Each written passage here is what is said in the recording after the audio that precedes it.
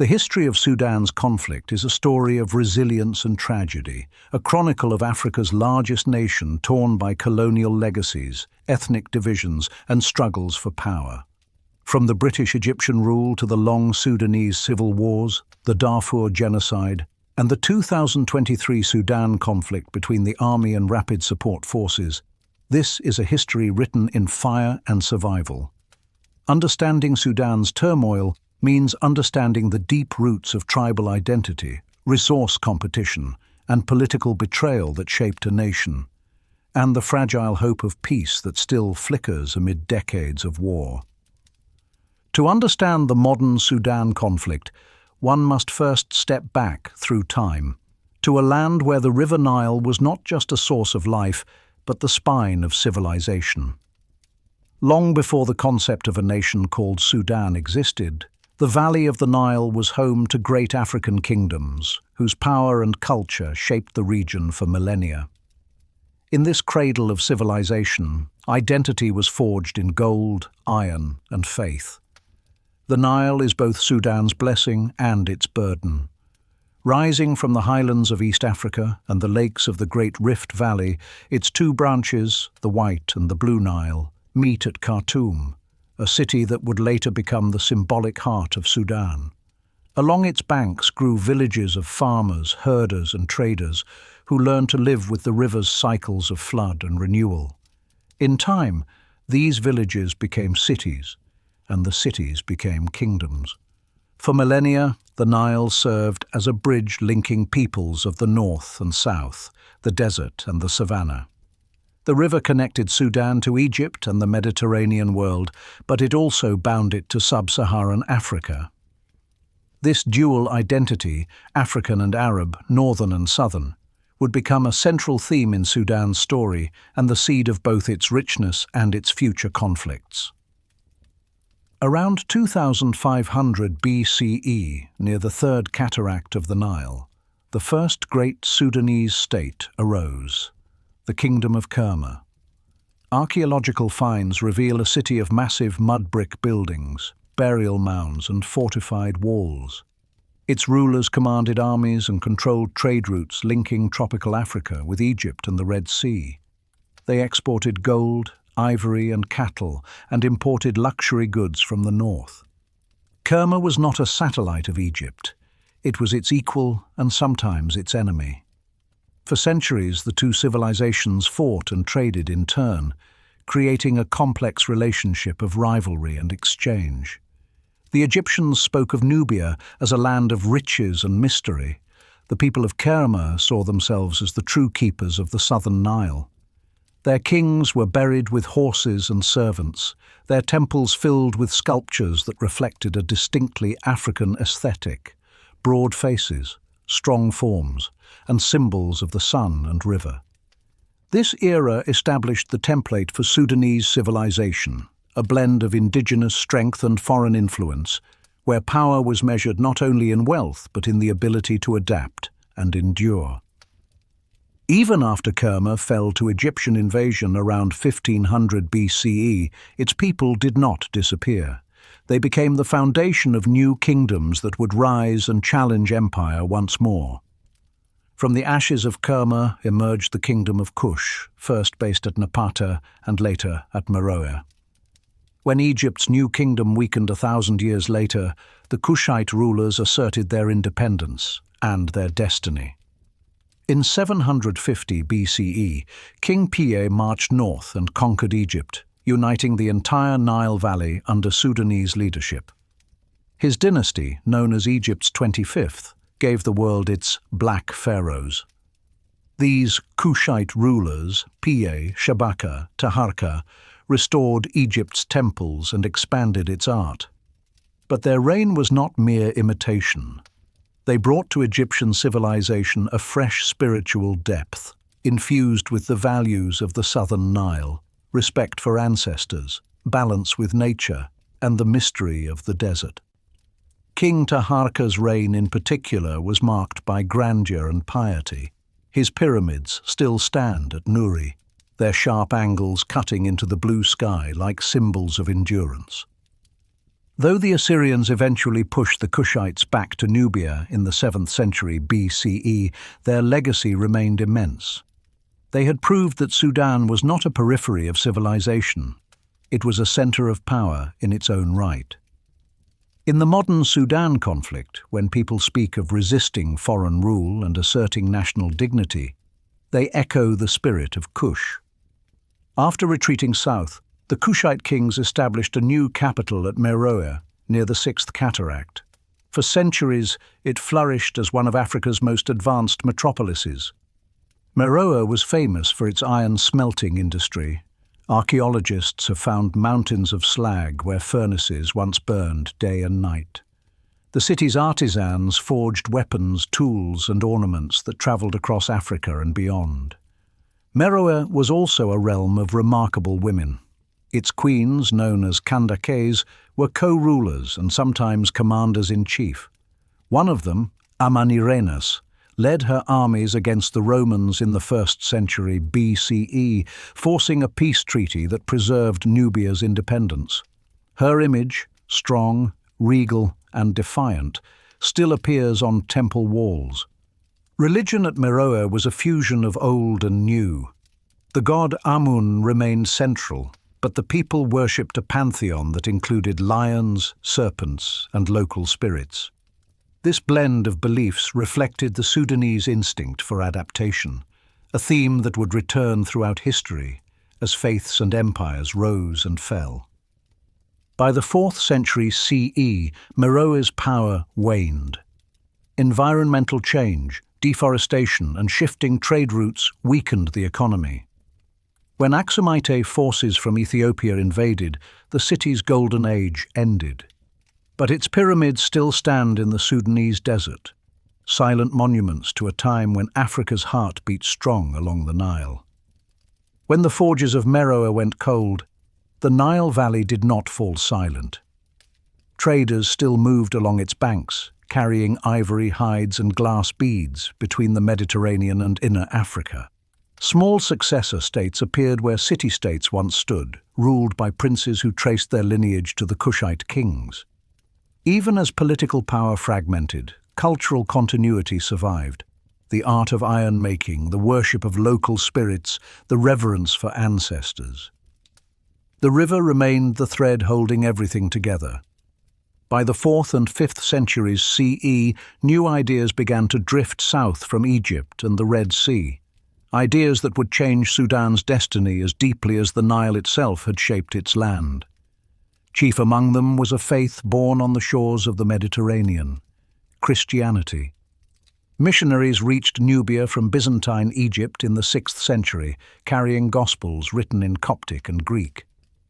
Within a few generations, nearly the whole northern Nile Valley embraced the new religion. 3 kingdoms emerged: Nobatia in the north, Makuria in the center, and Alodia farther south, together forming one of Africa's earliest Christian civilizations. Their capitals, Faras, Dongola, and Soba, became centers of scholarship and art. Cathedrals rose on the ruins of old temples, saints replaced pharaohs on the walls, yet the brown-red skin and proud bearing of the painted figures still reflected the people of the Nile. The kingdom of Makuria, in particular, stood out for its strength and diplomacy. Its kings ruled from Dongola and maintained independence from both Egypt and the Arabian deserts beyond. For nearly 6 centuries, the Christian Nubian states prospered. Their diplomats corresponded with emperors in Constantinople. Their merchants traded ivory and gold for glass and cloth. Archaeologists today uncover fragments of manuscripts, crosses, and murals that testify to a refined, literate culture. This era is sometimes forgotten in discussions of the Sudan conflict, yet it represents a crucial chapter, a time when the region was a bridge between Africa and the Christian world, not a periphery of it. When Muslim armies swept westward across North Africa in the 7th century, they reached Egypt and then turned south. In 652 CE, they encountered the disciplined archers of Makuria, whose arrows struck with such accuracy that Arab chroniclers called them the Eye Smiters. The result was not endless war, but negotiation. The Pact, a treaty of mutual respect and trade, was signed between the Muslim rulers of Egypt and the Christian kings of Nubia. It endured astonishingly for nearly 600 years. The Pact allowed goods, ideas, and people to move freely across the frontier. It also preserved Sudan's autonomy at a time when much of Africa was being absorbed by expanding empires. The lesson of the Pact, coexistence instead of conquest, echoes through Sudanese history, reminding later generations that diplomacy can achieve what armies cannot. By the 13th century, the balance began to tilt. In Egypt, the Mamluk sultans encouraged migration of Arab tribes southward. Trade networks followed the newcomers into Nubia. Conversion spread gradually, not by the sword but through contact, marriage, and commerce. The spiritual movement that proved most influential was Sufism, a mystical form of Islam emphasizing love, tolerance, and inner devotion. Sufi teachers known as fakirs or sheikhs traveled along the Nile, founding lodges called zawiyas, where people gathered to pray, learn, and sing praises of God. Their message resonated with older Nubian traditions that revered saints and ancestors. Islam in Sudan thus took on a distinctly African rhythm, gentle, musical, and inclusive. Villages began to celebrate saints' festivals, mawlids, that blended Quranic recitation with drums and dance, a pattern that still characterizes Sudanese religious life today. By the 15th century, the old Christian kingdoms had withered. Nobatia and Makuria succumbed to desert raids and internal decline. Alodia lingered longest before fading into memory. Yet the transition was more transformation than destruction. Churches became mosques, crosses gave way to crescent moons, but the sense of continuity remained. The same Nile that had once echoed with Christian hymns now carried the call to prayer. Out of this new religious landscape rose several Muslim states that would dominate the next half-millennium. Chief among them were the Funj Sultanate of Sennar in central Sudan and the Sultanate of Darfur in the west. Both combined Islamic law with local custom, showing again the Sudanese genius for synthesis. The Funj founded their capital at Sennar around 1504. Their rulers, called the Blue Sultans, claimed Arab ancestry but governed with African pragmatism. They built mosques beside tribal meeting grounds and encouraged both scholars and merchants to settle. Sennar became a cosmopolitan city where Arabic mingled with Nubian and Beja tongues, and camel caravans brought goods from the Red Sea to the interior. Far to the west, Darfur developed an equally vibrant civilization. Its sultans ruled through councils of elders and Islamic judges, while caravans from Bornu and Kano passed through its markets laden with salt, leather, and cloth. Darfur's independence and wealth would later draw the envy of foreign powers, but in this period it represented the self-confidence of African Islam. By the end of the 16th century, the cultural fabric of Sudan had been woven from many threads: African heritage, Christian memory, and Islamic renewal. The people of the Nile were farmers, poets, warriors, and saints. They spoke many tongues, yet shared the same river and the same horizon. The pattern of their history was already clear: every conquest absorbed, every faith transformed into something uniquely Sudanese. This legacy of adaptation is crucial to understanding the Sudan conflict today. The divisions between North and South, Arab and African, Muslim and non-Muslim, did not arise from immutable difference. They evolved from centuries of negotiation between worlds. Each period left behind strengths and scars, shaping a nation that would forever balance between unity and diversity. By the 17th century, the peoples of Sudan were linked less by a single ruler than by a network of roots and relationships. Camel caravans threaded the sands between the Nile and Lake Chad. Boats glided downriver carrying grain and dates. In the markets of Sennar and El Fasher, merchants from the Maghreb bargained with traders from the Congo forests. This economy of motion made the region prosperous and vulnerable. Whoever controlled the roads and rivers controlled Sudan. The Fungi Sultanate of Sennar still claimed nominal authority over central Sudan, yet its reach was shrinking. Local chiefs grew stronger and provincial governors collected taxes for themselves. Even so, Sennar remained a magnet for culture. Scribes copied Qurans by hand, poets celebrated heroes in Arabic verse, and travelers described the city's shining domes visible from the Nile. The mixture of piety and commerce created a society at once traditional and dynamic. In the west, the Sultanate of Darfur reached its zenith under Sultan Ahmad Bakr, 1682 to 1722. He extended Darfur's influence eastward to Kordofan and northward into the desert oases that connected to Egypt. His successors built an organized state with a council of ministers, judges trained in Islamic law, and caravan guards who kept trade routes safe. For 2 centuries, Darfur managed to stay independent, one of the few African kingdoms to do so in an age when outside powers were tightening their grip on the continent. Sudan's eastern corridor, facing the Red Sea, also flourished. The port of Suakin, perched on a coral island, served as a gateway between Africa and Arabia. Pilgrims bound for Mecca passed through its narrow alleys. Merchants unloaded spices from India and coffee from Yemen. This maritime link spread new technologies and ideas. Arab sailors brought tales of Ottoman sultans and European adventurers. Scholars returned from the Hejaz with books that introduced fresh interpretations of Islam. The Sudanese coast thus became an open door through which the global world entered Africa's interior. But openness invited ambition. The Ottoman Empire, already in control of Egypt since the 16th century, began to eye the lands farther south. Though the Ottomans rarely administered Sudan directly, their presence in the Red Sea littoral and their trade with the Fungi eroded local autonomy. Turkish and Egyptian merchants established outposts upriver, demanding tribute and concessions. Gradually, foreign influence grew from commerce into control. By the 18th century, the Fungi Sultanate was a shadow of its former self. Court intrigue and regional revolts weakened central authority. The sultans grew increasingly dependent on slave armies and mercenary alliances. Meanwhile, European demand for ivory and slaves intensified competition among local warlords. Raiding replaced farming in many areas, sowing instability that would later make foreign conquest easier. Environmental pressures added to the decline. A series of droughts struck the Central Plains, pushing nomadic tribes to migrate in search of water and pasture.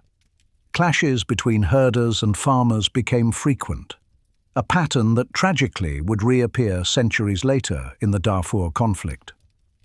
The seeds of future disputes were already being planted in these early struggles over land and livelihood.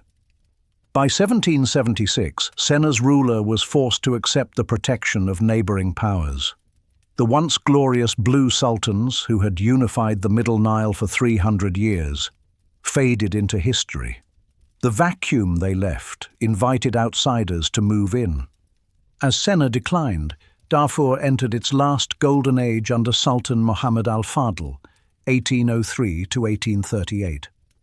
He expanded his realm eastward to Kordofan and built a bureaucracy remarkable for its time. Tax collectors, scribes and judges worked in Arabic, caravan leaders filed written contracts, and the Sultan corresponded with the rulers of Egypt and the Hejaz as an equal. El Fasher thrived as a cosmopolitan capital whose markets overflowed with gum Arabic, leather and ostrich feathers. Darfur's scholars produced commentaries on Islamic law, while artisans forged swords and saddles sought throughout the Sahel. Its relative stability stood in contrast to the turmoil engulfing other parts of the region. Yet that very success drew covetous eyes from Cairo. In 1805, Muhammad Ali Pasha seized power in Egypt, formally as an Ottoman governor, but effectively as an independent ruler. Determined to build a modern army and fill his treasury, he looked south to Sudan. Reports reached him of gold in the Nubian hills and of slaves who could be trained as soldiers. The combination of wealth and manpower was irresistible. In 1820, he dispatched an expedition under his son Ismail Pasha to conquer the Sudanese Nile. The invading force, Egyptian officers, Albanian mercenaries and Turkish artillery, marched south from Aswan, subduing Nubian towns and pressing onward to Dongola and Khartoum. The Turco-Egyptian conquest unfolded quickly. The fragmented local states could not withstand the modern weaponry and organized command of the invaders. By 1821, the armies of Cairo controlled much of northern and central Sudan. The new rulers established an administration they called Turkiya, the Turkish period. They built barracks, taxed villages heavily, and conscripted men for labor and military service. The conquest introduced gunpowder, bureaucracy, and global trade, but also exploitation. Taxes were collected in kind and often doubled. Whole communities were displaced by raids for slaves and ivory. The people of the Nile found themselves strangers in their own land. Yet beneath this oppression lay an undercurrent of resistance. Islamic teachers denounced the corruption of the Turkiya. Peasants fled to remote areas rather than pay taxes. Tribal leaders plotted uprisings. Out of these murmurs would emerge a spiritual and political revolt that changed Sudan forever. By the mid-19th century, famine, disease, and resentment had spread. In villages along the White Nile, preachers spoke of a coming savior who would cleanse the world of injustice, a Mahdi foretold by prophecy. The soil of rebellion, watered by centuries of faith and suffering, was ready. Sudan was entering a new epoch. The age of pyramids, kingdoms, and sultanates was giving way to the age of empire and resistance. The next chapter in its history would begin not with kings or merchants, but with a preacher from the riverbanks whose words would ignite the largest anti-colonial revolt in 19th century Africa. By the early 1880s, the Turco-Egyptian regime had ground the people of Sudan down to exhaustion. Taxes were cruel, conscription endless, and corruption routine. Egyptian soldiers collected tribute from farmers who had little to eat themselves. Merchants were forced into monopolies controlled from Cairo. For many Sudanese, life under the so-called Turkiya was no better than slavery. On a small island in the White Nile, a quiet scholar and ascetic named Muhammad Ahmad ibn Abdallah prayed, fasted, and studied the Quran. Born in Dongola in 1844, he had joined the Samaniya Sufi order, known for preaching humility and moral renewal. To his followers, he seemed touched by divine grace, disciplined, compassionate, and fearless. In 1881, he declared that he was the Mahdi, the guided one foretold in Islamic tradition, who would restore justice to a world gone astray. The announcement electrified the countryside. Sudanese who had lost faith in worldly rulers saw in Muhammad Ahmad a symbol of hope. His message blended religion with social protest. The Turkiya, he said, was corrupt and ungodly. Muslims must purify their faith and reclaim their freedom. Within months, tribes from Kordofan to the Blue Nile pledged allegiance. Peasants joined warriors, traders, and desert nomads beneath a single banner inscribed with verses of the Quran. The Egyptian authorities in Khartoum laughed at first. They had rifles and artillery. The Mahdi's men carried spears and old muskets.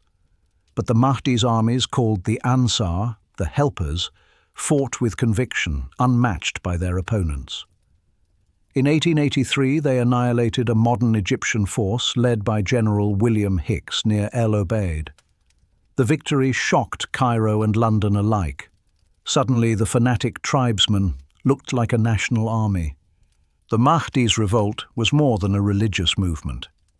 It united dozens of ethnic and tribal groups that had long been divided by geography and suspicion. For the first time since the days of Kush, Sudanese from north, west, and south fought for a common purpose: independence. The Mahdi promised justice, equality, and an Islamic order cleansed of foreign domination. To many Sudanese, it was a dream of dignity long deferred. The campaign rolled northward. Entire garrisons surrendered. Provinces declared loyalty to the Mahdi. In 1884, Khartoum itself was besieged. The British sent General Charles Gordon, a soldier mystic who had once served as governor, to defend the city. His mission quickly turned into a tragedy.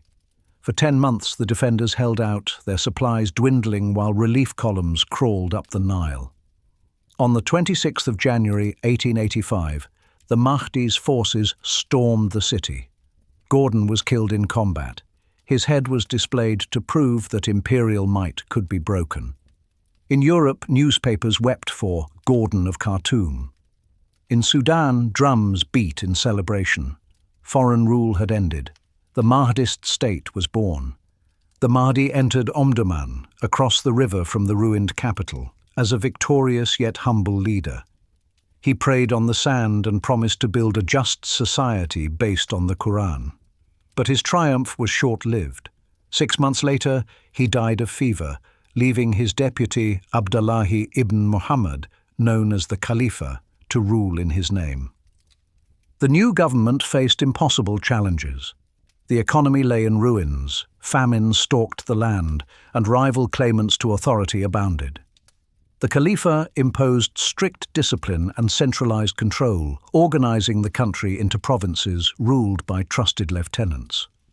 Despite hardships, Omdurman blossomed into a thriving city of markets, mosques, and workshops.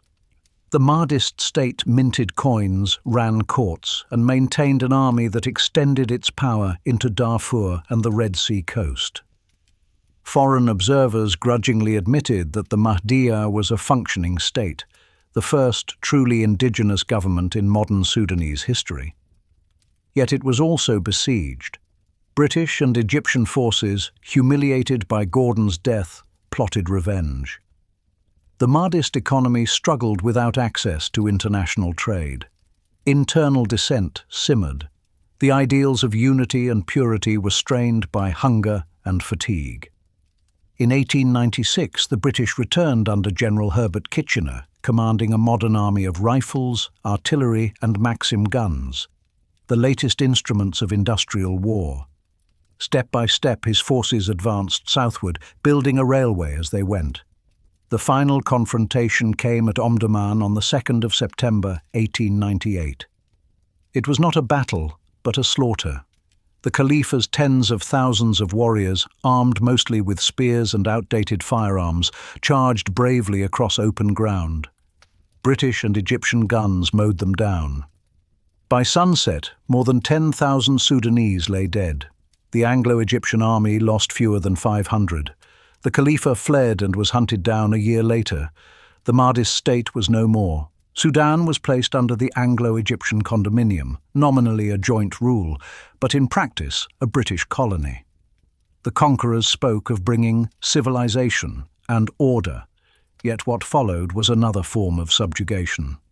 Still, the Mahdist revolution had changed everything.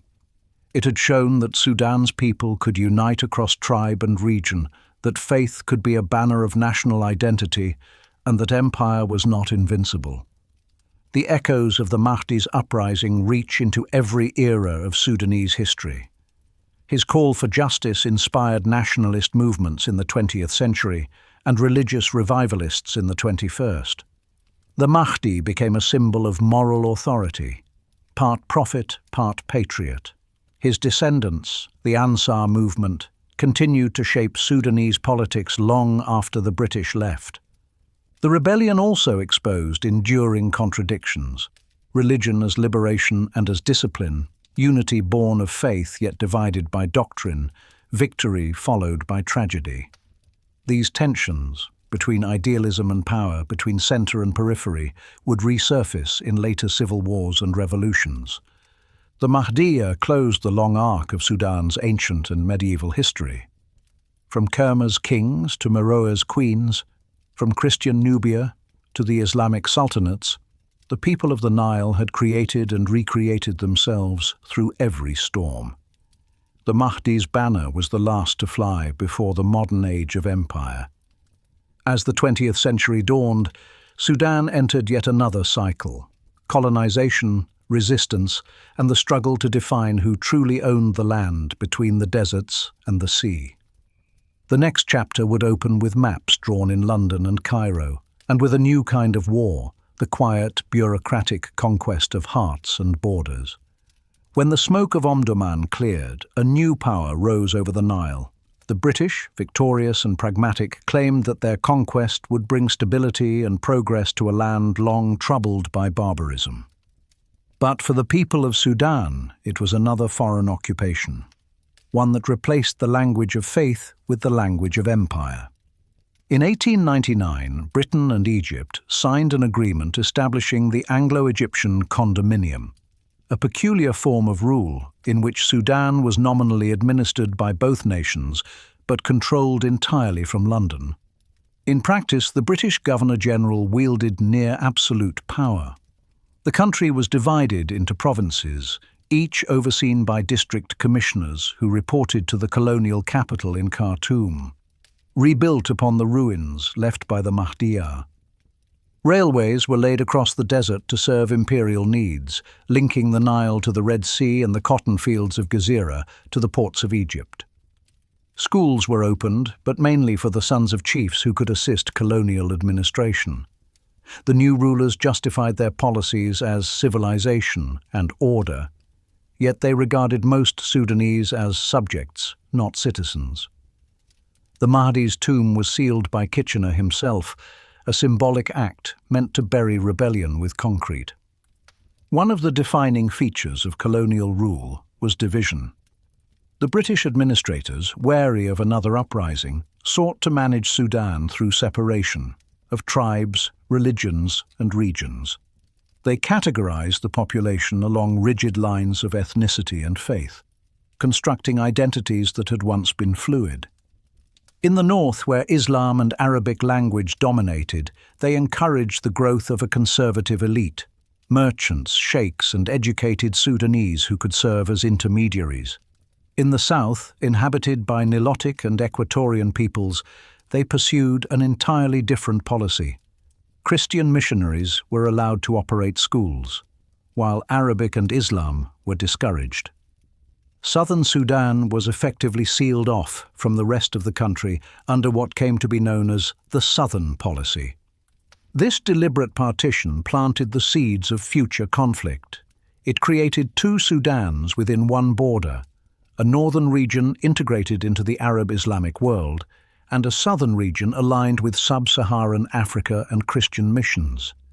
When independence finally came in the mid-20th century, these separate worlds would collide. To the outside observer, the condominium appeared to modernize Sudan. Cities like Khartoum, Port Sudan, and Wad Madani grew into administrative centers. The Gezira scheme, a massive irrigation project, turned cotton into the backbone of the colonial economy. Railroads and telegraphs stitched the country into the global market. Yet these projects benefited Britain more than Sudan.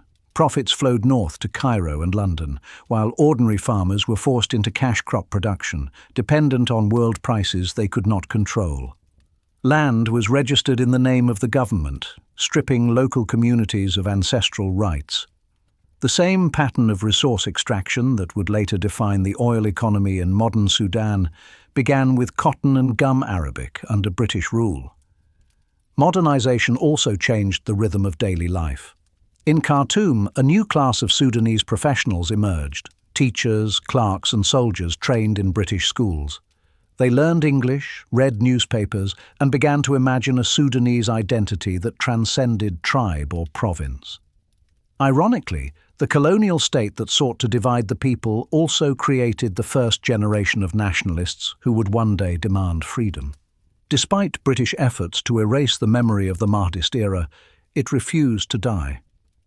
In the remote villages of Kordofan and along the Nile, old men still told stories of the Mahdi's miracles, of how his warriors had humbled empires.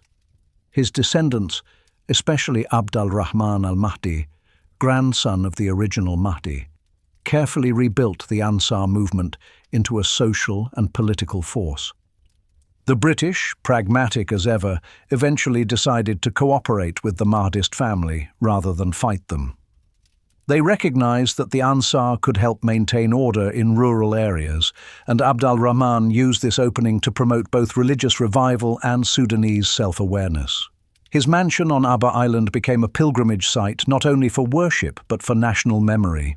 Alongside the Ansar, other movements took root. The Khatmiya, a rival Sufi brotherhood led by the Mirghani family in eastern Sudan, became another pillar of influence. Over time, these religious organizations evolved into political parties. The Ummah Party for the Ansar and the Democratic Unionist Party for the Khatmiya. The alliances and rivalries between them would define Sudanese politics for decades after independence. By the 1920s, the first sparks of nationalism flickered. Sudanese graduates of colonial schools began to question their status. They formed associations, published newspapers, and debated what it meant to be Sudanese. The White Flag League, founded in 1924 by army officers and students, staged the first organized anti-colonial protests in Khartoum. Their revolt was swiftly crushed, but it signaled that the spirit of the Mahdi had found new heirs, not warriors with spears, but young men with pens and ideals. British authorities responded with a mix of repression and reform, expanding education while tightening control. Yet the tide was turning. The world wars weakened European empires, and the winds of independence were rising across Africa.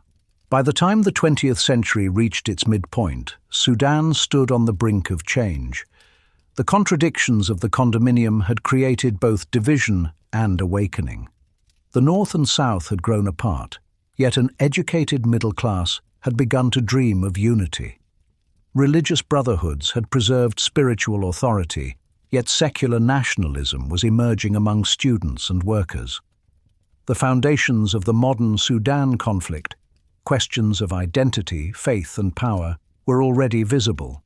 The lines drawn by colonial administrators would harden into fault lines of future wars. But so too would the long memory of resistance, stretching back to Nubia, Meroe, and the Mahdi, continue to nourish the people's determination to define their own destiny. The Nile still flowed as it always had, indifferent to borders and empires, binding the land's many voices into one unending story. And as the 20th century dawned, Sudan's next chapter was waiting to be written, the chapter of independence. When the guns of Omdurman fell silent in 1898, the Nile carried more than silt and corpses downstream. It carried the end of one age and the beginning of another. Sudan had entered the modern world under the shadow of empire. The Mahdist dream of an Islamic republic lay shattered, yet the yearning for self-rule still burned quietly beneath the surface. The British called their victory liberation. They said they were rescuing Sudan from chaos, bringing order, science, and prosperity. But for Sudanese villagers who watched foreign flags rise over Khartoum, it felt like another chapter of the same story, the story of outsiders who came to rule, extract, and redefine the meaning of power along the Nile. To understand how British colonialism shaped the Sudan conflict, we must look back a little further, to the Turco-Egyptian period that preceded it. When Muhammad Ali Pasha invaded in 1820, he was not acting merely as an Ottoman governor. He was building a dynasty. His army carved through Nubia and the Blue Nile, installing Turkish and Egyptian officers as governors. They founded Khartoum at the confluence of the rivers, turning it into a military outpost and administrative hub. This period introduced a pattern that would persist through the 20th century. A small urban elite connected to Cairo or London ruling over a vast rural population. The administration spoke Arabic and Turkish. The peasantry spoke Nubian, Dinka, Nuer, and dozens of other tongues. Taxes were collected in ivory, cattle, and sometimes human beings. The Turco-Egyptian regime sought wealth, especially in the form of slaves. Tens of thousands of Sudanese were seized and shipped north to serve in the Egyptian army or sold in Mediterranean markets. Although the slave trade was eventually outlawed under British pressure, its social scars remained deep, hardening perceptions of hierarchy between riverine Arabs and the peoples of the hinterlands. These divisions, economic, ethnic, and geographic, would resurface whenever Sudan's fragile unity was tested. By the mid-19th century, Egypt had become Britain's crucial link to India and the Far East. The opening of the Suez Canal in 1869 transformed the Red Sea into a highway of empire. British investors controlled the canal. British diplomats dominated Cairo. To secure the Nile, they believed, was to secure the empire itself. Sudan, with its headwaters stretching into the equatorial lakes, became a strategic obsession. Control of the river's flow meant control of Egypt's lifeblood. Thus, when Kitchener reconquered Sudan in 1898, he did so not simply to avenge Gordon, but to guarantee that the Nile would never again fall into hostile hands. From that moment onward, Sudan was seen less as a society and more as a watershed to be managed, a colonial blueprint that prioritized irrigation, cotton, and imperial logistics over human welfare. The 1899 Condominium Agreement created a political fiction. Sudan would be jointly ruled by Britain and Egypt. In reality, Egyptian influence was minimal. The Governor-General in Khartoum, always British, answered to the Foreign Office in London.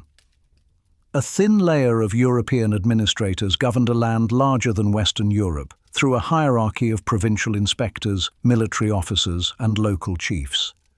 Colonial officials prided themselves on efficiency. They codified tribal boundaries, introduced new forms of taxation, and expanded irrigation along the Blue Nile.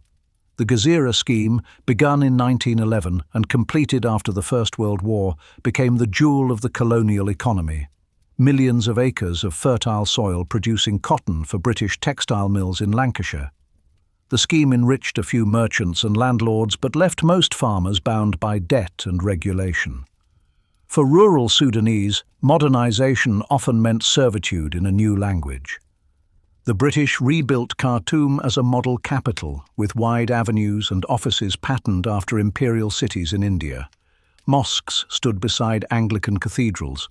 The sound of church bells mixed with the muezzin's call. Schools taught English and arithmetic, hospitals and clubs catered to Europeans and the emerging Sudanese elite. For colonial propaganda, Khartoum symbolized progress, a modern outpost rising from the desert. But beyond the city limits lay another world.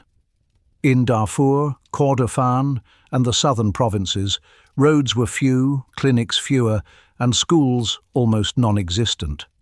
The British called these closed districts, areas where movement was restricted and travel permits required. Isolation preserved tribal structures, officials claimed, but it also prevented political organization. The north grew more literate and urban, the south remained rural and missionary. The fault line widened silently. Religion remained the most potent force in Sudanese life, and the British handled it with care. They learned from the Mahdist uprising that open hostility to Islam could unite the population against them. Instead, they cultivated alliances with respected Sufi orders such as the Khatmiya and the Ansar, granting them limited freedom to operate while keeping a watchful eye. In the south, however, they encouraged Christian missions to counterbalance the north's Islamic influence. This dual religious policy, Islamic accommodation in the north, Christian evangelism in the south, deepened the cultural divide. Southern chiefs received protection and patronage in return for loyalty. Arabic was replaced by English in mission schools. The line between the two halves of the country hardened into something more than geography. It became psychological, a division of identity that would one day erupt into civil war. By the dawn of the 20th century, the British had drawn railways, tax codes, and borders, but they had not built a nation. What they left behind was a collection of provinces tied together by the logic of empire. The north spoke Arabic and looked toward Cairo. The south spoke English and looked toward Uganda and Kenya. The west and east, meanwhile, remained on the margins, alternately neglected and exploited. Yet within this fragmented landscape, new voices were emerging. Sudanese clerks, teachers and soldiers who saw themselves not merely as subjects of empire, but as heirs to a long, proud history stretching back to Nubia and Kush. They began to ask a dangerous question. If Sudan could unite under the Mahdi, why not under its own flag? The answer would come in blood, strikes and petitions, and it would mark the beginning of modern Sudanese nationalism. The early 20th century reshaped the world and, quietly, Sudan along with it. The First World War, 1914 to 1918, stretched the British Empire to its limits, and Sudan became both a supply route and a source of manpower. Thousands of Sudanese soldiers fought under the British flag in Egypt and the Middle East, seeing for the first time that imperial power was not invincible. They returned home with new ideas and a hunger for dignity. At home, the colonial government tightened its grip. The war had heightened fears of rebellion, and administrators doubled down on their indirect rule system, governing through local chiefs while discouraging mass political organization. Yet this very policy created the first sparks of national consciousness. Chiefs became intermediaries between ruler and ruled, and educated Sudanese clerks began to realize that power could shift if they organized together. The British established the Gordon Memorial College in Khartoum, named, ironically, after the fallen general, as a technical school to train Sudanese in administration, engineering, and teaching. Graduates of this institution became the backbone of the colonial bureaucracy, literate, disciplined, and outwardly loyal. But beneath the surface they nurtured a quiet pride in being Sudanese. As newspapers spread and literacy grew, discussions about identity began to take shape. Was Sudan part of Egypt, an African nation, or something distinct, a land with its own destiny between the Arab North and the Black South? These were not yet revolutionary questions, but they were new, and they mattered. A generation of teachers and writers began to imagine Sudan as a shared home rather than a collection of tribes. Meanwhile, the South remained isolated under the Southern policy, a colonial experiment in containment. Missionary schools taught the Bible in English and local languages, keeping Southern communities separate from the Arabic-speaking North. Roads and telegraph stopped at the closed district borders. The British justified this as protection from northern exploitation, but it was also a strategy to prevent unity. The consequences would echo across the next century, fueling mistrust and misunderstanding between North and South.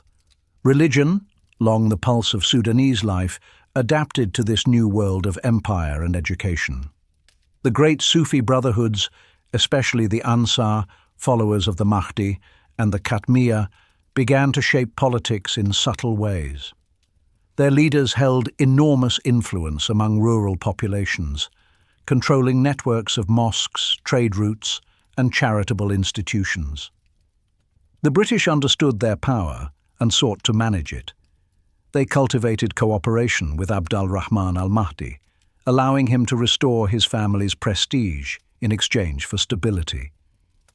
The Mahdi's tomb in Omdurman, once sealed, was reopened, a gesture that acknowledged the people's faith while reasserting imperial control.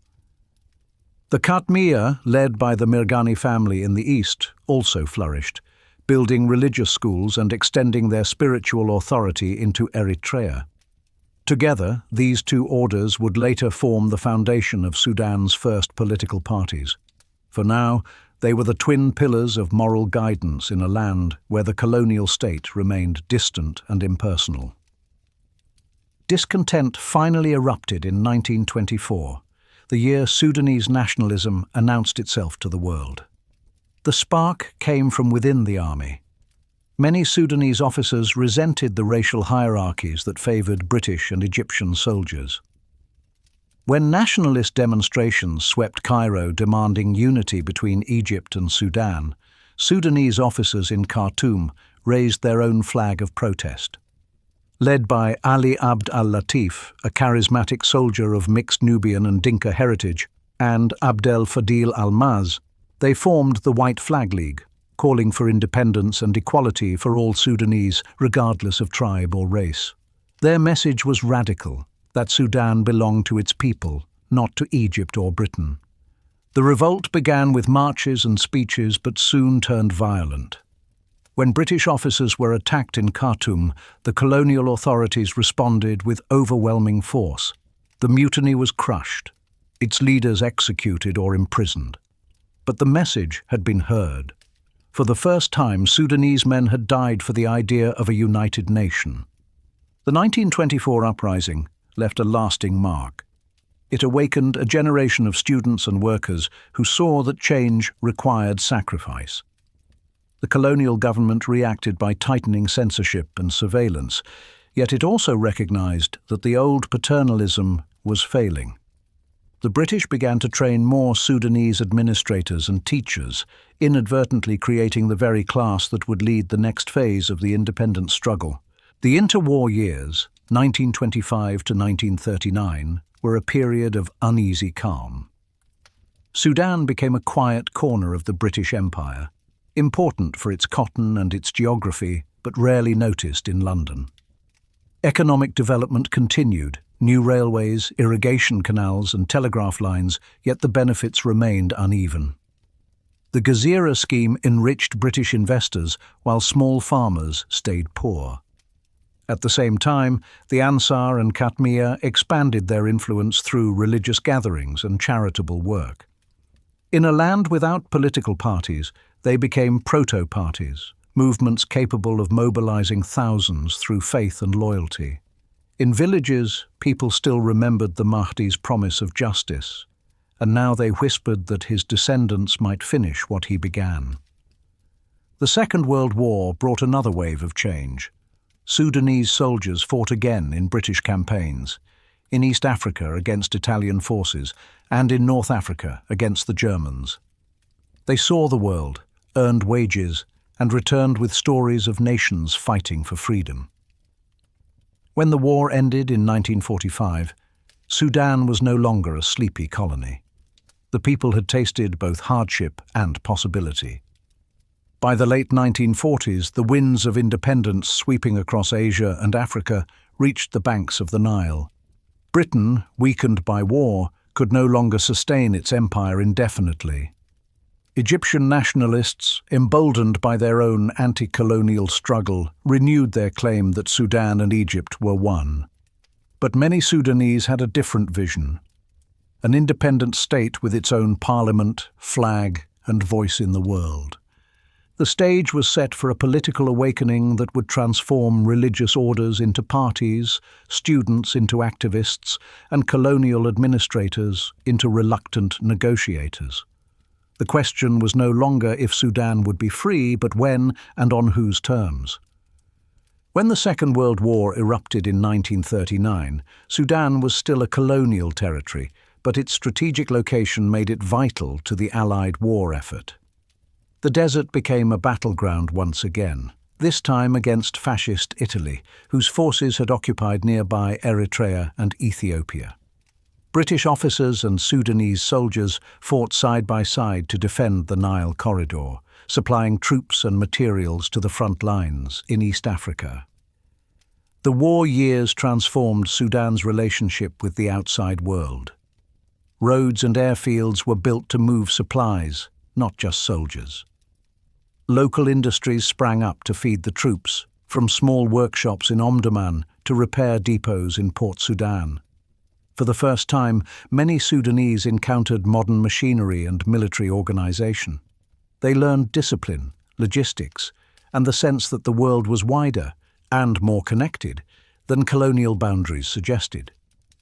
When peace returned in 1945, Sudanese veterans came home with a sharper sense of pride and entitlement. They had fought for the British Empire, but now they asked, what had the empire done for them? Their wages were small, their land still taxed, and their voices still unheard. The end of the war marked the beginning of a new question, one that would dominate the next decade: who should rule Sudan? The years immediately after 1945 saw an explosion of political activity. The seeds planted by education, religion, and wartime experience began to flower into full-fledged movements. The colonial authorities had long forbidden political parties, but the winds of change were unstoppable. Out of the religious brotherhoods grew two major factions. The Ummah Party, representing the Ansar, and led by Abd al-Rahman al-Mahdi, championed full independence from both Britain and Egypt. The Ummah saw Sudan as a sovereign state rooted in Islamic values and Sudanese identity, not as an appendage of Cairo. Opposing them stood the Ashika Party, later renamed the National Unionist Party, NUP, supported by the Khatmiya order and led by Ismail al-Ajari. They favored unity with Egypt, arguing that the two Nile nations shared history, culture, and destiny. Beneath this rivalry lay deeper questions of ideology, religion, and regional identity, the same forces that had shaped Sudan for centuries. Students, civil servants, and army officers joined the debate. Newspapers flourished, and political clubs sprang up in Khartoum, Wad Madani, and Omdurman. Sudanese journalists wrote passionately about self-determination, pan-Arabism, and African liberation. Women, though excluded from formal politics, began to organize in education and charity, laying the groundwork for future activism. Britain, exhausted by war and burdened by growing unrest across its colonies, realized it could not hold Sudan forever. But it was reluctant to hand the country to Egypt, which was itself under a semi-colonial monarchy and still occupied by British troops. The situation became a diplomatic puzzle, a three-way struggle among Britain, Egypt, and the emerging Sudanese elite. In 1946, the Sudan Administrative Conference was convened, bringing together Sudanese leaders and colonial officials to discuss the country's political future. It was the first time Sudanese voices were officially invited to shape policy. The participants demanded greater self-rule and a timetable for independence, but Britain stalled, preferring gradual reform. Meanwhile, Egypt intensified its campaign for unity. Cairo newspapers proclaimed, "Sudan is Egypt's twin," and Egyptian flags appeared in Khartoum demonstrations. To many Sudanese, this felt like another form of domination. They had fought to escape British control, not to exchange it for Egyptian rule. The cry for Sudan for the Sudanese grew louder. In 1948, Britain introduced the Legislative Assembly, a limited parliament with mostly appointed members. It was an experiment in governance designed to give the illusion of democracy while retaining ultimate control. Yet even within its narrow framework, Sudanese representatives began to test their power.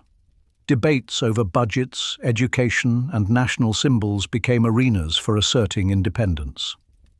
The turning point came not in Khartoum, but in Cairo. In 1952, a group of young military officers led by Gamal Abdel Nasser overthrew the Egyptian monarchy. The Free Officers' Revolution electrified the Arab world and changed the dynamics of the Sudan question overnight. The new Egyptian government renounced claims of joint sovereignty and called for the end of British rule in Sudan. Britain, sensing that its position was untenable, agreed to negotiate. In 1953, the Anglo-Egyptian Agreement was signed, granting Sudan full self-government within 3 years and providing for national elections. For the first time in modern history, Sudanese citizens prepared to choose their own leaders. The colonial chapter was closing, and a new one, written by Sudan's own hand, was about to begin. The 1953 elections marked the birth of Sudanese democracy. Political enthusiasm swept the country. Rallies, speeches, and songs filled the streets. The National Unionist Party, NUP, led by Ismail al-Ajari and supported by the Khatmiya, campaigned on a platform of unity with Egypt and rapid independence. The Ummah Party, backed by the Ansar, advocated total independence and a more Islamic-oriented state. Despite fierce competition, the elections were conducted peacefully. The NUP won a majority, and Ismail al-Ajari became Sudan's first prime minister. His victory was a triumph of politics over empire, of ballots over bullets. On January 1st, 1956, amid cheers and tears in Khartoum, the flag of independent Sudan was raised for the first time. The moment was both joyous and uncertain. A nation that had been divided, conquered, and colonized for centuries was suddenly free, but fragile. The North and South had barely spoken during the independence process. The economy was uneven, the bureaucracy still colonial, and the army divided by loyalties. A country that had taken centuries to be forged was now expected to govern itself overnight. Sudan's independence did not erase its past, it carried it forward. The borders drawn by the British, the cultural divides deepened by colonial policy, and the rivalries between religious orders and ethnic regions would continue to haunt the new republic. Yet the people's pride was undeniable. For the first time in modern history, Sudanese voices spoke in their own parliament, wrote their own laws, and dreamed their own dreams. The age of empires had ended, at least officially. But as history would soon show, the ghosts of those empires still lingered in the hearts, rivers, and deserts of Sudan, waiting to test the young nation's unity. On January 1st, 1956, the Union Jack was lowered in Khartoum and a new flag of blue, yellow, and green rose above the palace. Crowds filled the streets, chanting, praying, and weeping. Drums echoed across the Nile. Imams and priests stood together in celebration. The moment was historic, the culmination of decades of struggle and sacrifice. The new Prime Minister, Ismail al-Azhari, proclaimed to the world, "Today, the people of Sudan stand free and sovereign in their own land." But behind the jubilation lay uncertainty. The machinery of government was inherited from the British.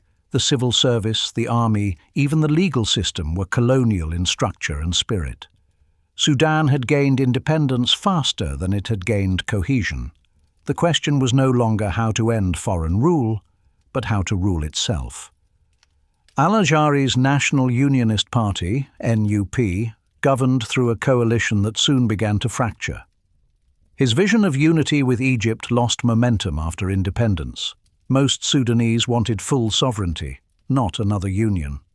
The Ummah Party, backed by the Ansar, accused the NUP of betraying Sudan's independence by maintaining close ties with Cairo. In 1956, amid growing infighting, al-Azhari's government collapsed, and a new coalition led by Abdallah Khalil, an Ummah Party veteran and former army officer, took power. The handover was peaceful, but the tone of politics grew bitter. The fragile democracy that had begun in celebration was already straining under the weight of its contradictions. Sudan's early politicians faced impossible challenges: a vast country of deserts, mountains, and jungles, dozens of languages and faiths, little infrastructure beyond the Nile corridor. Yet the greatest challenge of all was the divide between the North and South, a divide the British had created and left behind like a ticking clock. At independence, southern Sudanese leaders had hoped for a federal system that would grant them autonomy and respect their cultural identity. Instead, the new government in Khartoum centralized power, replacing English with Arabic in schools and administration. Southern officers and civil servants who had worked under the British were dismissed or transferred north. Tensions grew quickly. Many Southerners feared that political freedom had simply replaced white rulers with Arab ones. They called for representation and regional self-rule. Instead, they were met with suspicion and repression. The breaking point came in August 1955, even before formal independence. Southern soldiers in the Equatoria Corps, stationed in the town of Torit, mutinied after learning they were to be transferred north. The revolt spread to Juba and Wau before being crushed by northern troops. Hundreds were killed, thousands fled into the bush or across borders. The Torit Mutiny is often seen as the spark that ignited Sudan's first civil war. Though suppressed, it exposed the deep mistrust between North and South. The British had ruled them separately for half a century, fostering two distinct systems of governance, language, and religion. Independence forced them together without reconciliation, a collision of histories that neither side was prepared to manage. Despite these tensions, many Sudanese still believed in the promise of unity. Newspapers called for national development. Poets wrote of the Nile as a symbol of shared destiny. The government launched ambitious plans for roads, dams, and schools. Yet corruption, tribal favoritism, and weak institutions slowed progress. The Sudanese armed forces, newly nationalized, became both a source of pride and anxiety. Many officers viewed the politicians as divided and ineffectual. As parliamentary quarrels deepened, whispers of military intervention grew louder. For young officers who had served under British discipline, the bickering in Khartoum seemed to dishonor the flag they had fought to raise. Economic troubles compounded political instability. Cotton prices fell, foreign investment dried up, and unemployment rose. Meanwhile, southern unrest simmered, and refugees from the Torit rebellion began organizing in exile. The dream of independence was quickly turning into a test of survival. By 1958, Prime Minister Abdallah Khalil faced gridlock in Parliament and growing unrest across the country. In November, he invited the army commander, General Ibrahim Aboud, to restore order, a move that backfired spectacularly. Aboud dissolved Parliament, suspended the constitution, and declared military rule. The first Sudanese republic, born only 2 years earlier, was dead. General Aboud promised efficiency and national unity. At first, many welcomed his coup as a necessary reset. But military rule soon revealed its own flaws: censorship, repression, and heavy-handed attempts to Arabize and Islamize the South. The government banned missionary schools, restricted local languages, and intensified efforts to integrate southern administration under Khartoum's control. Resistance grew again. Southern rebels, calling themselves the Anya Nia, began organizing guerrilla attacks. The seeds of full-scale war were planted, watered by the same river that had once nourished the kingdom of Kush. The irony of Sudan's independence was cruel. The country had escaped foreign rule only to inherit its divisions.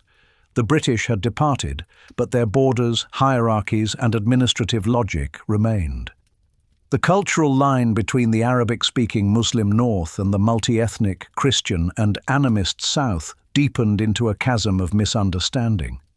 Each side viewed the other through the lens of fear. To many in Khartoum, southern demands for autonomy looked like rebellion. To southerners, Khartoum's policies looked like domination. Both sides claimed to defend Sudan's unity, but each meant a different kind of unity. In less than 3 years of independence, Sudan had already entered the cycle that would define its modern history: revolution, repression, and resistance. By the dawn of the 1960s, Sudan was once again at a crossroads. The age of empire had ended, but its shadow still stretched across the land. The story that had begun with the empires of Egypt and Britain now passed to a new generation of Sudanese, soldiers, students, and civilians, who would decide whether freedom meant peace or another struggle. The Nile flowed on, indifferent as always, carrying the reflections of a people who had fought for centuries to shape their own destiny. When the flag of independent Sudan rose in 1956, it symbolized more than the end of colonialism. It embodied the rebirth of one of Africa's oldest civilizations. The land that had once been home to Kush, Meroe, and the Mahdiya now stood on its own once again.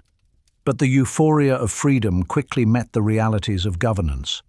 Sudan was vast, stretching from the Mediterranean desert to the tropical forests near the equator, and deeply divided by language, religion, and history. Its leaders faced a task that no foreign power had managed: holding the nation together. The British had governed through separation. The new Sudanese government now tried to unite a people who had been deliberately kept apart for half a century. Prime Minister Ismail al-Ajari had promised that independence would bring prosperity and unity. Instead, his government was consumed by rivalry, tribal politics, and competing visions of Sudan's future. The question was not whether Sudan would be free, it was what kind of nation its freedom would create. From the start, Sudan's political landscape was a mosaic of competing interests. The National Unionist Party, NUP, and the Ummah Party, heirs to the rival religious brotherhoods of the Katmiya and Ansar, dominated politics. Beneath their slogans of nationalism and Islam lay older loyalties to families, sects, and regions. The NUP, rooted in urban elites and northern merchants, envisioned a secular and progressive Sudan that maintained close ties with Egypt. The Ummah, drawing support from rural tribes and the Mahdist heartlands of Kordofan and Darfur, favored an Islamic democracy independent of Egyptian influence. Between them stood smaller parties representing southern interests, trade unions, and intellectuals, none strong enough to bridge the divide. Parliamentary sessions turned into arenas of accusation and obstruction. Budgets stalled, ministries changed hands, and reforms languished. Newspapers lamented that independence had delivered sovereignty without stability.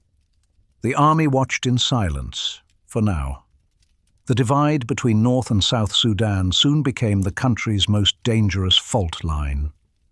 The Torit Mutiny of 1955 had been suppressed but not forgotten. Thousands of southern soldiers and civilians had fled into the forests and neighboring countries, forming the nucleus of what would become the Anyanya movement, a guerrilla army dedicated to southern autonomy. The new government in Khartoum, dominated by northern politicians, saw southern unrest as a security problem rather than a political issue. Arabic was made the official language, Christian missions were restricted, and the promise of a federal system was quietly abandoned. Southern representatives in Parliament protested, but their numbers were too few to make a difference. The result was resentment, deep, simmering, and soon violent. In 1957 and 1958, scattered uprisings erupted in Equatoria and Bahr el-Ghazal. Government forces responded harshly, burning villages and imprisoning suspected rebels. Reports of atrocities spread, fueling further resistance. In many ways, Sudan's first civil war had already begun, though neither side yet called it that. The promise of independence had also been economic, a hope that Sudan's vast resources could finally serve its own people. Yet the early republic struggled under the weight of debt, corruption, and inexperience.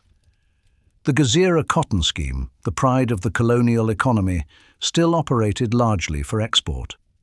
Revenues flowed to Khartoum and foreign companies while rural farmers remained poor. Droughts hit the west, floods struck the Nile, and food shortages deepened. Inflation rose while wages stagnated.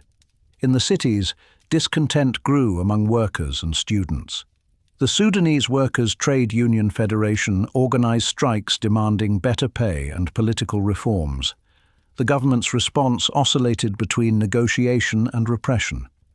Every failed cabinet reshuffle, every budget crisis weakened the fragile faith in democracy. By 1958, Sudan had already gone through 3 governments in as many years. To many citizens, and especially to the military, civilian rule looked like chaos. In November 1958, Prime Minister Abdallah Khalil, unable to control his own coalition and fearing anarchy, secretly invited the army to intervene. The military, led by General Ibrahim Aboud, obliged. Tanks rolled into Khartoum. Parliament was dissolved, the constitution suspended.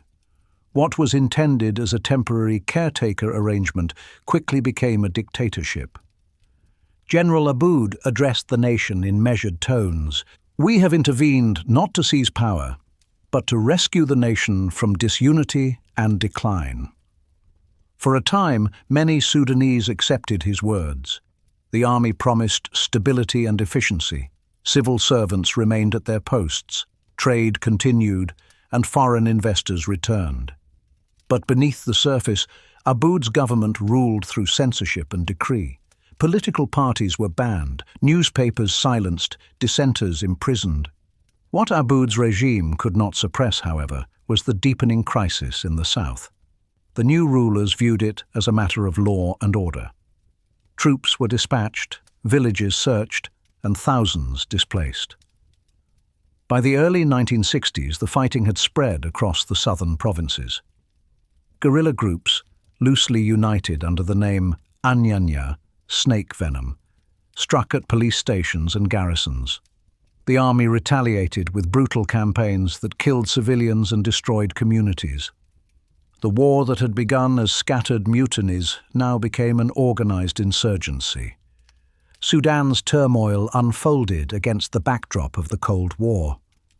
Both the United States and the Soviet Union courted the new nation, eager to gain influence in Africa's largest country. Washington provided development aid and military training. Moscow offered scholarships and ideological inspiration. Aboud's government played both sides, seeking resources without committing to either bloc. But foreign aid could not solve Sudan's internal contradictions. The North-South divide, the struggle between religion and modernity, and the tug-of-war between democracy and military rule were all homegrown problems, the legacy of centuries of conquest and misrule. As the 1960s dawned, Sudan's independence looked less like liberation and more like a burden. Yet amid the confusion, voices of hope persisted in universities, mosques and churches, calling for reconciliation, reform and a new national vision. The stage was set for the next act of Sudan's story, the fall of Aboud, the brief return of democracy, and the rise of a young officer named Jafar Nimeri, whose rule would change the nation forever. When General Ibrahim Aboud took control of Sudan in November 1958, he inherited a country still dizzy from the whirlwind of independence. The first experiment in democracy had produced only gridlock. His coup promised order, discipline, and national unity. The people were weary of parliamentary bickering, and for a moment they welcomed the calm. Aboud's government, known as the Supreme Council of the Armed Forces, was a military bureaucracy wrapped in the language of reform. It dissolved political parties, banned strikes, and placed the press under censorship. "Politics has divided us," Aboud declared, "and division is the enemy of progress." He envisioned a paternal, technocratic state where the army would guide the people toward modernization without the chaos of politicians. But power centralized quickly. Ministers were appointed from the ranks of the army. Civil servants, fearing dismissal, echoed the government's line. The parliament that had once debated laws was replaced by decrees read over the radio. To many Sudanese, Aboud's order began to look like silence.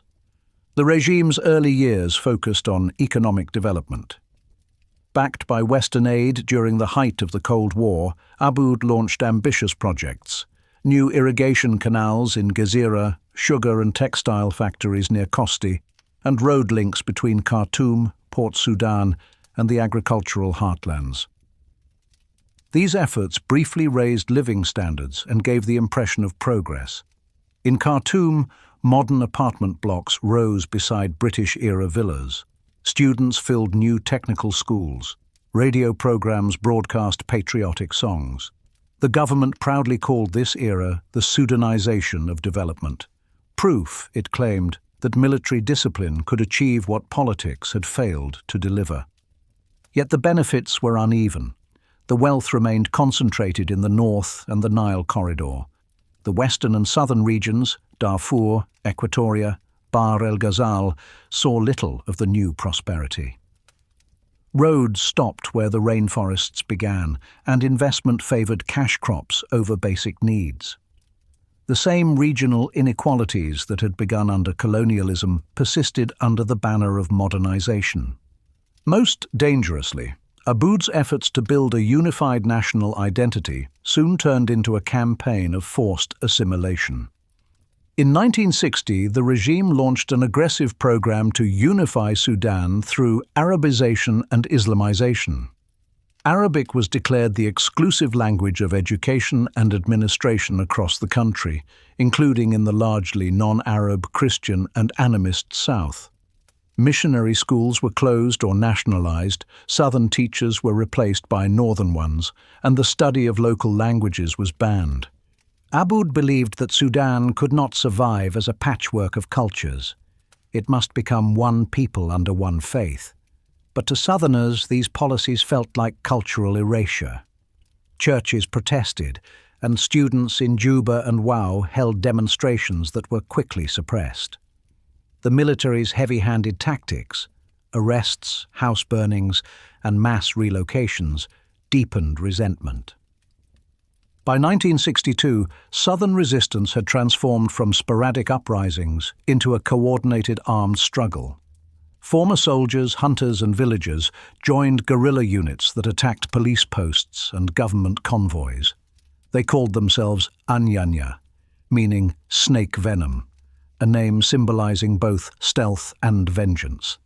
The First Sudanese Civil War was now in full motion. The war was brutal and chaotic. The Southern fighters had little formal structure, but their knowledge of the terrain gave them the advantage. They fought with homemade weapons, hunting rifles, and determination. The government responded with overwhelming force: air raids, mass arrests, and scorched earth tactics. Villages suspected of harboring rebels were destroyed. Civilians were relocated into protected villages that quickly became camps of hunger and disease. Reports of atrocities circulated widely. Churches and humanitarian groups in Uganda and Congo began aiding refugees, while Khartoum accused them of supporting rebellion. By the mid-1960s, tens of thousands were dead or displaced. The conflict consumed the nation's resources and exposed the limits of military rule. Even within the army, morale began to erode. Officers questioned why their comrades were dying in a war that had no clear end. Aboud's government tried to censor news of the war, but word spread through rumor and returning soldiers. In Khartoum and Omdurman, university students and intellectuals began to speak out. They accused the regime of tyranny and incompetence. The very class that had once admired the army now turned against it. By 1964, Sudan was ready to erupt. Years of repression, war fatigue and economic hardship had united disparate groups, students, workers, professionals and even clerics, under a common demand: freedom. The spark came in October when students at the University of Khartoum organized a seminar on the problem of the South. The regime, fearing unrest, ordered the police to break up the meeting. In the ensuing clash, a student named Ahmad al-Qurashi Taha was shot and killed. His death ignited nationwide protests. Demonstrations spread from the university to the streets, joined by doctors, lawyers, and trade unions.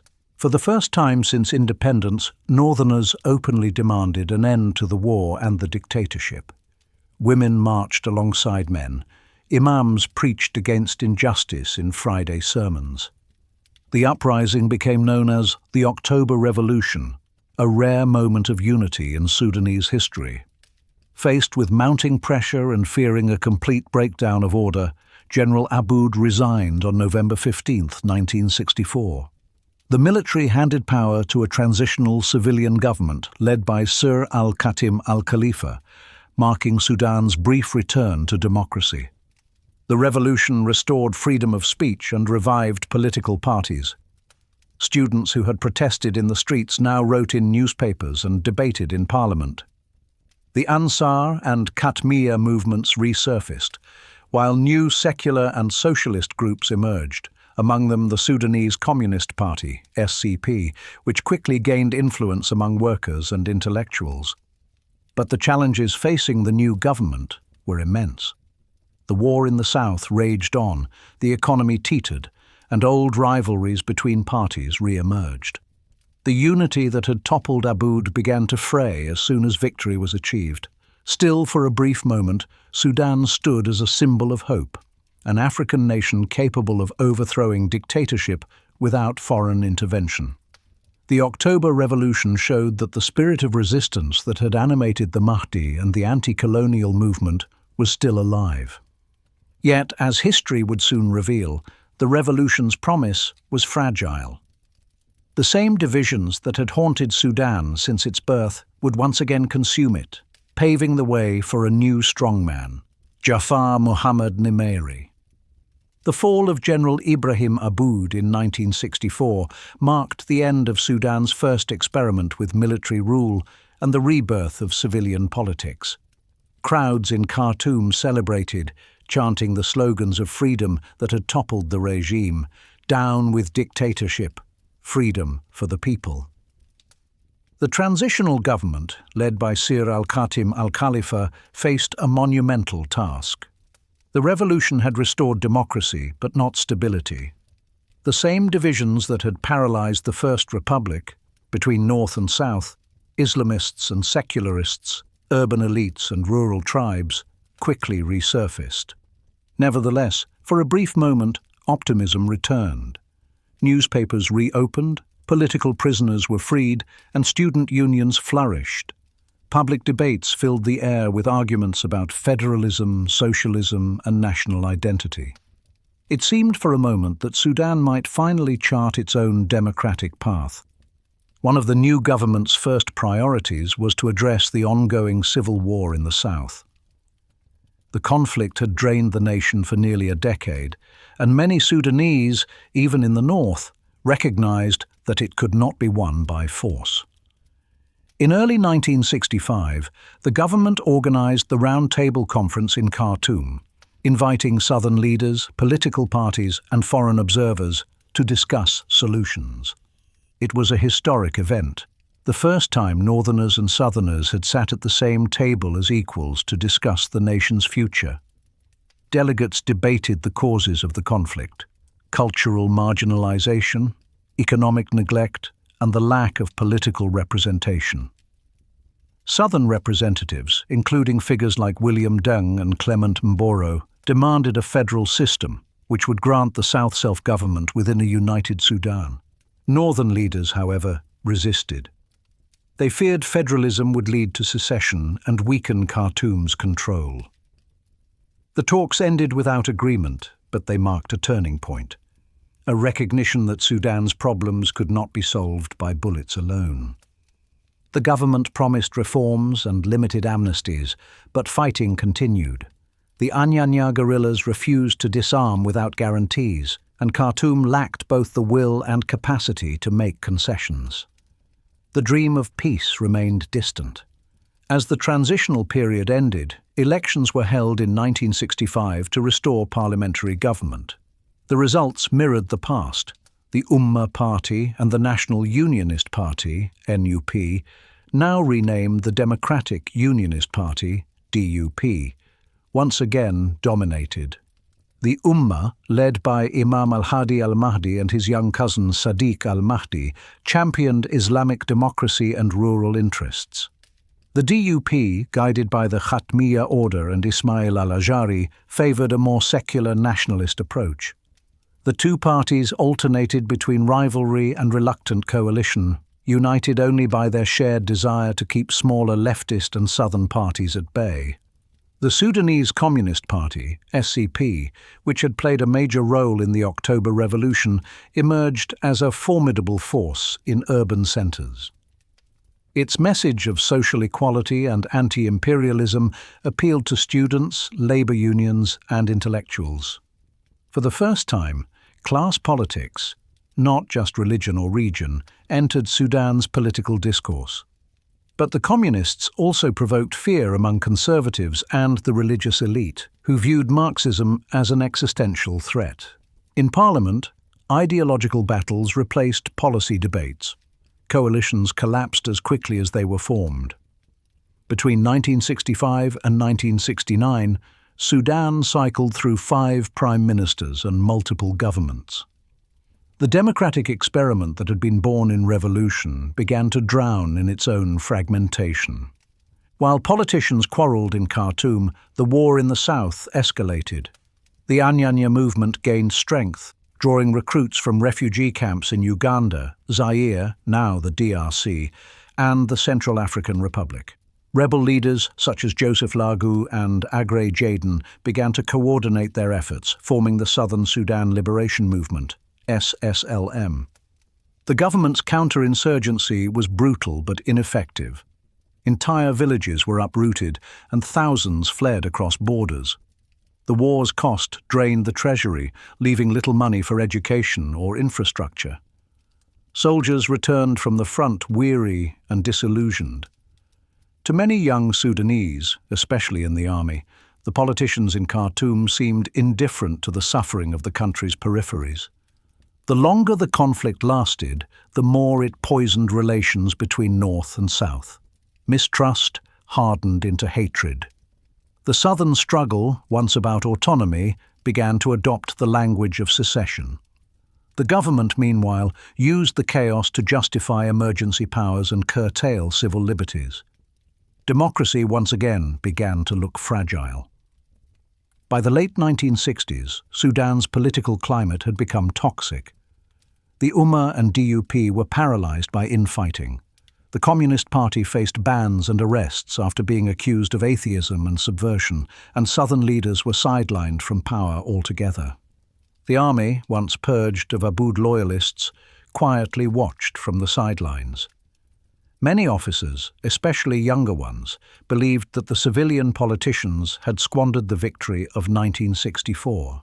They saw the war continuing, the economy failing, and the streets filled with protests. Whispers spread through the barracks of another corrective intervention, this time not to restore democracy, but to reinvent the state. Amid this atmosphere of crisis, a young officer named Jafar Muhammad Nimeri, commander of the Khartoum garrison, began to attract attention. Educated, ambitious, and charismatic, Nimeri positioned himself as a nationalist soldier disgusted by corruption and determined to save the revolution's ideals. His allies included left-leaning officers and members of the Communist Party who believed a progressive military government could achieve what civilians could not. The stage was set for another coup, one that would reshape Sudan's destiny for decades. By 1968, the country was in paralysis. Inflation soared, strikes crippled industry, and student demonstrations rocked the universities. The Southern War showed no sign of ending. The number of displaced civilians exceeded 500,000. Internationally, Sudan was adrift, too unstable to attract investment, too divided to lead in African or Arab affairs. Parliament dissolved into chaos. The final civilian government, led by Mahgoub of the Umma Party, clung to power through fragile alliances. But behind the scenes, conspiracies multiplied. Army officers met secretly in barracks. Trade unions whispered of a revolutionary front. Everyone felt that something was coming, another change, another reset. On the morning of May 25, 1969, the waiting ended. Tanks rolled through Khartoum once again. The radio crackled to life with a familiar announcement. The armed forces have taken over to save the nation from corruption and collapse. The first Sudanese republic was over. In its place rose the era of Jafar Muhammad Nimeri, an age of socialism, Islamic revival, and new wars that would redefine Sudan's history. In the early hours of May 25, 1969, Khartoum awoke to the rumble of tanks and the echo of military orders shouted through the dawn.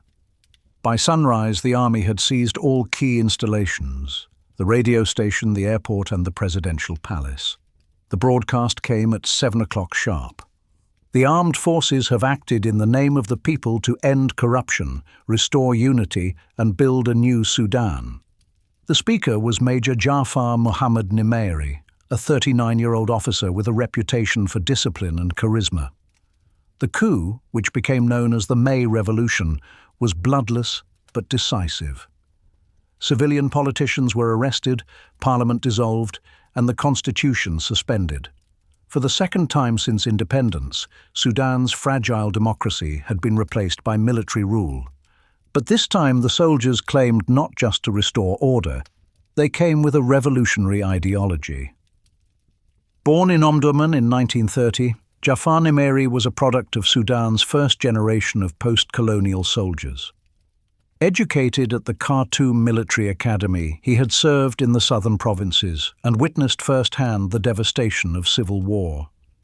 He admired Egypt's Gamal Abdel Nasser, whose mix of nationalism, socialism and pan-Arabism had inspired a wave of military-led revolutions across the Middle East. Nimeri's coup reflected that spirit. He called his movement the Free Officers Organization, echoing Nasser's group in Egypt. His early speeches were fiery, promising to end tribalism, rebuild the economy, and create a classless society.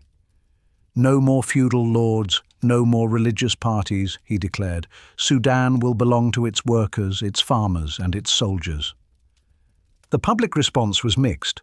Many urban Sudanese, weary of years of political infighting, welcomed the change. Students, trade unions, and even sections of the Sudanese Communist Party, SCP, supported Nimeri's rhetoric of reform. But older elites, the Ummah Party, the Democratic Unionist Party, DUP, and the religious leaders of the Ansar and Katmiya saw the coup as an assault on tradition. Within weeks, Nimeri's government unveiled sweeping reforms. Land previously controlled by wealthy families and religious foundations was nationalized. Major banks, industries, and foreign companies were brought under state control. Education was expanded. New technical schools opened to train the youth for what Nimeri called the socialist future of Sudan. The regime founded the Sudanese Socialist Union, SSU, in 1971 as the country's only legal political organization, a mass movement meant to replace parties with a single revolutionary front. The army, the trade unions, and state institutions were fused into one apparatus of power centered on Nimeri himself. Propaganda celebrated him as Abu al-Thawra, father of the revolution. Portraits of the young general in military uniform hung in classrooms and offices. Patriotic songs filled the radio. To his supporters, Nimeri embodied modernity and national pride. To his critics, he was simply the latest strongman cloaking dictatorship in the language of ideology. In his first 2 years, Nimeri relied heavily on the Sudanese Communist Party, which provided him with experienced administrators and ideological guidance. Several prominent communists were appointed as ministers and advisors. The government adopted socialist economic plans and aligned itself with the Soviet bloc. Khartoum filled with Eastern European engineers and Cuban doctors. But the alliance was fragile. Nimeri was a nationalist before he was a Marxist, and the communists underestimated his suspicion of rival power centers. As his personal authority grew, he began purging leftist officers from the army. Tensions exploded in July 1971, when communist-aligned officers led a coup that briefly overthrew him. Nimeri was arrested and flown to a remote base, but loyal troops, aided by Egypt and Libya, quickly restored him to power. His return marked a turning point. Furious and paranoid, Nimeri launched a wave of executions, including the party's leader Abdel Khalik Mahgoub and trade unionists who had once supported the revolution. The Communist Party was banned, its members jailed or exiled. The May Revolution had eaten its own children. After the failed coup, Nimeri began to shift his alliances. He distanced Sudan from the Soviet Union and drew closer to the Arab nationalist regimes of Egypt and Libya. His ideology became a blend of socialism, Islam, and nationalism, pragmatic rather than doctrinal. The state retained control over key industries, but private enterprise quietly returned. At the same time, Nimeri faced mounting pressure to end the war in the south. The conflict had dragged on for 15 years, draining the treasury and dividing the country. Nimeri realized that military victory was impossible. He began exploring negotiations with southern leaders, including the exiled Joseph Lagu, now commander of the Anyanya movement. These quiet talks, facilitated by church groups and neighboring governments, would eventually lead to the Addis Ababa Agreement of 1972. one of the most significant peace accords in African history. But that victory was still a few years away. For now, Nimeiri's grip on power depended on his ability to balance competing forces: the army, the Islamists, the socialists, and a weary population desperate for peace. The coup of 1969 closed the book on Sudan's first democratic experiment and marked the dawn of the Second Republic, an era that promised transformation but would soon spiral through ideology, betrayal, and renewed conflict. In less than 15 years of independence, Sudan had experienced democracy, dictatorship, revolution, and war. The people had changed rulers, but not the pattern of power.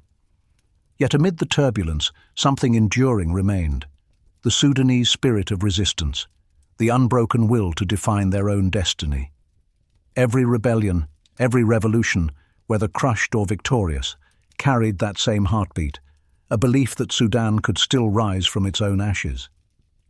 The next chapter of that struggle would belong to Nimeiri, soldier, socialist, reformer, and eventually autocrat, a man whose shifting ideals would shape the fate of millions. When Jafar Muhammad Nimeiri seized power in 1969, he promised not just stability, but transformation. To many Sudanese, his May Revolution seemed to herald the beginning of a new era, a time when the endless cycle of coups and chaos might finally give way to national renewal. The slogans were bold: freedom, socialism, unity. Nimeiri's speeches overflowed with confidence and idealism. He vowed to lift the poor, empower the youth, and create a Sudan that belonged to its people rather than the feudal elites or foreign powers. He declared that the age of the old sectarian parties, the Ummah and Democratic Unionist Party, was over. "The time of the landlords and sheikhs has passed," he told the nation. "Now is the time of the workers and the soldiers." For a people long divided by tribe, class, and religion, his message was intoxicating. Young Sudanese flocked to join what he called the Sudanese Socialist Union, SSU, the one-party system he envisioned as a mass movement of the people. Universities buzzed with revolutionary fervor. Trade unions rallied behind state-led modernization. Even the army, traditionally wary of politics, found pride in Nimeiri's call to rebuild the nation under military discipline. Yet beneath the enthusiasm, the old divisions remained, merely buried under new slogans. In his first years, Nimeiri launched sweeping reforms.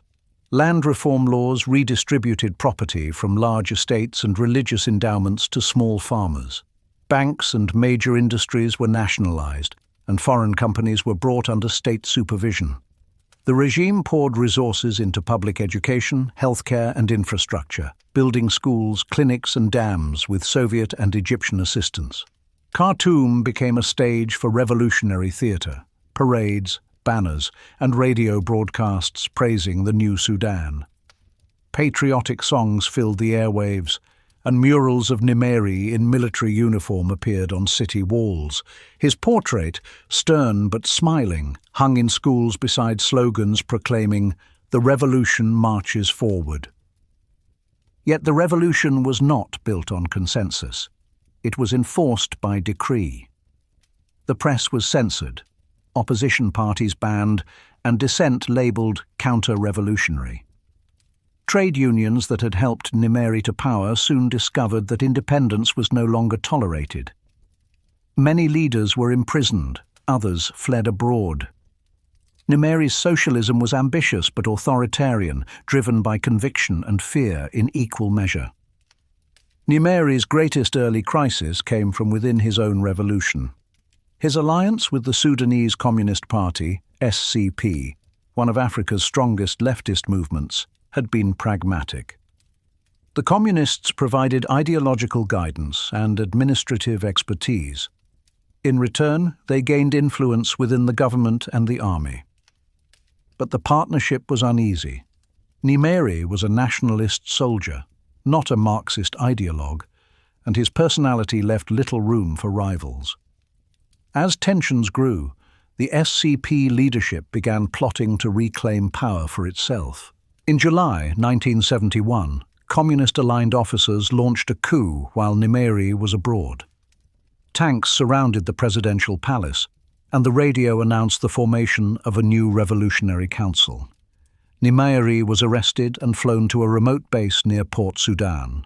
For 3 tense days, Sudan hung in suspense. Then, loyalist forces, aided by Egyptian and Libyan troops, struck back. The coup collapsed. Nimeri returned to Khartoum to a hero's welcome, but he was no longer the same man. Furious at the betrayal, he unleashed a wave of retribution. Hundreds were arrested. The SCP was outlawed. Its leader, Abdul Khalik Mahgoub, and several ministers were executed after brief trials. The executions shocked the nation. Nimeri's revolution, once celebrated for its populism, had turned inward, paranoid and ruthless. The socialist ideal gave way to a cult of personality centered on the man who now called himself the revolutionary leader. After 1971, Nimeri began to pivot away from Marxist socialism toward a more pragmatic nationalist path. The Cold War's tides were shifting, and Sudan's strategic location made it valuable to both East and West. The Soviet Union, angered by the purge of its allies, cut aid. Nimeri responded by courting the United States and Egypt. His new slogan became "Socialism with Sudanese characteristics." In practice, it meant state control tempered by private enterprise, foreign investment, and closer ties to the Arab world. American aid began to flow. Western oil companies explored the South, and development projects resumed. At the same time, Nimeri started to invoke Islam more prominently in his rhetoric. While he stopped short of declaring Sudan an Islamic state, he spoke of moral renewal, national unity through faith, and the integration of spiritual values into governance. It was a calculated move, a way to appease conservative northern elites and religious groups wary of his socialist past. The result was a confusing blend of ideologies: socialist economics, Islamic moralism, and military authoritarianism. Nimeri had become a political chameleon, adjusting colors as circumstances required. To some, he was a visionary; to others, an opportunist. While Khartoum reveled in its new revolutionary image, the Southern War raged on. The Anyanya guerrillas, led by Joseph Lagu, had grown more organized, armed, and disciplined. They controlled large swaths of territory and operated from bases in neighboring Uganda and Ethiopia. The conflict had reached a stalemate. The government could not defeat the rebels, and the rebels could not overthrow the government. Nimeri, pragmatic as ever, realized that endless war was strangling the country's economy and legitimacy. In secret, he began to explore the possibility of peace. His overtures were met cautiously but not dismissed. Southern leaders, exhausted by 15 years of fighting, were ready to talk, if Khartoum was ready to listen. These back-channel contacts, facilitated by church leaders and African mediators, would soon lead to one of the most remarkable turning points in Sudanese history. The Addis Ababa Agreement of 1972, which promised an end to the longest civil war in Africa up to that time. But peace would not come easily, and its price would test both Nimeri's resolve and Sudan's fragile unity. By 1971, the Southern War had lasted longer than Sudan had been independent. Entire generations had grown up amid displacement, hunger, and violence. The economy was bleeding. The army was exhausted. Even many northern officers, once convinced that the South could be subdued by force, began to admit that victory was impossible. President Jafar Nimeri, who had come to power promising unity through revolution, now recognized that unity required reconciliation. He began seeking intermediaries who could reach the Anyanya movement, the southern guerrilla army led by General Joseph Lagu. The first tentative contacts were made through church networks, particularly the World Council of Churches, WCC, and the All Africa Conference of Churches, AACC. These faith-based organizations, trusted by both sides, quietly facilitated dialogue. By 1972, the peace process moved to Addis Ababa, Ethiopia, under the mediation of Emperor Haile Selassie. For the first time, representatives from the Sudanese government and the southern rebels sat across a table, not as enemies, but as negotiators. After weeks of intense talks, a breakthrough came in March 1972. The resulting Addis Ababa Agreement marked a landmark in African diplomacy, an accord between a central government and an armed liberation movement that ended Africa's longest-running civil war to date. The agreement's cornerstone was autonomy. It recognized the South as a self-governing region within the Republic of Sudan, with its own regional assembly and executive council based in Juba. The region would manage its own education, police, and local administration while remaining part of a united Sudan under Nimeri's presidency. Crucially, the deal also guaranteed freedom of religion, ensuring protection for Christians and traditional believers, equal opportunity in public service, allowing Southerners to participate in national life, integration of Anyanya fighters into the National Army, creating a mixed Southern command, economic development programs aimed at rebuilding war-torn communities. When the news broke, jubilation swept across Sudan. Churches rang their bells, mosques offered prayers of thanks.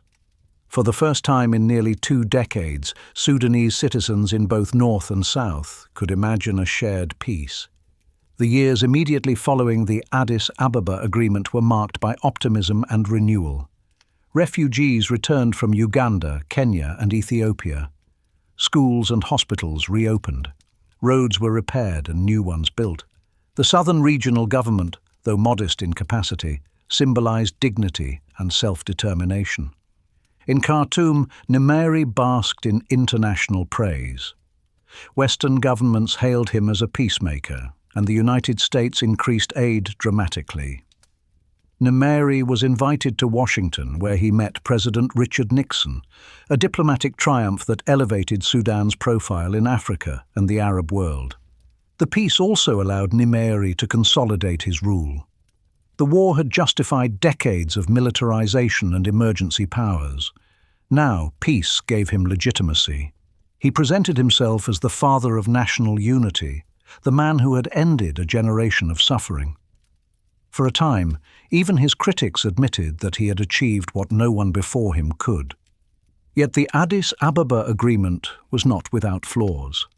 While it granted autonomy, it left key powers, like oil revenue, foreign policy, and defense, in Khartoum's hands. The boundaries of the southern region were loosely defined, leading to disputes over resource-rich areas such as Abyei, southern Kordofan, and Blue Nile, where populations were mixed and loyalties divided. Moreover, the South's new regional government faced enormous challenges.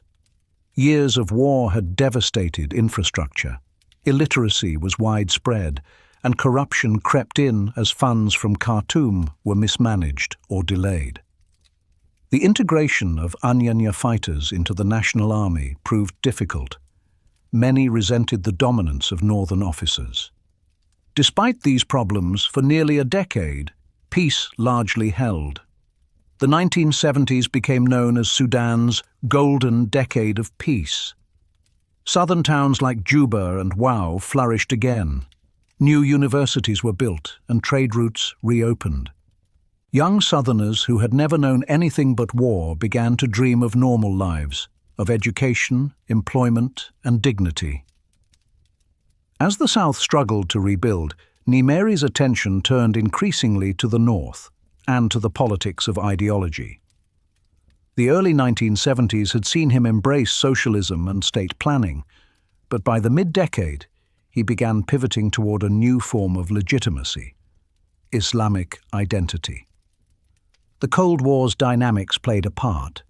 The Soviet Union's influence in Africa was waning, while the United States, Egypt, and Saudi Arabia were eager to support pro-Western, anti-communist regimes. Nimeri seized the opportunity. He expelled Soviet advisors, restored ties with Washington, and aligned Sudan with the Arab bloc. Domestically, this shift alienated many of his leftist allies but earned him the support of conservative religious groups in the north, particularly the Muslim Brotherhood, led by Hassan al-Turabi. Nimeri began framing his policies in moral and spiritual terms, emphasizing Islamic values, public order, and the fight against corruption. It was a transformation few could have predicted. The soldier who once executed communists for betrayal was now courting Islamists for survival. By the late 1970s, Sudan was changing again. While the Addis Ababa Agreement had ended open war, the underlying tensions between North and South, culture, faith and resource control, persisted just below the surface. The discovery of oil in the southern provinces reignited old suspicions. Southerners feared that Khartoum would monopolize the profits. Northerners feared that southern autonomy might become secession. Nimeri, increasingly influenced by Arab nationalists and Islamists, began to view the South's autonomy as a liability. He saw it as an obstacle to his vision of a unified Islamic state. Although the peace still held, cracks had begun to form. For the moment, Sudan enjoyed its longest stretch of peace since independence. But history was already turning its wheel. The same man who had ended the war would one day reignite it. By the late 1970s, President Jafar Nimeri was no longer the idealistic young officer who had seized power a decade earlier. The revolutionary fire of socialism had cooled. The promises of equality and prosperity had faded under economic strain.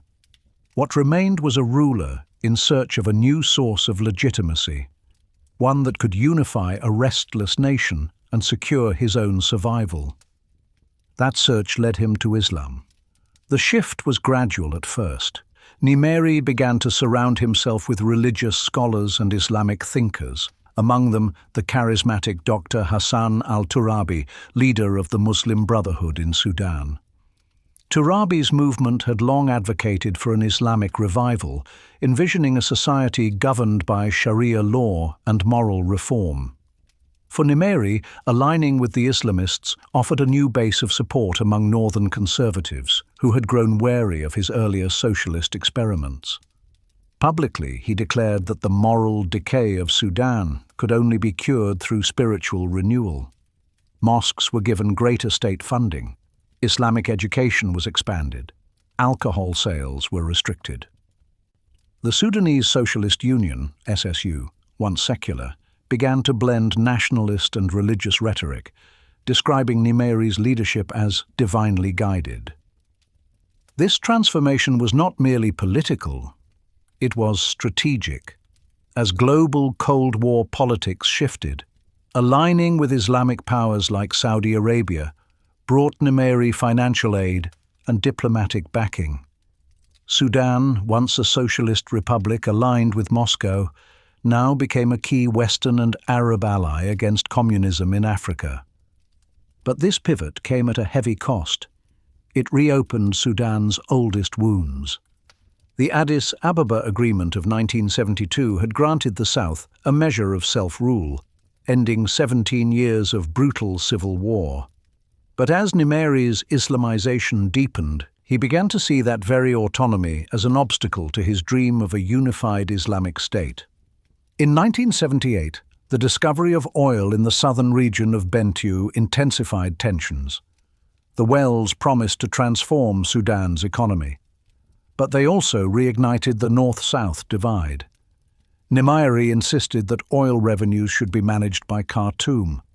Southern leaders argued that the resources lay within their autonomous territory.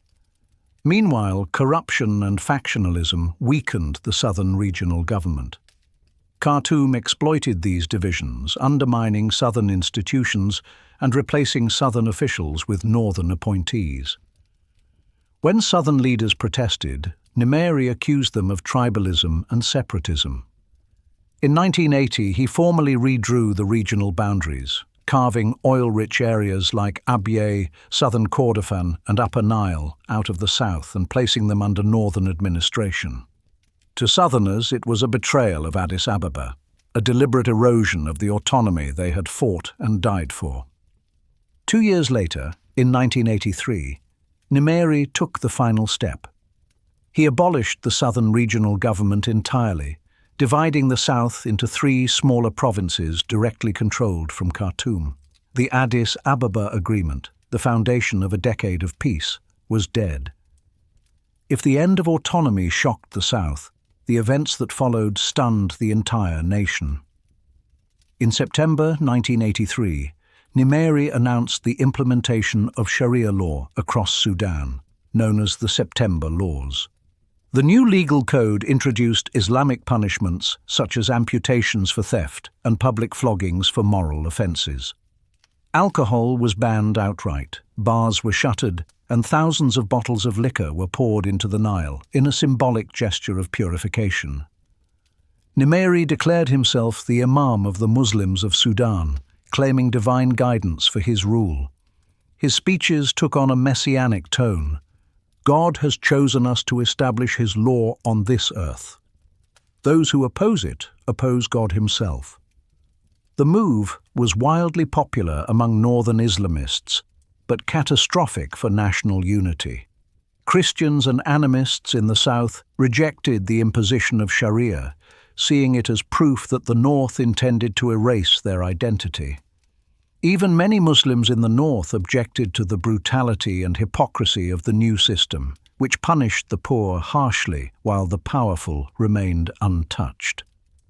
The September Laws transformed Sudan overnight, from a diverse multi-faith state into a theocratic experiment. What Nimeri saw as spiritual renewal, millions experienced as repression. As southern anger grew, a new resistance movement began to form. Former soldiers and politicians who had once served in the autonomous southern government fled into the bush, determined to fight once again for self-determination.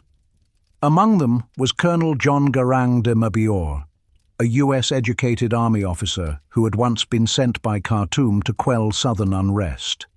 Instead, Garang defected and joined the rebels. In 1983, he founded the Sudan People's Liberation Army, SPLA, and its political wing, the Sudan People's Liberation Movement, SPLM. Unlike the old Anyanya movement, which had fought for southern independence, the SPLA had a broader vision, a united secular Sudan free from dictatorship and religious domination. Garang's charisma and discipline quickly drew followers. His movement attracted thousands of recruits, not only from the south, but also from marginalized northern and western tribes. Within months, clashes erupted across the southern provinces. Government garrisons fell, roads were cut, and by early 1984, Sudan was once again engulfed in civil war. The Second Sudanese Civil War had begun. By the mid-1980s, Nimeri's regime stood on shaky ground. His embrace of Sharia alienated secularists and Christians. His economic mismanagement drove inflation and hunger, and his suppression of dissent provoked widespread anger. Once hailed as a revolutionary hero, Nimeri now ruled through fear and decrees. He increasingly withdrew from reality, surrounding himself with loyalists and religious advisors who flattered his vision of divine destiny. While the countryside burned, Khartoum was filled with posters proclaiming him the guardian of the faith. The irony was not lost on the people. The man who had promised unity through faith had plunged the nation into its most divisive war yet. Meanwhile, famine loomed across parts of the south and west. International aid agencies warned of humanitarian catastrophe. Yet Nimeri, isolated and defensive, insisted that the crisis was exaggerated, or worse, a foreign conspiracy. By 1985, Sudan was a country on the edge, its economy collapsing, its people starving, its soldiers dying in a war without end. The revolution that had begun with hope now teetered on the brink of ruin. By the beginning of 1984, Sudan was on the verge of collapse. President Jafar Nimeri, who had once promised unity and prosperity, now ruled a nation consumed by war, hunger, and fear. The Second Sudanese Civil War had erupted across the south. The economy was in freefall, and the once hopeful revolutionary state was dissolving into repression and despair. The implementation of Sharia law, the infamous September Laws of 1983, had divided the nation along religious lines. Thousands of people were flogged, amputated, or imprisoned for minor offences. Public executions became spectacles. Judges were replaced with clerics loyal to the regime. In the eyes of many Sudanese, the state had become a theatre of cruelty rather than justice. The north was restless, but the south was in flames.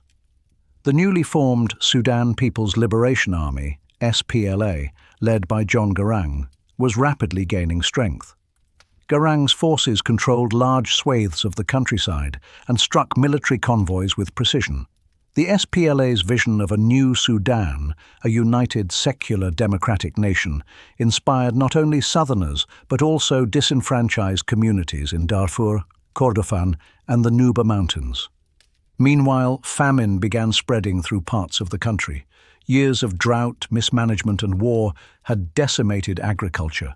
Food prices skyrocketed, and hundreds of thousands faced starvation. International organizations sounded the alarm, but Nimeri's government, preoccupied with maintaining power, responded too late. In 1984, Nimeri declared a state of emergency, granting himself sweeping powers. He blamed the famine on greedy traders and enemies of God. Soldiers were sent to seize grain from markets, and prices were fixed by decree. The result was economic chaos. Black markets flourished, farmers stopped selling their crops, urban hunger intensified. Desperate to fund the war, Nimeri turned to foreign loans. Sudan became heavily indebted to Western and Arab creditors. When the International Monetary Fund, IMF, demanded austerity measures, subsidy cuts, devaluation, and layoffs, the pain fell hardest on ordinary Sudanese. Bread prices doubled, transportation costs tripled. Protests began to spread quietly across Khartoum, Port Sudan, and Wad Madani.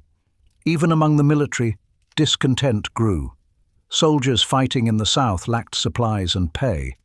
Many had not been home in years. Some units mutinied, others simply deserted. The once proud army that had brought Nimeri to power was now unraveling under his command. In early 1985, Nimeri left Sudan on a trip to the United States and Egypt, seeking financial aid and political support. He met with President Ronald Reagan, presenting himself as a bulwark against communism and Islamic extremism, a paradox that few in Washington seemed to question. But while Nimeri was abroad, his country was boiling. On March 26, 1985, protests erupted in Khartoum after the government announced yet another increase in food prices. Students, workers, and civil servants took to the streets shouting, "Down with the dictator! Bread, freedom, and justice!" The demonstrations spread rapidly. Doctors and lawyers joined, forming professional unions that coordinated strikes. For the first time, the protests crossed religious and regional lines. Muslims and Christians, Northerners and Southerners all marched together. The regime responded with tear gas and bullets, but the tide was unstoppable. Within days, much of the capital was paralyzed by a general strike. The slogans of the October Revolution of 1964 echoed again, 2 decades later. A haunting reminder that Sudan's cycles of resistance had returned full circle. As the protests grew, the military's loyalty wavered. Officers debated whether to suppress the uprising or side with the people. Memories of Nimeri's purges, his broken promises, and the suffering of soldiers' families weighed heavily. On April 6, 1985, the army made its decision. While Nimeri was still abroad, the armed forces seized control of the radio station and announced his removal. The broadcast was brief and sober. The armed forces, heeding the call of the people, have taken power to save the country from chaos and tyranny. The coup was led by General Abdel Rahman Swar al-Dahab, the Minister of Defense. Unlike previous takeovers, it was not blood-soaked. The people and the soldiers were on the same side. crowds flooded the streets in celebration, chanting, "The people and the army are one hand." Nimeri, returning from his trip, learned mid-flight that he had been deposed. His plane was diverted to Cairo, where he remained in exile for years. The man who had ruled Sudan for 16 years through socialism, revolution and Sharia was gone. The new Transitional Military Council, led by Swar al-Dahab, promised to hand power to civilians within a year. It suspended the September laws, released political prisoners, and reopened newspapers. Political parties, banned for over a decade, returned to public life. For the first time since the early 1970s, Sudanese citizens could speak freely. But the challenges were immense. The economy was shattered, famine still raged in the countryside, and the civil war continued unabated. The SPLA refused to recognize the new military government, insisting on a complete overhaul of the political system. Peace would remain elusive. Still, for a brief moment, the April Intifada, as the 1985 uprising came to be known, rekindled the Sudanese spirit of hope. It proved once again that the people could topple dictators through unity and courage. The revolution's songs filled the air. The dawn is near, the tyrant is gone. When history judges Jafar Nimeri, it finds contradictions more than coherence. He was the soldier who made peace, and the believer who made war, the socialist who turned Islamist, the visionary who became a tyrant. Under his rule, Sudan achieved one of its greatest triumphs, the Addis Ababa Peace Agreement, and suffered one of its darkest moments, the imposition of Sharia and the return of civil war. His years in power left a legacy both of modernization and misery, of pride and pain. When he fled in 1985, he left behind a broken economy, a divided nation, and a people who had learned to rise again and again against oppression.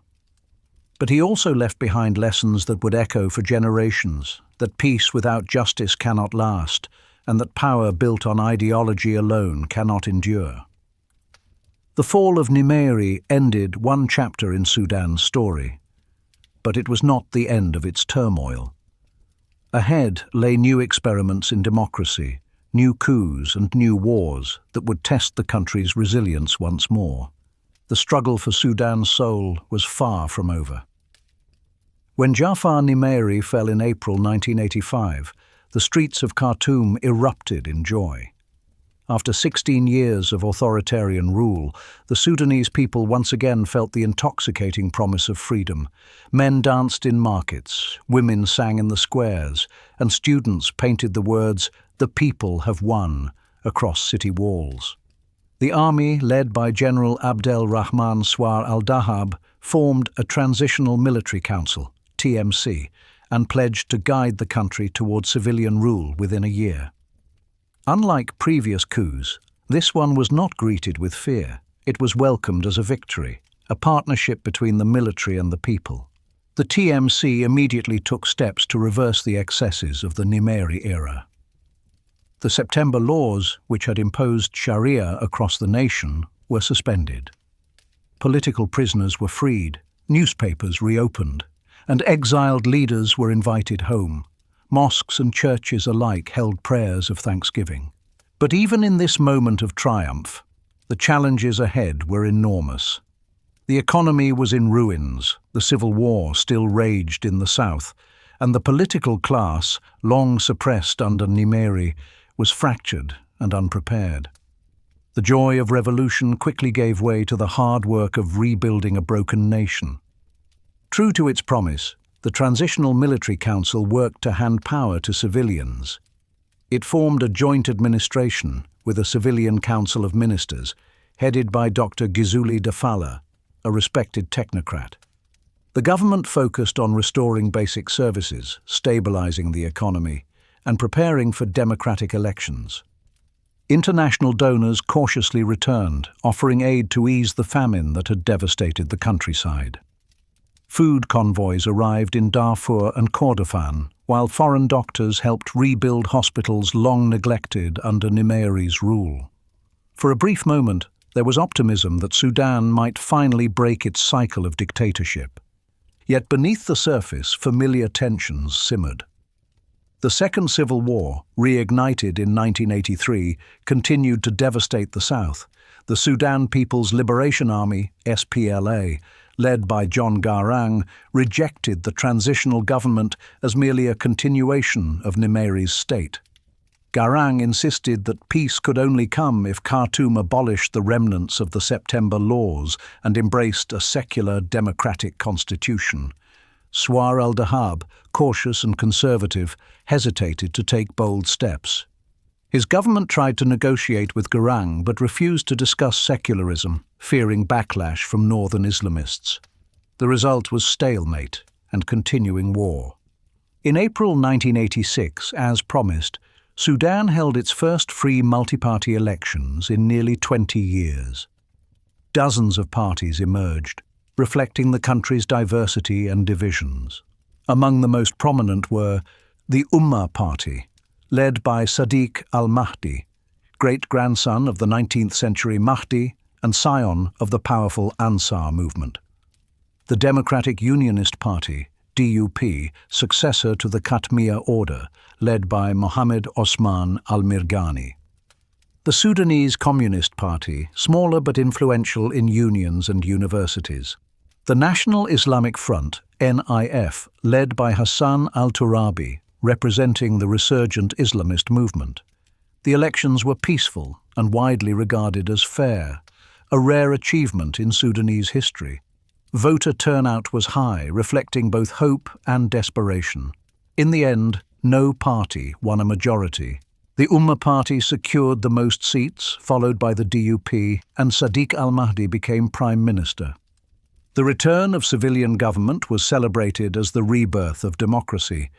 But governing Sudan, vast, diverse, and war-torn, would prove a nearly impossible task. From the start, Sadiq al-Mahdi faced a perfect storm of crises. The war in the south drained the treasury and claimed thousands of lives each month. The economy was crippled by debt and inflation. The IMF demanded austerity, and food prices soared again. Meanwhile, the fragile coalition between the Ummah and the DUP was plagued by rivalry and mistrust. Al-Mahdi promised to negotiate peace with the SPLA and rebuild the economy through reform and reconciliation. But his government was paralyzed by infighting and ideological pressure from all sides.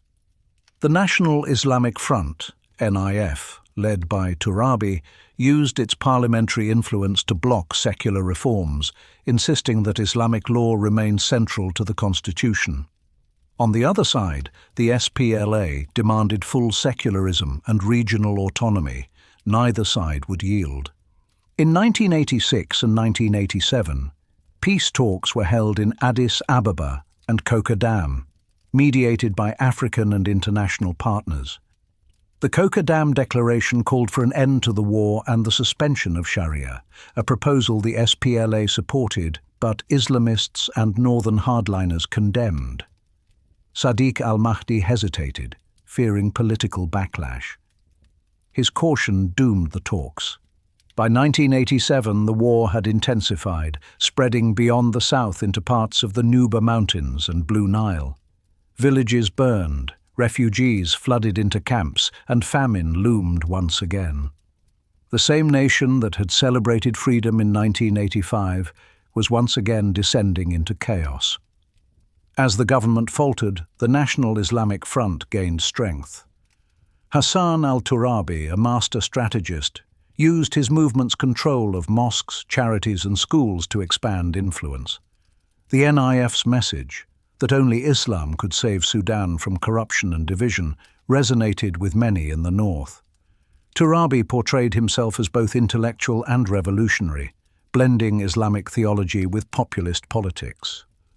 Behind the scenes, the NIF cultivated deep ties within the military and security services, recruiting officers sympathetic to its cause. Turabi's long game was clear: to achieve through infiltration what he could not win outright through elections. While the politicians argued, the Islamists organized. While the government faltered, the NIF planned.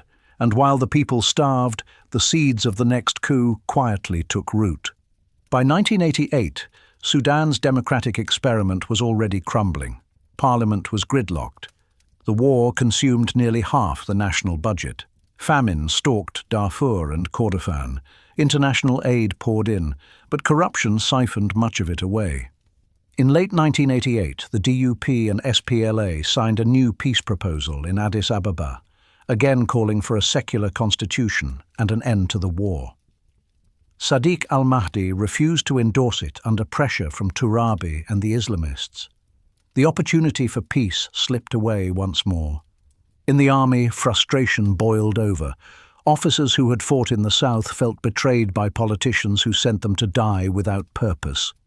Rumors of another coup circulated through the barracks. The pattern Sudan knew so well was beginning again. The slow unraveling of democracy under the weight of its own contradictions. The optimism of 1985 was fading into the grim realization that freedom alone could not heal a nation still at war with itself. By 1986, Prime Minister Sadiq al-Mahdi stood at the helm of a country exhausted by decades of revolution and repression. The people had restored democracy through courage, but the institutions that could sustain it were weak, fragmented, and deeply mistrusted. Sudan was, in every sense, a country on the edge. The Second Civil War continued to rage in the south, draining national resources and morale. The economy was collapsing under foreign debt, inflation, and the burden of military spending. Corruption was rampant, famine spread in the western provinces, and millions of Sudanese faced hunger and displacement. Al-Mahdi had come to power promising reform, peace, and unity. But the reality of ruling a divided nation quickly overwhelmed him. Every decision seemed to alienate one faction or another. In Parliament, coalitions shifted like desert sands.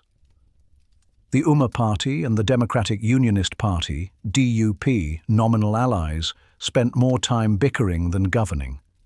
The National Islamic Front, NIF, led by Hassan al-Turabi, wielded its minority influence with surgical precision, blocking any move that threatened its Islamist agenda.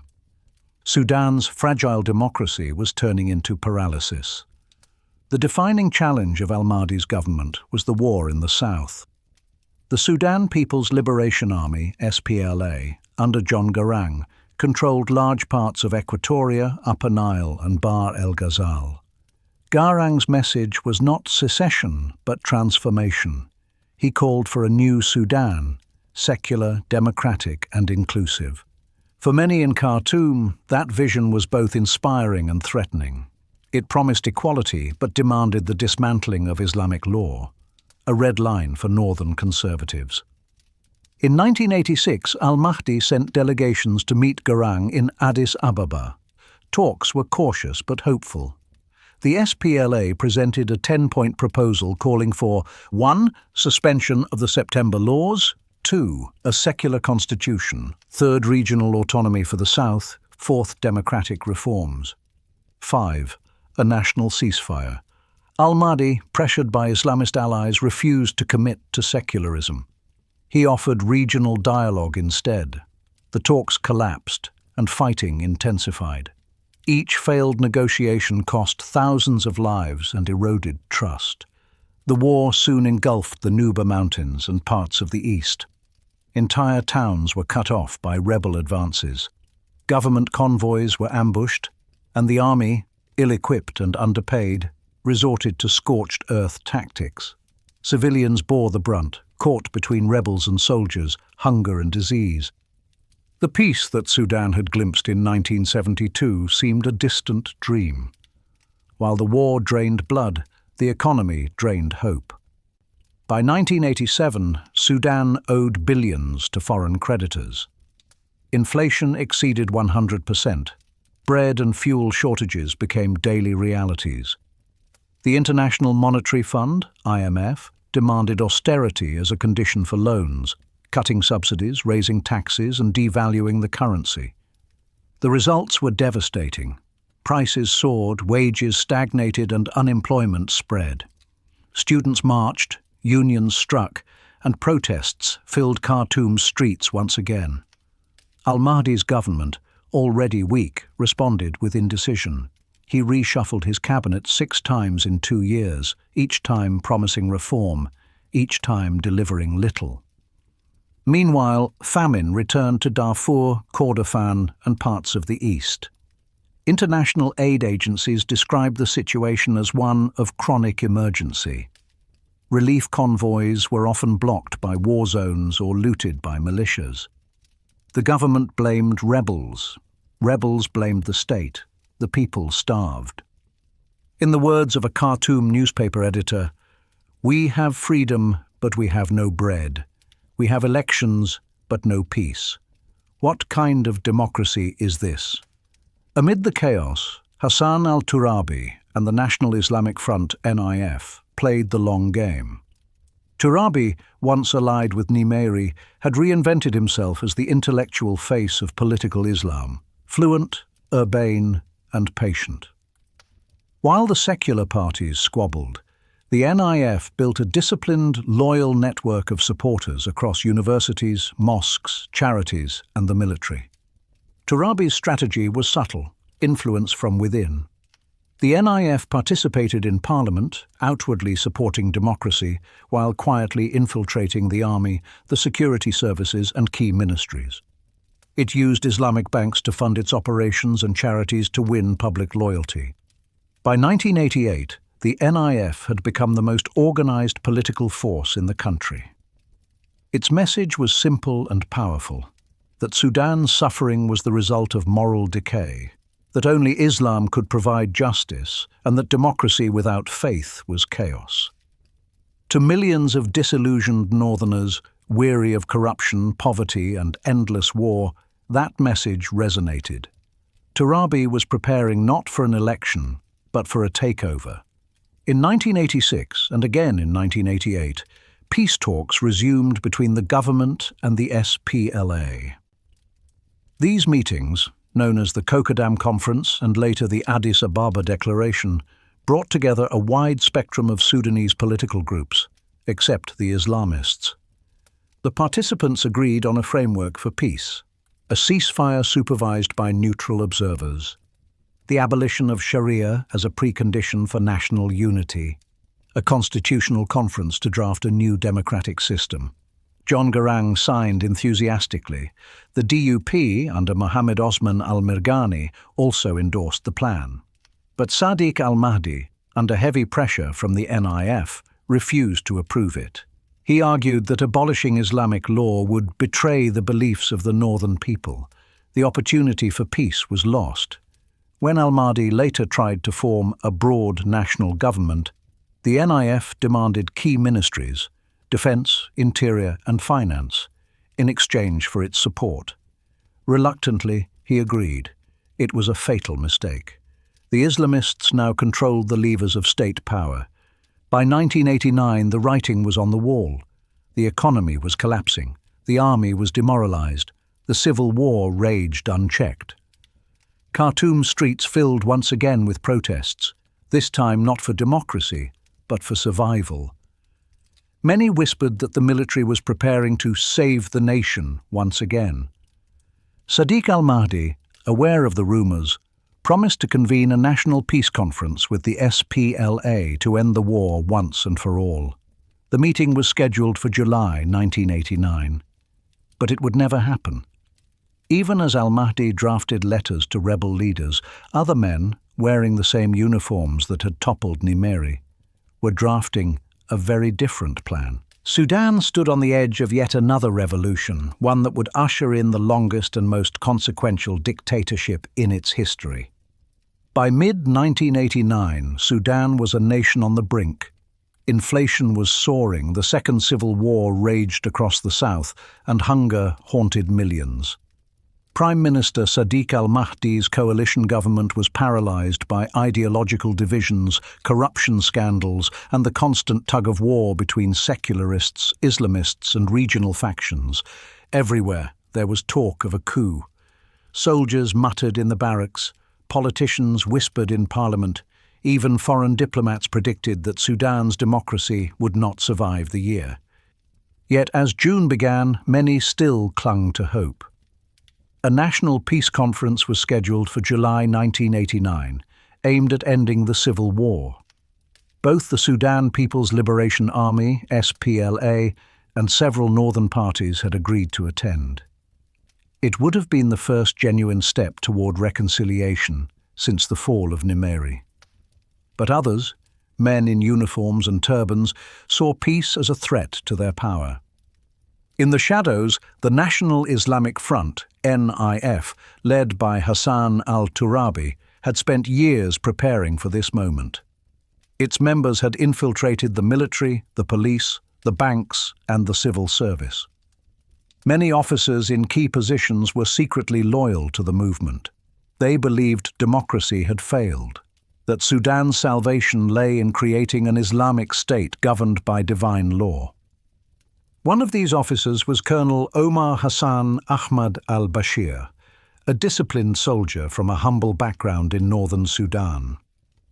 Trained in Egypt and known for his loyalty and quiet determination, al-Bashir had fought in the Southern War and shared the Islamists' frustration with the politicians in Khartoum. He was the perfect frontman, obedient, pious, and military-minded. The plan was simple but daring.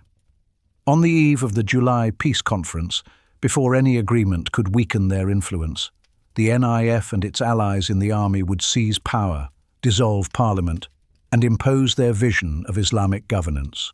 In the early hours of June 30th, 1989, as Khartoum slept, tanks rolled quietly through the city's streets. Army units surrounded the radio station, government buildings, and the airport.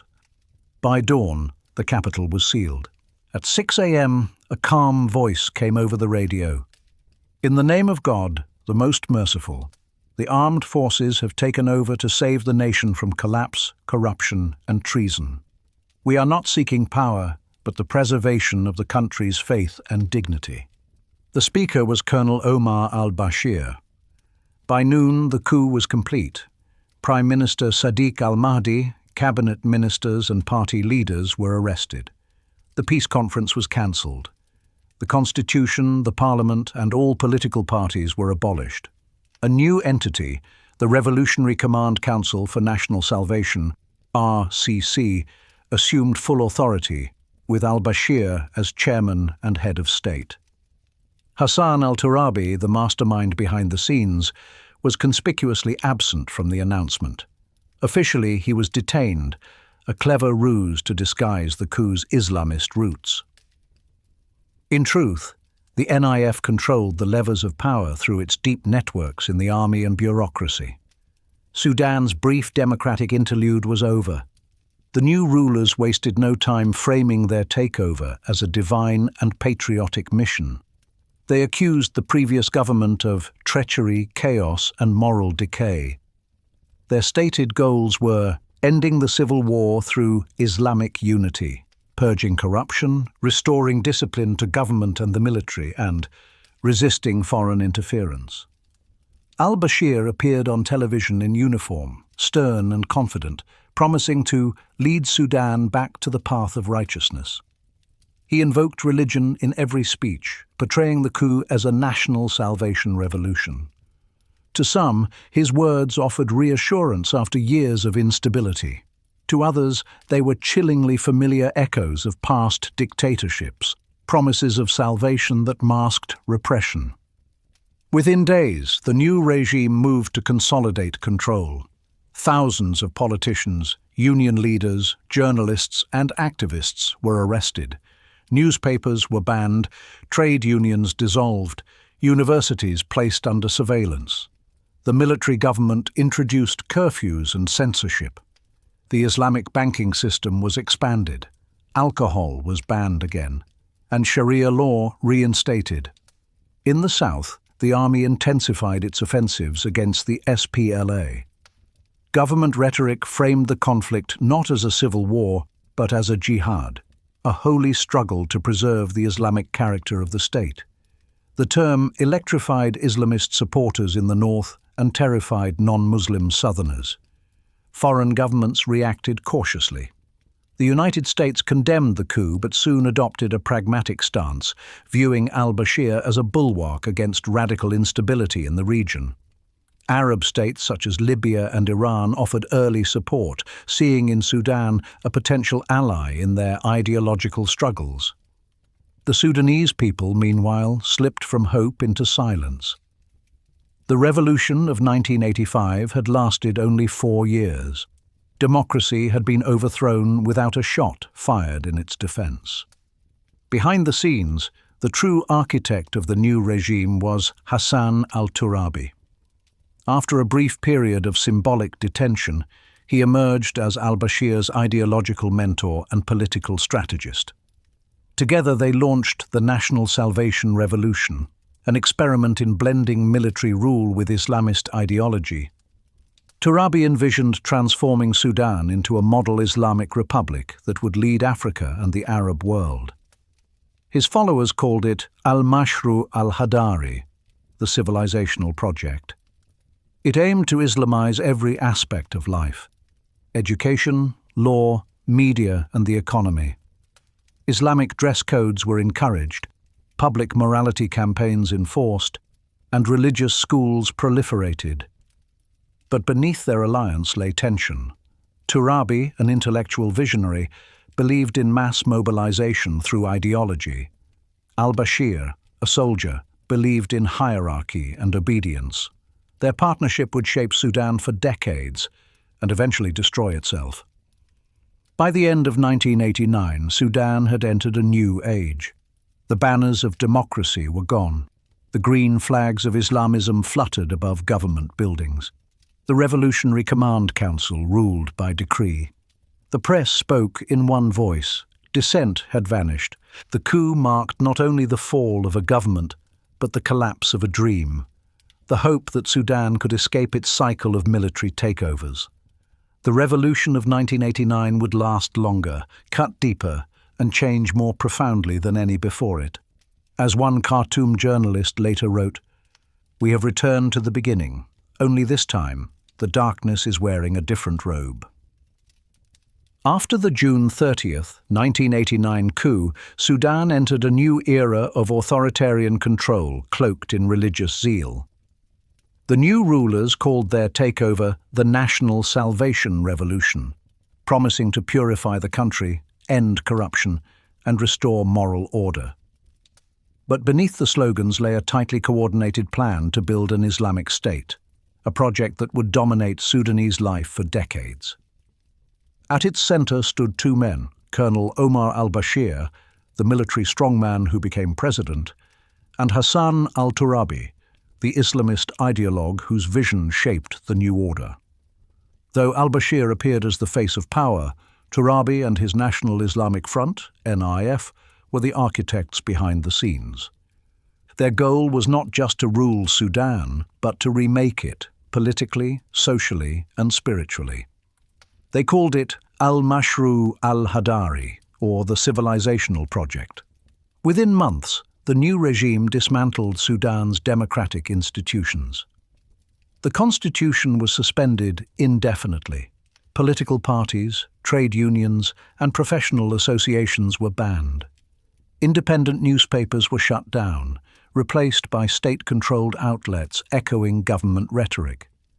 The Revolutionary Command Council for National Salvation, RCC, governed by decree, and dissent was criminalized as treason.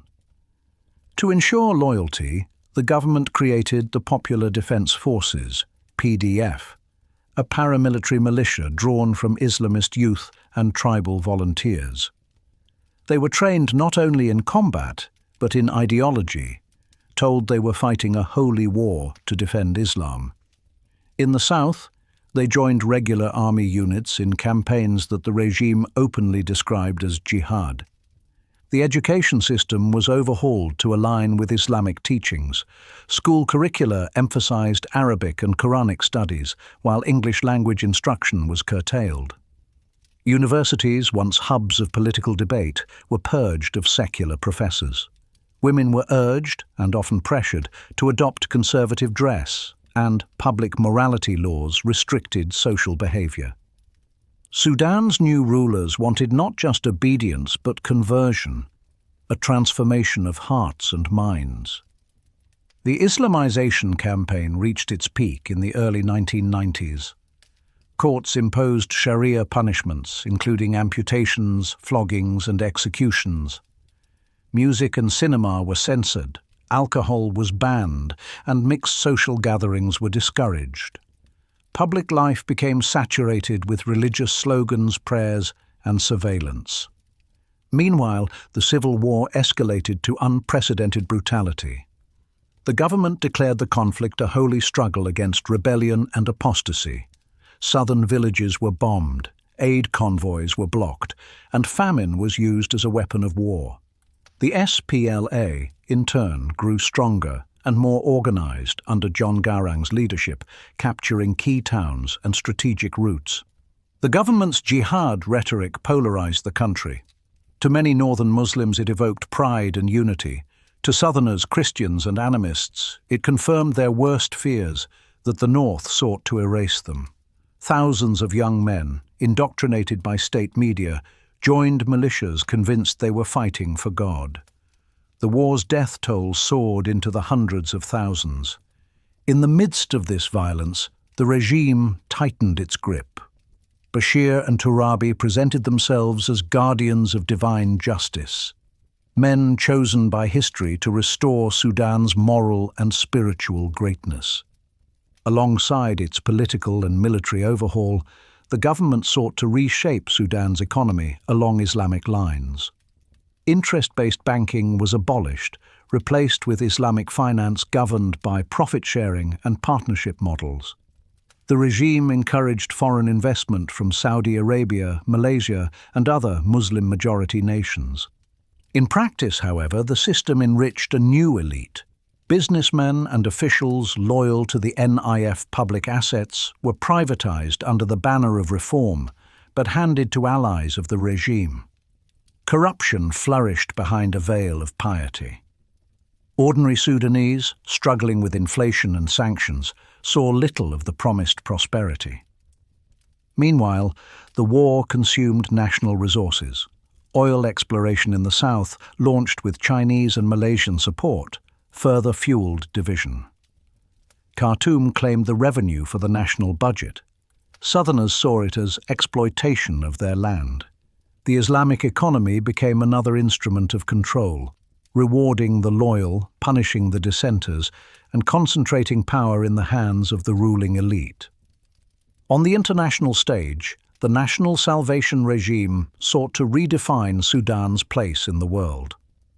In the early 1990s, Hassan al-Turabi envisioned Khartoum as the intellectual capital of global Islamism, a sanctuary for Islamist movements and anti-Western resistance. Sudan opened its doors to figures from across the Muslim world, including members of the Muslim Brotherhood, Algerian Islamists, and even Osama bin Laden, who lived in Khartoum from 1991 to 1996. The regime provided land for businesses and training camps, turning Sudan into a hub of Islamist activism. This bold outreach brought prestige among radical movements, but isolation from the international community. The United States and its allies accused Sudan of supporting terrorism and destabilizing neighboring states. Sanctions followed, crippling the economy further. The country that once dreamed of leading the Islamic world now found itself a pariah. As the 1990s progressed, cracks began to appear in the alliance between Omar al-Bashir and Hassan al-Turabi. The general resented Turabi's growing influence and intellectual dominance. Turabi, in turn, saw Bashir as a mere instrument of his grand vision. In 1996, Turabi helped draft a new constitution that formalized Bashir's presidency while legalizing the National Congress Party, NCP, a rebranded version of the NIF. But power struggles soon erupted over control of the military and intelligence services. By 1999, their rivalry exploded into open confrontation. Bashir dissolved parliament, declared a state of emergency, and placed Turabi under house arrest. The revolution, had devoured its own creator once again. Turabi's fall marked the end of the ideological phase of Sudan's Islamist experiment. Bashir, now unchallenged, shifted toward a more pragmatic authoritarianism, using Islam as a tool of power rather than a guiding principle. The coup of 1989 did more than end democracy. It reshaped Sudan's identity. It created a security state bound by ideology, faith, and fear. It blurred the line between religion and politics so thoroughly that dissent became heresy. Yet, even amid repression, resistance endured. Students whispered of freedom in campus dorms.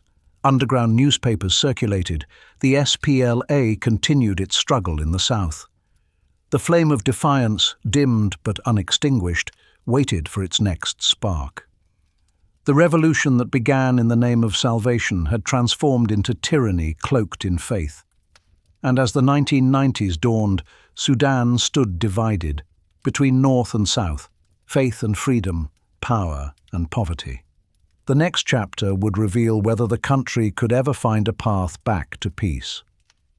When Colonel Omar Hassan Ahmad al-Bashir seized power on June 30, 1989, few Sudanese imagined he would rule for 3 decades.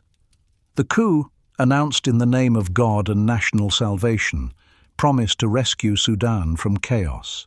Instead, it ushered in one of the most enduring and complex dictatorships in Africa. At first, al-Bashir was little known, a disciplined soldier, not a politician. But behind him stood Hassan al-Turabi and the National Islamic Front, NIF, whose ideology gave the new regime its spine. Together they fused religion with state power, constructing an Islamist order that sought to mold every aspect of life, from law and economy to dress, education, and art. Sudan had entered an age of fire and faith, where the Quran and the rifle became twin symbols of authority. To consolidate power, the Revolutionary Command Council for National Salvation quickly transformed itself into a permanent ruling structure. Civil servants were purged, universities cleansed of secular professors, and military officers vetted for loyalty. A network of intelligence operatives, later known as the National Intelligence and Security Service, NISS, expanded across every province, monitoring speech, travel, and association. The government built parallel institutions loyal to the regime rather than the nation.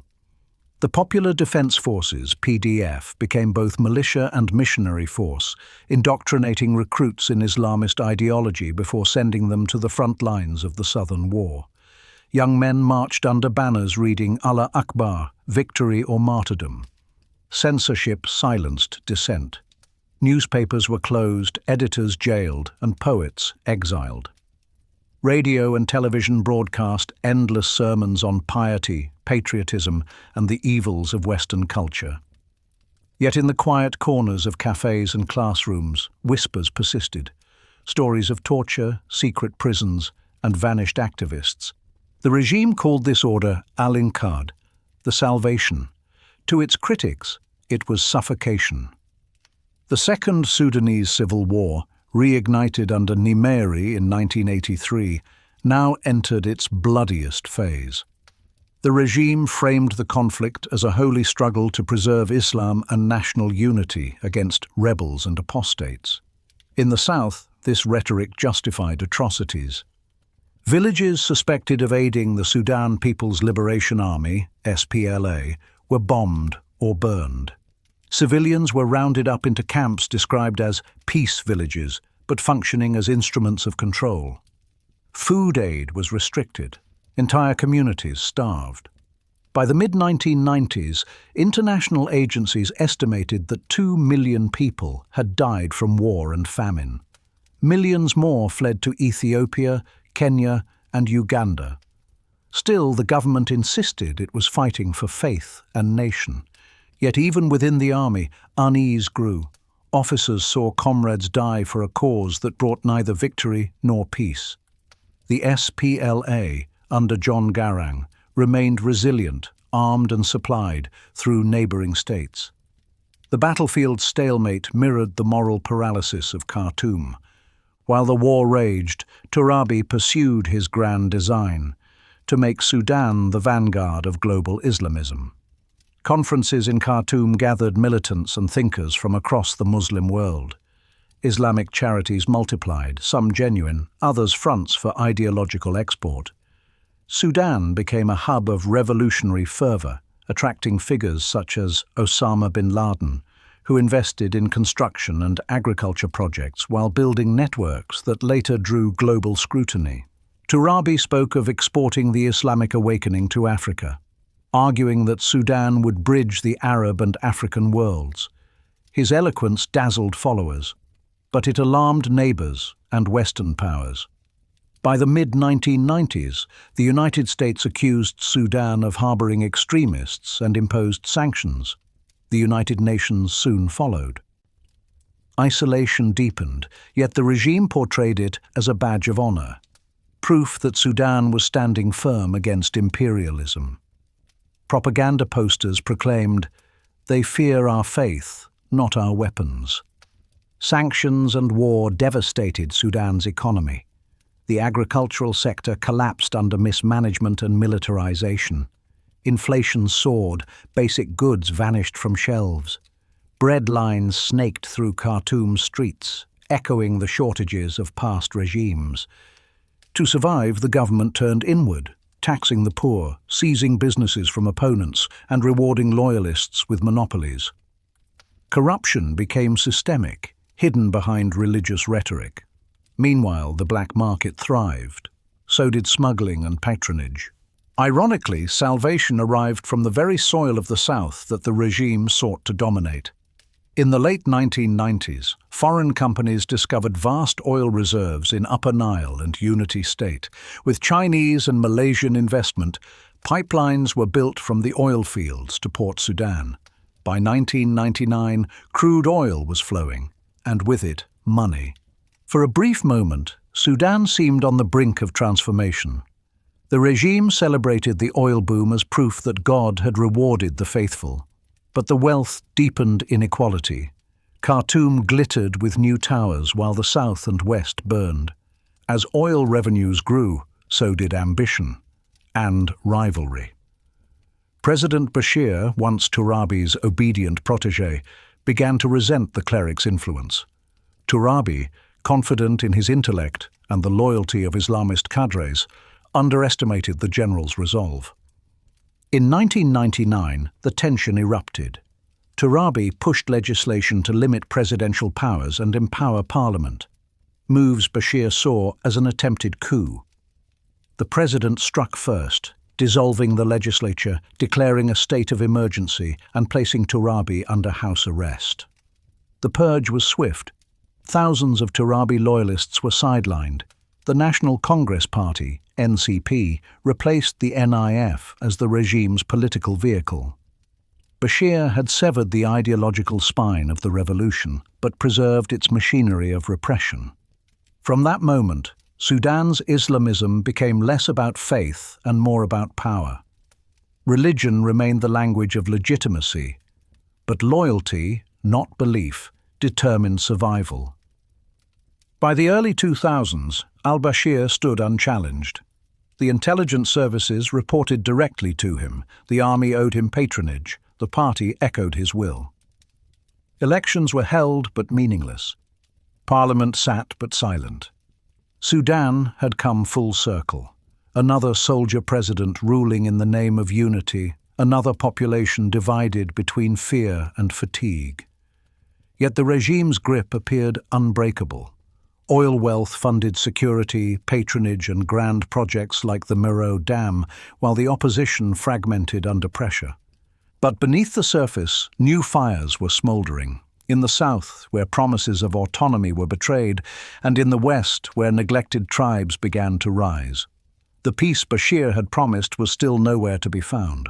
When the first crude began to flow through the pipeline from the southern fields to Port Sudan in 1999, President Omar al-Bashir declared it a sign of divine favor. State television showed fireworks and speeches praising the blessings of the Islamic Revolution. After decades of scarcity, Sudan finally had a revenue stream that could transform its fortunes. For a moment, the optimism felt real. Khartoum's skyline sprouted cranes and glass towers. The government paved highways and built dams. Civil servants received long-delayed salaries. Merchants stocked imported goods once unseen since the sanctions years. The regime promised that oil would lift all Sudanese from poverty. But prosperity flowed unevenly. The wealth collected in the capital rarely reached the peripheries. In Darfur, Kordofan, and the south, communities saw few benefits. Instead, the new riches strengthened the National Congress Party, NCP, and the security services. Bashir used oil money to reward loyal generals, expand the intelligence network, and purchase weapons. Sudan was becoming richer, but also more militarized. The discovery of oil, hailed as salvation, deepened the fractures that had always haunted the country. While attention focused on the Southern War, another crisis brewed in the vast western region of Darfur, a land of desert plains and neglected villages. For decades, Darfur's people, mostly non-Arab African tribes such as the Fur, Masalit, and Zakhawa, had endured drought, famine, and marginalization. Their pleas for development went unanswered as Khartoum invested billions in the oil corridor to the east. By the early 2000s, anger erupted into rebellion. Two movements emerged: the Sudan Liberation Army, SLA, and the Justice and Equality Movement, JEM. They accused the government of discrimination and demanded equal rights and regional autonomy. In 2003, they launched coordinated attacks on army garrisons, stunning a regime that believed it had pacified the nation. Al-Bashir's response was ferocious. Determined not to repeat the drawn-out stalemate of the Southern War, the government armed local Arab militias, known as the Janjaweed, to crush the insurgency. It was a strategy of outsourcing brutality. The state provided weapons, air support, and impunity. The militias provided terror. The campaign that followed became one of the worst humanitarian crises of the 21st century.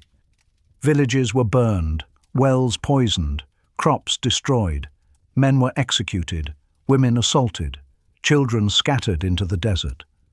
The government described the conflict as a fight against bandits, but the scale of violence told another story, one of systematic destruction. The United Nations estimated that between 200,000 and 300,000 people were killed and more than 2.5 million displaced. Satellite images showed entire districts erased. Aid workers reported attacks on refugee camps and obstruction of humanitarian convoys. International outrage grew. In 2004, U.S. Secretary of State Colin Powell publicly declared the atrocities in Darfur to be genocide, a label rarely used in modern diplomacy. Human rights groups demanded accountability, yet Bashir's government denied wrongdoing, insisting that Western powers were conspiring to weaken Sudan. Khartoum's narrative was that Darfur's rebellion was foreign-inspired, an echo of colonial interference. State media warned that enemies of Islam sought to divide the country again. The rhetoric resonated with some northern audiences but horrified the world. By 2005, Sudan faced mounting isolation. The United Nations Security Council imposed sanctions, froze assets of top officials, and authorized investigations into war crimes. In 2009, the International Criminal Court, ICC, issued an arrest warrant for President Omar al-Bashir, charging him with crimes against humanity, war crimes, and genocide. It was the first time a sitting head of state had been indicted by the ICC. The announcement sent shockwaves through Africa and the Arab world. Bashir dismissed it as a political plot, traveling defiantly to friendly nations that ignored the warrant. In rallies across Khartoum, supporters chanted, "With blood and soul, we defend you, O Bashir." For his regime, defiance became a source of legitimacy. The president recast himself as the defender of Sudanese sovereignty against foreign meddling. Yet the cost was enormous. Foreign investment fled, humanitarian aid dwindled, and the economy faltered once more. Even as Darfur burned, another front reached an uneasy resolution. After decades of conflict, Khartoum and the Sudan People's Liberation Movement, SPLM, signed the Comprehensive Peace Agreement, CPA, in January 2005. Mediated by regional powers and Western diplomats, the deal ended the Second Sudanese Civil War.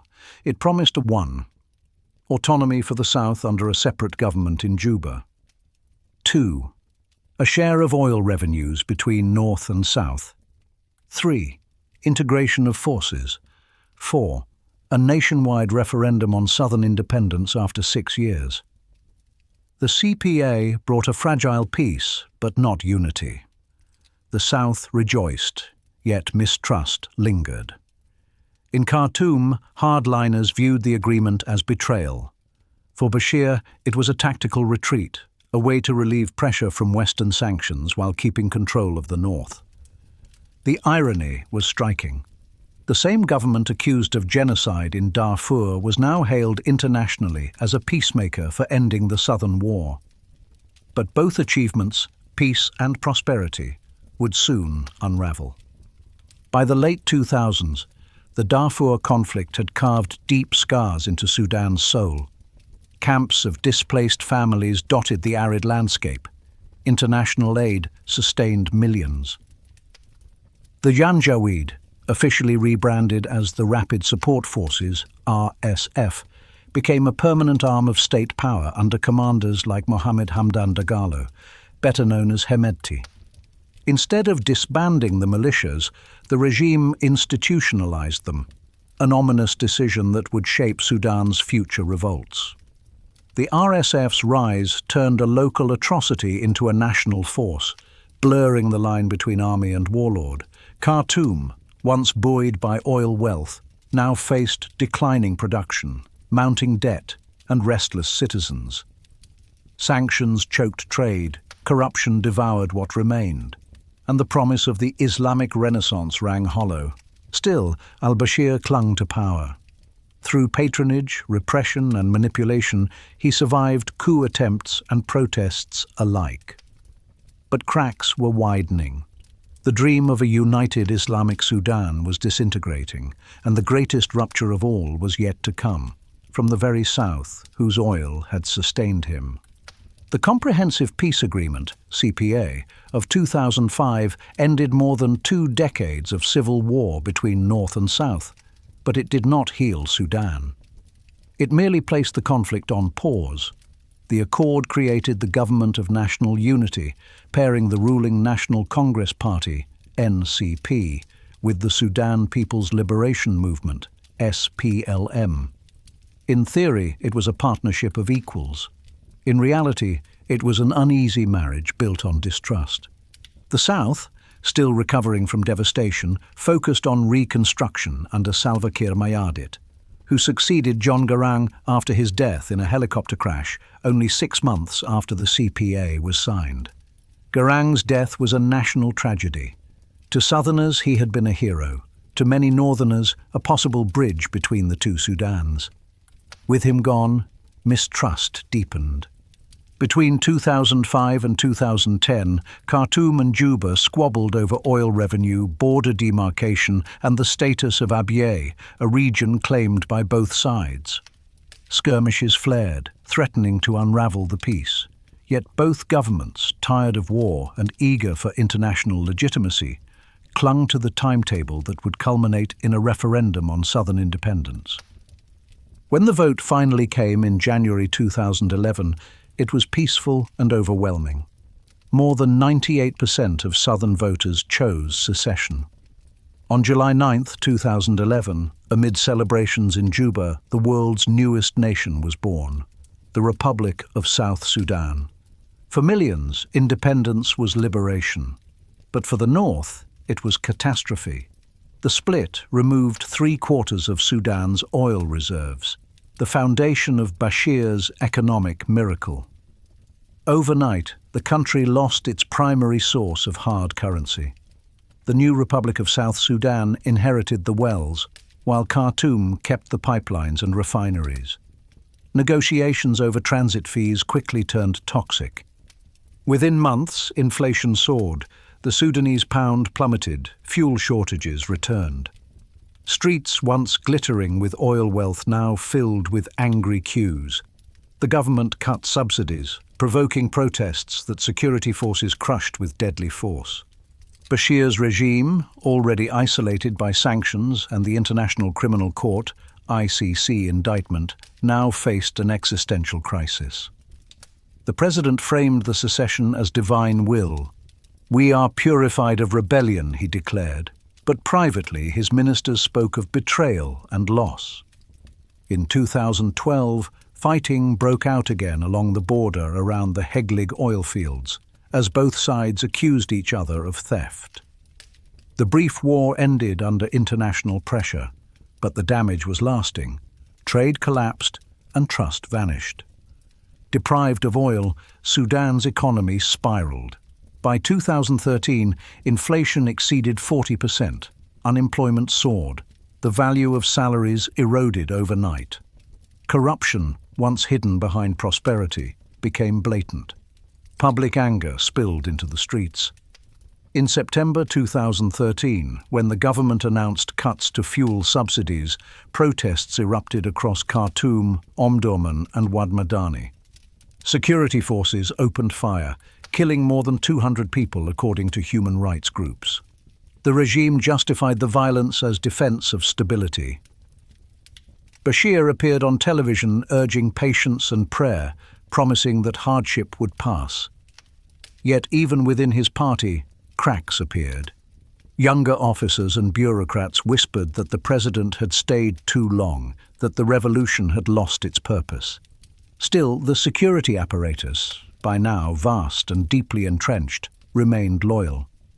The National Intelligence and Security Service, NISS, infiltrated unions, universities and mosques, ensuring that dissent never coalesced into a movement. Fear was Bashir's most reliable currency. Even as the economy collapsed, conflict reignited in Sudan's margins. In the Nuba Mountains of South Kordofan and the Blue Nile, regions that had fought alongside the SPLA, local insurgents resumed battle, accusing Khartoum of violating the CPA. The government responded with airstrikes and scorched earth tactics reminiscent of Darfur. In Darfur itself, the war never truly ended. The regime's attempt to pacify the region through the Rapid Support Forces, RSF, led by Mohammed Hamdan Dagalo, known as Hemedti, created a state within a state. The RSF grew into a powerful paramilitary, enriched by gold mine concessions and border patrol contracts. Hemedti pledged loyalty to Bashir, but his rise introduced a new and dangerous player into Sudan's political arena. The irony was stark. The government that had once denounced militias as outlaws now relied on them to survive. The very forces created to crush rebellion were becoming kingmakers. Internationally, Bashir walked a tightrope. Wanted by the ICC, he traveled only to sympathetic capitals: Qatar, Egypt, Saudi Arabia, and occasionally China. The West maintained sanctions, citing Darfur atrocities and human rights abuses. Yet the rise of terrorism in the region gave Bashir leverage. Sudan offered intelligence cooperation against extremist groups, earning cautious re-engagement from Washington. By the mid-2010s, Khartoum also joined the Saudi-led coalition fighting in Yemen, sending thousands of RSF fighters in exchange for aid. Petrodollars from Riyadh and Abu Dhabi provided short-term relief but deepened Sudan's dependence on foreign patrons. Domestically, the regime touted these alliances as proof that Sudan was not isolated. Billboards in Khartoum proclaimed, "Our nation stands tall among brothers." But ordinary citizens saw little benefit. Bread prices doubled again, electricity failed, hospitals ran out of medicine. The gap between rhetoric and reality widened beyond repair. By 2016, al-Bashir had ruled for 27 years. He held elections in 2010 and 2015, both dismissed as shams, but used them to claim legitimacy. Opposition leaders were jailed or co-opted, the press muzzled. Statues and posters portrayed him as father of the nation. Friday sermons praised him as defender of Islam. Yet beneath the stage-managed adoration lay exhaustion. A whole generation had grown up knowing only one president, one ruling party, and one promise: security without freedom. The young, connected through satellite TV and mobile internet, compared their lives to neighboring countries and saw stagnation. In coffee houses and classrooms, a new whisper spread: enough. The same forces that had once sustained Bashir, the army, the Islamists, the businessmen, were beginning to look beyond him. His health was failing, his circle shrinking. Even the RSF, his supposed creation, was growing restless under Hemeti's command. Sudan was entering the twilight of its longest dictatorship. The loss of oil wealth had exposed the regime's hollow core. Without prosperity to buy loyalty, repression became its only tool. Each protest crushed, each critic silenced, deepened public hatred. The faith once invoked to legitimize power now rang hollow in mosques where preachers quietly prayed for change. By the end of 2018, bread prices tripled again after another subsidy cut. Protests erupted in Atbara, the railway city where Sudan's labor movement had once been born. Crowds chanted, "Freedom, peace, and justice," a slogan that would soon echo across the nation. The spark had been lit. The revolution that would end al-Bashir's 30-year rule was beginning. By December 2018, ordinary Sudanese had reached a breaking point. Bread, once a symbol of survival, became a luxury. When the government tripled the price overnight, anger spilled into the streets of Atbara, the industrial city where workers had once challenged colonial rule. Within hours, crowds torched the ruling party's headquarters. What began as a protest over bread turned into a nationwide rebellion. Demonstrations spread to Port Sudan, Omdurman, and finally, Khartoum.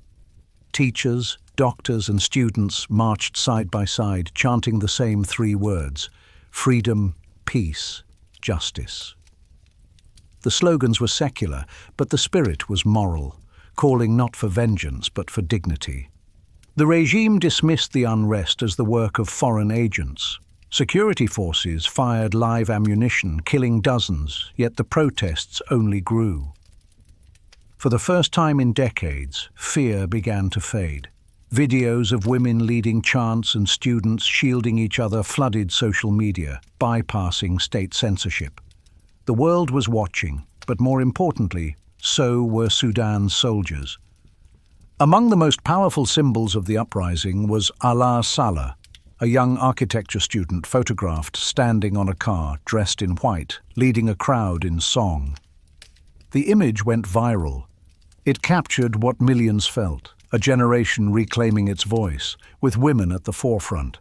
Women had borne the brunt of Bashir's social restrictions for decades, subject to morality laws, economic hardship, and wartime trauma. Now they became the revolution's conscience. They organized food for demonstrators, treated the wounded, and faced tear gas with defiant chants. They were called Kandakat, queens, after the warrior women of ancient Nubia. In Allah's voice and the rhythm of the crowd echoed centuries of struggle, the resilience of Sudan's people against every form of tyranny, foreign or domestic. On April 6, 2019, the anniversary of the 1985 revolution that had toppled Jafar Nimeri, tens of thousands of protesters marched toward the military headquarters in Khartoum. Instead of dispersing, they stayed. They built barricades, cooked meals, sang songs, and prayed together. The sit-in became a city within a city, orderly, inclusive, and astonishingly peaceful. Inside the army compound, officers debated. Many younger soldiers sympathized with the demonstrators. They too suffered from unpaid wages and corruption. The regime ordered the sit-in cleared by force, but commanders hesitated. When security units opened fire, parts of the army intervened to protect civilians. It was clear Bashir's authority was collapsing. At dawn on April 11, 2019, state television interrupted programming with martial music. A spokesman for the armed forces announced that the president had been removed from power and placed under arrest. After 30 years, the man who had come to power through a coup fell to one of his own. Crowds poured into the streets in disbelief and jubilation. Men cried, women ululated, soldiers lifted children onto their shoulders. Khartoum, once subdued by fear, erupted in celebration.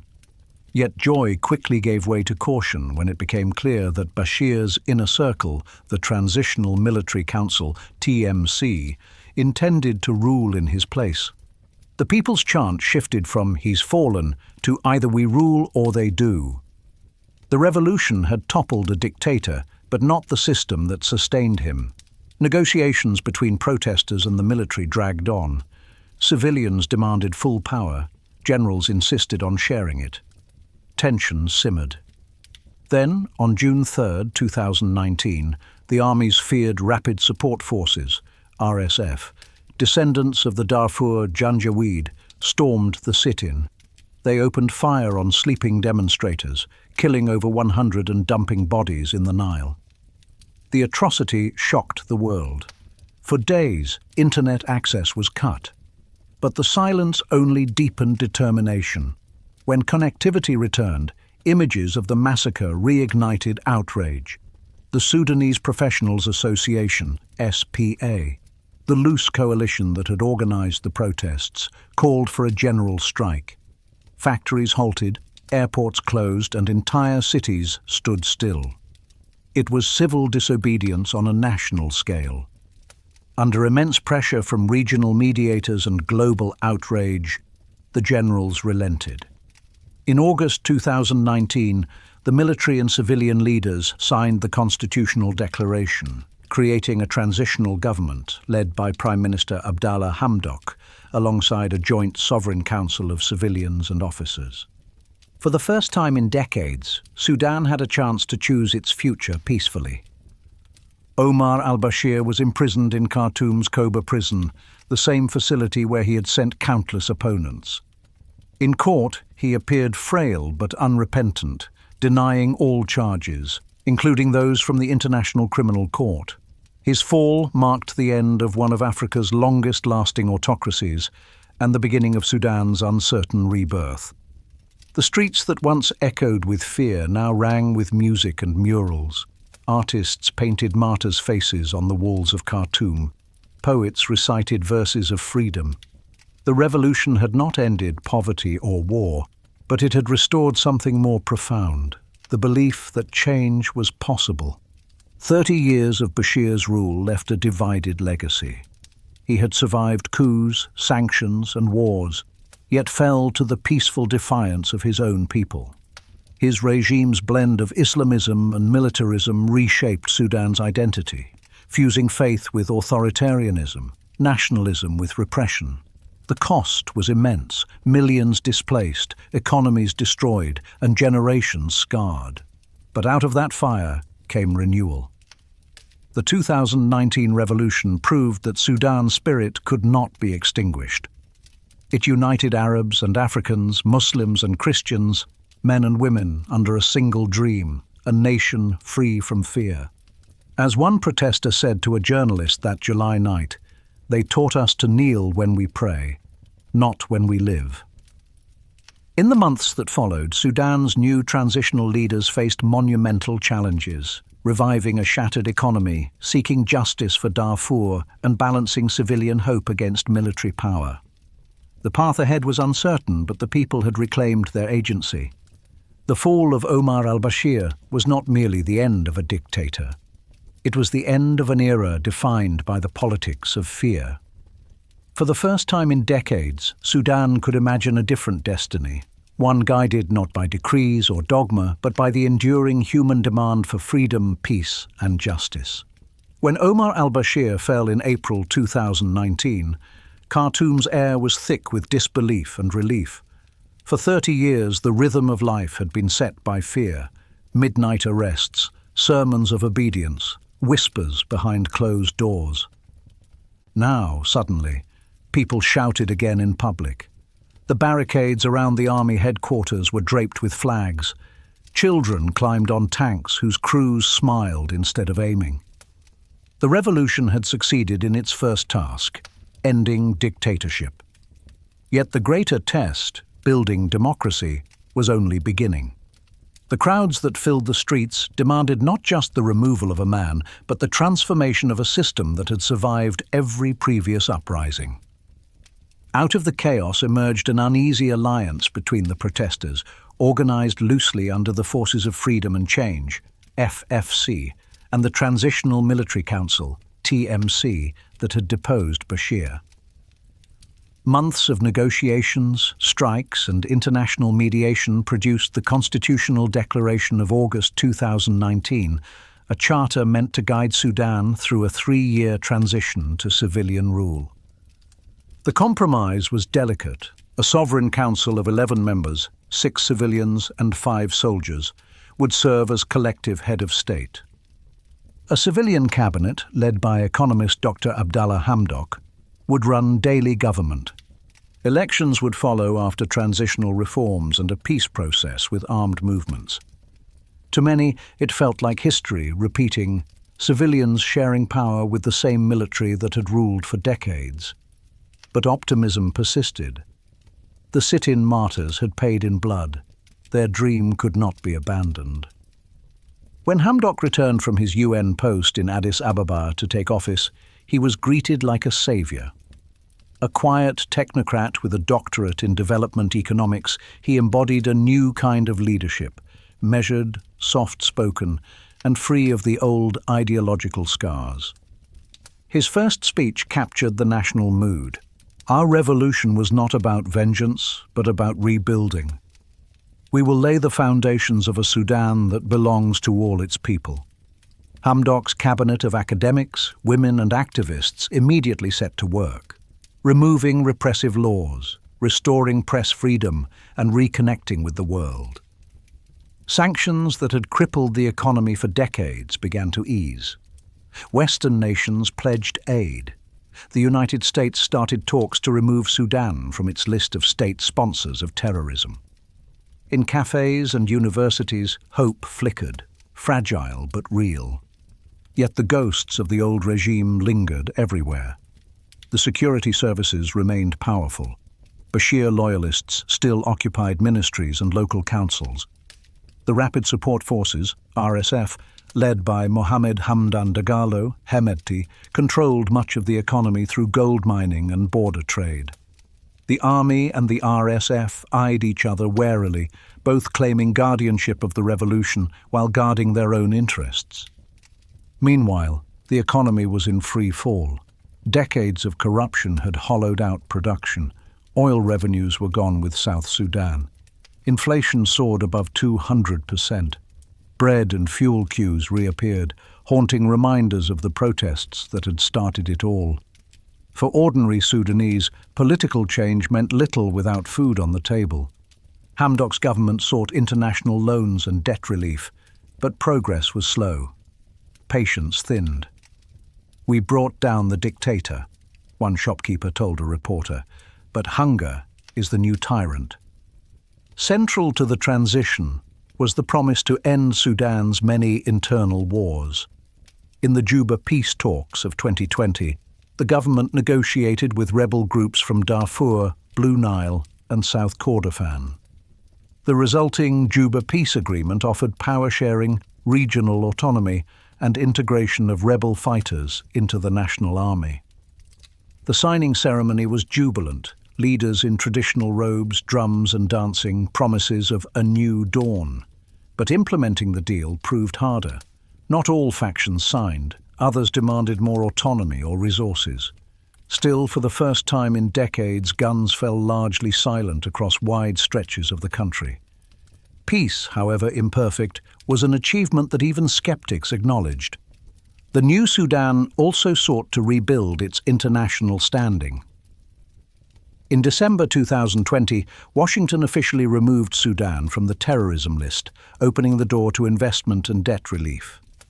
The transitional government normalized relations with Israel under US mediation, a controversial step framed as pragmatic rather than ideological.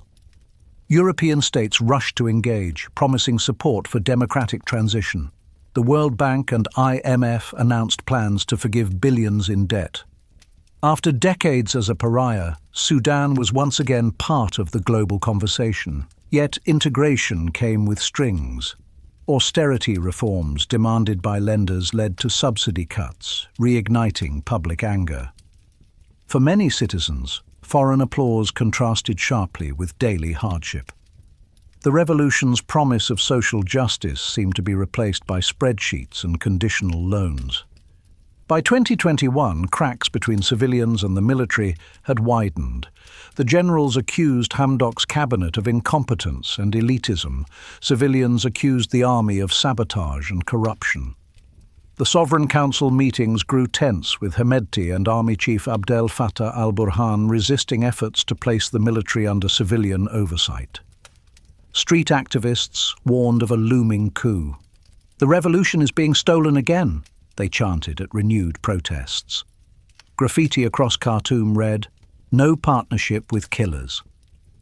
As history had shown repeatedly, Sudan's democracy was always most vulnerable when hope seemed highest. By mid-2021, the mood in Sudan had shifted from celebration to suspicion. The alliance that had carried the country through the fall of Omar al-Bashir was fracturing. Inside the Sovereign Council, the civilian ministers and military officers no longer spoke with the trust they once feigned. For Prime Minister Abdallah Hamdok, every reform required delicate negotiation. He had to appease international creditors, placate restless street activists, and navigate generals who saw themselves as guardians of national stability. Each decision felt like walking a tightrope above a sea of guns.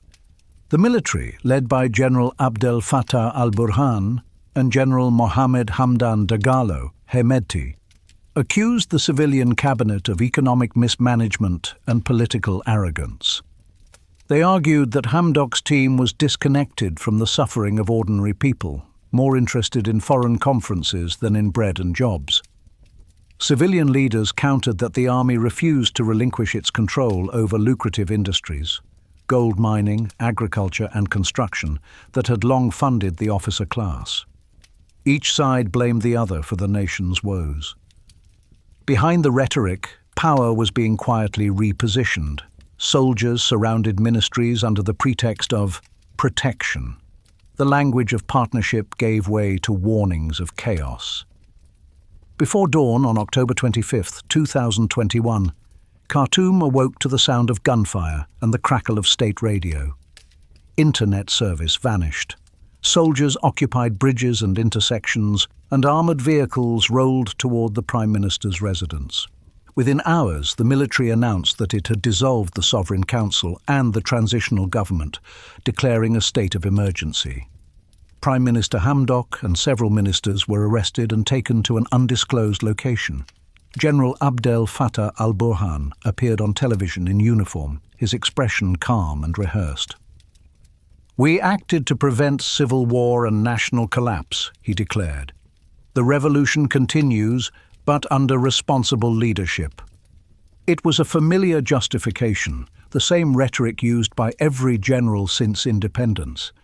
The streets of Khartoum, however, erupted in fury. Within hours, thousands defied curfews and marched, chanting, "No to military rule, the people are stronger." Security forces opened fire. Several were killed, but the protests multiplied. In Omdurman, demonstrators built barricades from burning tires. In Atbara, railway workers declared a strike. The coup, meant to restore order, had reignited rebellion.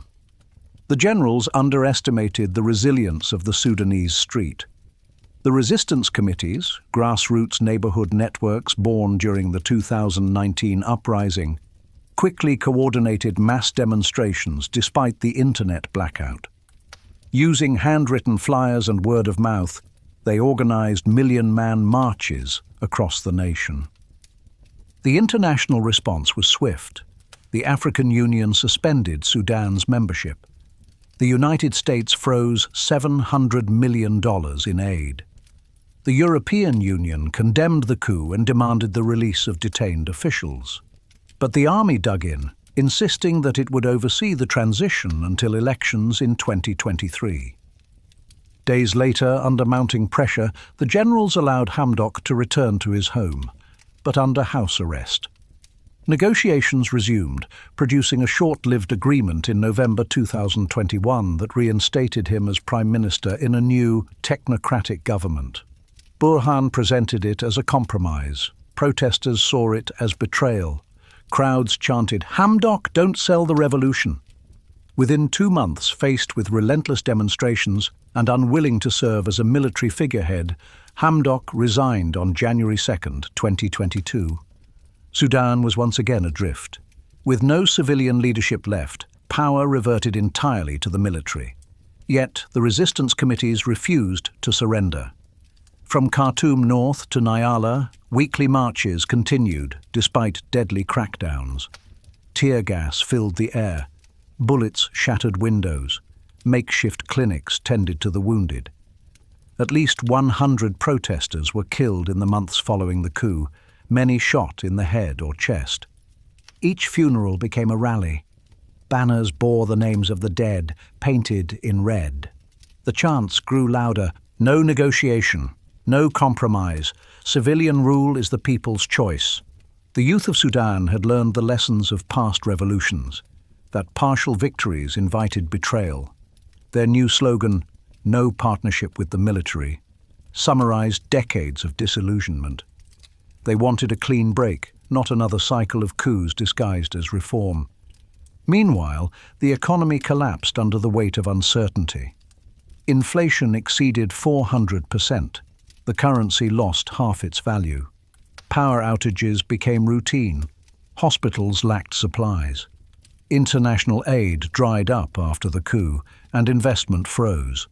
Lines for bread and fuel stretched for blocks. Ordinary Sudanese bore the burden.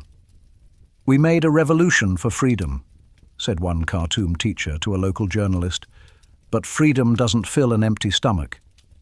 Still, the persistence of the protests amazed the world. Even as hardship deepened, the crowds refused to yield. Women once again led the chants, waving flags stained with dust and sweat. The revolution, battered but alive, continued to pulse in the streets. As protests raged, divisions grew within the military itself. General Burhan, head of the regular army, and General Hemedti, commander of the Rapid Support Forces, RSF, maintained an uneasy alliance. Both had overthrown Bashir, and both feared accountability for past abuses, but each sought supremacy.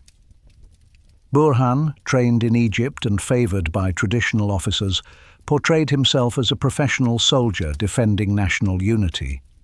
Hemedti, a former camel trader from Darfur, commanded wealth and men through the RSF, funded by gold exports and foreign contracts. Their rivalry simmered beneath every joint press conference. Foreign powers courted both men. Egypt backed Burhan. Gulf states hedged their bets, seeing in Hemedti a pragmatic partner. Sudan's future once again hinged not on institutions but on personalities in uniform. By late 2022, the generals promised a new framework agreement that would restore civilian government. Skeptics noted that such promises had been made many times before. Yet the resistance committees kept mobilizing, documenting abuses, and building networks of solidarity from neighborhood to neighborhood. The world saw their courage not in speeches, but in small acts. Volunteers painting murals of martyrs, women delivering food to protesters, medics risking arrest to treat the wounded. These gestures, quiet yet defiant, kept the spirit of 2019 alive. As one banner at a Khartoum march declared, "They have guns, we have hearts. Let's see which lasts longer." By early 2022, Sudan found itself once again walking the razor's edge between progress and collapse. The military remained in charge, yet it ruled without legitimacy. The streets, meanwhile, remained alive with resistance. Each week brought new marches, new martyrs, and new promises of reform. The revolution, like a flame in the wind, refused to die. But no one could say where it would lead. Some hoped for another civilian-military compromise. Others feared another dictatorship, or worse, civil war between rival generals. What united them was exhaustion. 3 years after Bashir's fall, the dream of freedom, peace and justice was still deferred. In the absence of formal leadership, the resistance committees became the heart of Sudan's political life. These decentralized neighborhood groups, once focused on protests, evolved into grassroots assemblies that discussed governance, drafted proposals, and coordinated aid. They rejected the old party system that had dominated Sudanese politics since independence. "We don't want another elite bargain," one organizer told a journalist. "We want democracy from the ground up." Their vision was radical in its simplicity. Local democracy first, national democracy later. Across Khartoum and other cities, committees published charters for the establishment of people's power, calling for civilian control of the military, transitional justice for victims of violence, and economic reform focused on the poor. For the first time, politics felt participatory, not confined to parties, but growing in homes, schools, and marketplaces. The revolution's true achievement, many said, was not just removing Bashir, but awakening a new civic consciousness. Facing persistent unrest, General Abdel Fattah al-Burhan sought to present himself as a pragmatic leader willing to negotiate. International mediators, including the United Nations, the African Union, and IGAD, launched a joint initiative to restore a civilian-led transition. Talks were slow and fraught with mistrust. Many civilian factions refused to sit with the military, demanding accountability first. The generals, wary of prosecution, insisted on amnesty and a continued political role. Foreign powers, each with its own interests, urged compromise to avoid instability in the region. By late 2022, after months of negotiation, a framework agreement was signed between the military and a coalition of civilian groups. It promised a new transitional period, a unified army, and eventual elections. But key revolutionary forces, including many resistance committees and the families of martyrs, rejected it outright. To them, it was déjà vu, another pact struck above the people's heads. "We don't want a deal," one protester declared during a march. "We want justice." Even as diplomats argued, life for ordinary Sudanese grew harder. Prices of bread, sugar, and fuel tripled. The national currency lost much of its value. Black markets flourished. Power outages lasted for hours. Water pumps failed in Khartoum's outskirts. Unemployment among youth soared above 40%. International donors, wary of instability, delayed aid. The war in Ukraine in 2022 worsened the crisis, cutting wheat imports and raising food prices. In some neighborhoods, families survived on one meal a day. Yet amid hardship, solidarity thrived. Activists organized community kitchens for protest days.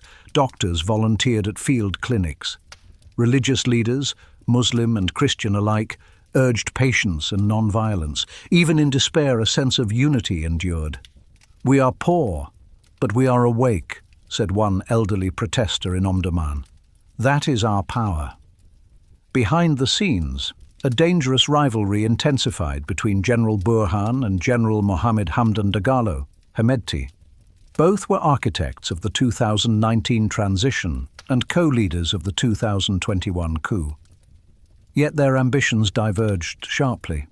Burhan, representing the traditional army elite, sought to preserve the military's institutional dominance.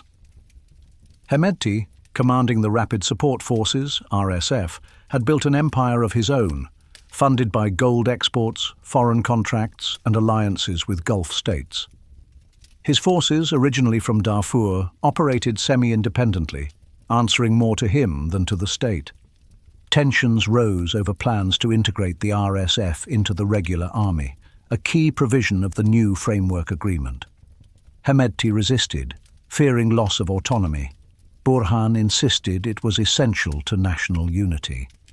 Their rivalry, once hidden, began to spill into public view.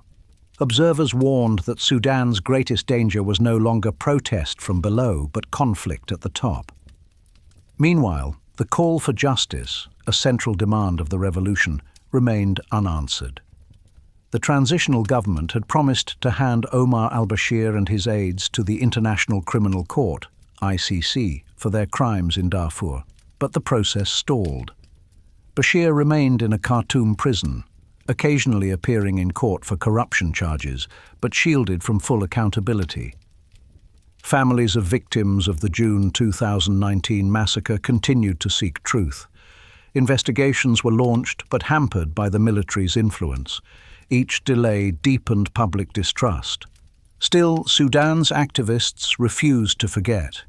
They carried photos of the dead in every march, chanting the names of those lost. Justice, they said, was not negotiable. "We are patient," one mother told reporters, "but we will not forgive without truth."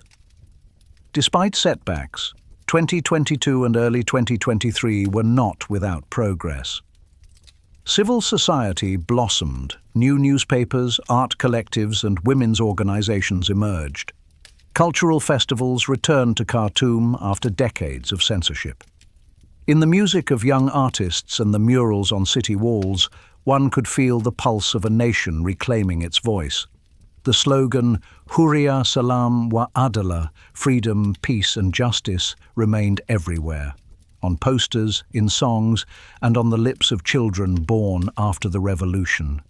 Even as politics faltered, that ideal endured. Sudan's future was uncertain, but something irreversible had changed. The people had tasted freedom, and they would not surrender it easily again. By early 2023, Sudan's uneasy calm was unraveling. The rivalry between General Abdel Fattah al-Burhan, head of the regular army, and General Mohammed Hamdan Dagalo, Hemedti, commander of the Rapid Support Forces, RSF, had become an open secret. Both men publicly pledged loyalty to the revolution, but their speeches dripped with distrust. Each accused the other of plotting to dominate the state. Their uneasy alliance, forged in the overthrow of Bashir and sustained through 2 years of shared power, was collapsing under the weight of ambition. At the center of their feud was one question: who would control Sudan's future armed forces? The new framework agreement demanded the integration of the RSF into the army within 2 years, a timeline Hemedti rejected. He argued that the RSF should remain autonomous until a civilian government was elected. Burhan saw this as an attempt to preserve a rival military empire. The stage was set for confrontation. At dawn on April 15, 2023, Khartoum awoke to explosions. Residents thought at first it was thunder, then came gunfire, sustained, close, terrifying. Within hours, the capital had become a battlefield. The Rapid Support Forces claimed they had seized key sites: the presidential palace, the airport, and state television. The Sudanese armed forces countered with airstrikes and artillery. Both sides blamed the other for starting the fight. Civilians were trapped in their homes, caught between two armies. Columns of smoke rose over Khartoum's skyline. Hospitals were shelled, power grids failed, and communications collapsed. By nightfall, the city was a war zone. Families huddled in basements as bullets cracked through the air. The revolution that had dreamed of civilian rule had descended into chaos once more. The fighting quickly spread beyond the capital. In Darfur, Kordofan, and the Nile Valley, local commanders took sides or settled old scores. Entire towns switched allegiance overnight. Roads became death traps patrolled by militias and looters. The United Nations described the situation as catastrophic. Aid agencies estimated that within months, millions had fled their homes. Refugees streamed into Chad, Egypt, and South Sudan, reviving memories of past displacements. Airports closed, borders became battle zones. Food and fuel prices skyrocketed, bakeries shut down, hospitals ran out of medicine. The humanitarian crisis was total. And yet in every city, networks of volunteers and resistance committees re-emerged, organizing evacuations, sharing food and documenting atrocities. Even amid destruction, the spirit of solidarity that had fueled the 2019 revolution flickered stubbornly on. By mid-2023, Khartoum, once a bustling metropolis of 5 million, was barely recognizable. Shells had torn through ministries and markets alike. The once busy University of Khartoum stood deserted, its libraries looted. Corpses lay unburied in streets too dangerous to cross. The army controlled much of the air. The RSF dominated the ground. Neither could claim victory. Burhan governed from Port Sudan, declaring his forces the legitimate national army. Hemedti, entrenched in parts of the capital and Darfur, styled himself as protector of the revolution. Both men spoke of patriotism, even as their feud destroyed the nation they claimed to defend. Ordinary Sudanese spoke instead of survival. "We have seen this movie before," one Khartoum resident told a foreign reporter. "Only the actors have changed." Nowhere did the conflict cut deeper than Darfur. 20 years after the genocide, the region once again descended into bloodshed. RSF units, many drawn from Darfur's Arab tribes, attacked towns controlled by rival groups. Reports of massacres, looting, and sexual violence resurfaced. Villages that had barely rebuilt since the early 2000s were burned once more. The cycle of revenge reignited, pitting community against community. International peacekeepers, long since withdrawn, were nowhere to be found. Aid convoys were ambushed, journalists barred. For the world, Darfur was déjà vu. For its people, it was an unending nightmare. By late 2023, Sudan had effectively ceased to function as a unified state. Ministries were empty shells, the banking system had disintegrated, soldiers looted fuel depots, gangs ruled checkpoints. Yet both Burhan and Hemedti continued to broadcast messages of victory. Foreign powers intervened cautiously. Egypt and Saudi Arabia backed Burhan's army. The United Arab Emirates was accused of supporting the RSF. Ethiopia, Chad, and South Sudan feared the war's spillover. Regional mediation efforts multiplied but achieved little. The international community called for ceasefires, temporary truces that broke within hours. The United Nations warned of famine and disease outbreaks. Satellite images showed blackened neighborhoods and mass graves. Sudan, once the hope of post-revolutionary democracy in Africa, had become a battlefield for power and survival. By 2024, the statistics were staggering. Over 10 million displaced within Sudan and across borders. More than 25 million people, half the population, in need of food aid. Thousands killed, countless others missing. Yet numbers could not capture the depth of the tragedy. Families separated for months without word. Children orphaned, hospitals turned into morgues. In the ruins of Khartoum, volunteers buried the dead by flashlight. Still, amid despair, stories of heroism emerged. Doctors worked without pay, teachers opened makeshift schools in refugee camps. Artists painted murals of unity on shattered walls. The same chant echoed from Port Sudan to Darfur, "The people are stronger than war." By early 2025, tentative talks resumed. Civil society groups, women's organizations, and regional mediators pushed for a permanent ceasefire and a return to civilian leadership. Neither Burhan nor Hemedti could win outright, and both faced pressure from their own ranks. The dream of democracy was not dead, only wounded. The same resilience that had toppled Bashir in 2019 still lived in the hearts of millions. Sudan's people, hardened by suffering, refused to give up on peace. As one displaced teacher in a White Nile camp told an interviewer, "We have seen every kind of war, we have seen every kind of ruler, but we are still here, and that means Sudan is still alive." From ancient Nubia to modern Khartoum, Sudan's story has been one of endurance. Empires have risen and fallen, rivers have flooded and receded, but the people have always rebuilt. The war of 2023 was another chapter in that long struggle, a test of faith and identity. What lies ahead remains uncertain, but history has shown that every time Sudan falls into darkness, its people light the way back. Their courage, like the Nile itself, continues to flow, sometimes violent, sometimes silent, but never dry. Sudan's story is not just a sequence of wars and revolutions.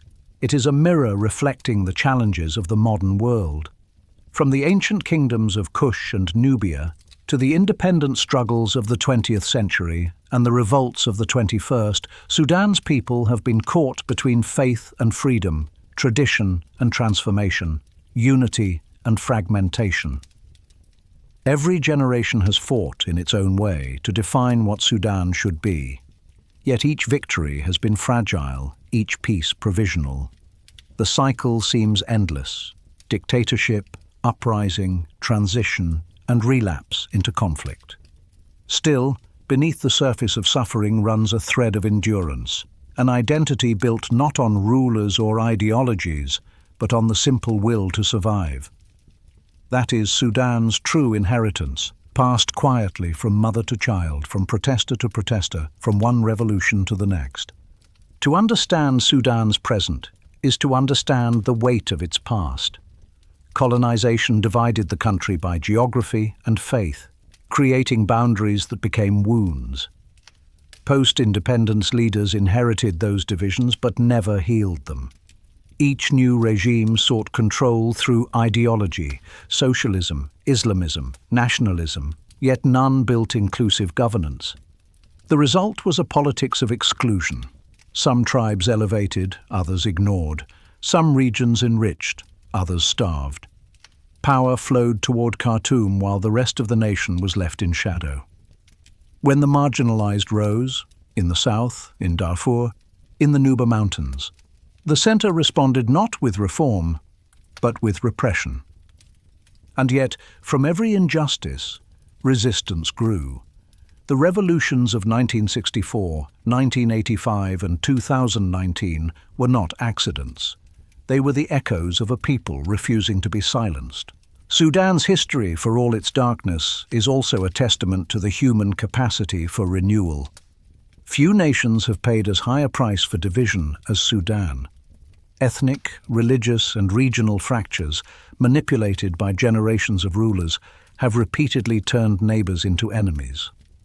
The wars between North and South, between Arab and African, between army and militia were all rooted in the same poison: the belief that one identity must dominate another. But the soil of Sudan has always been plural.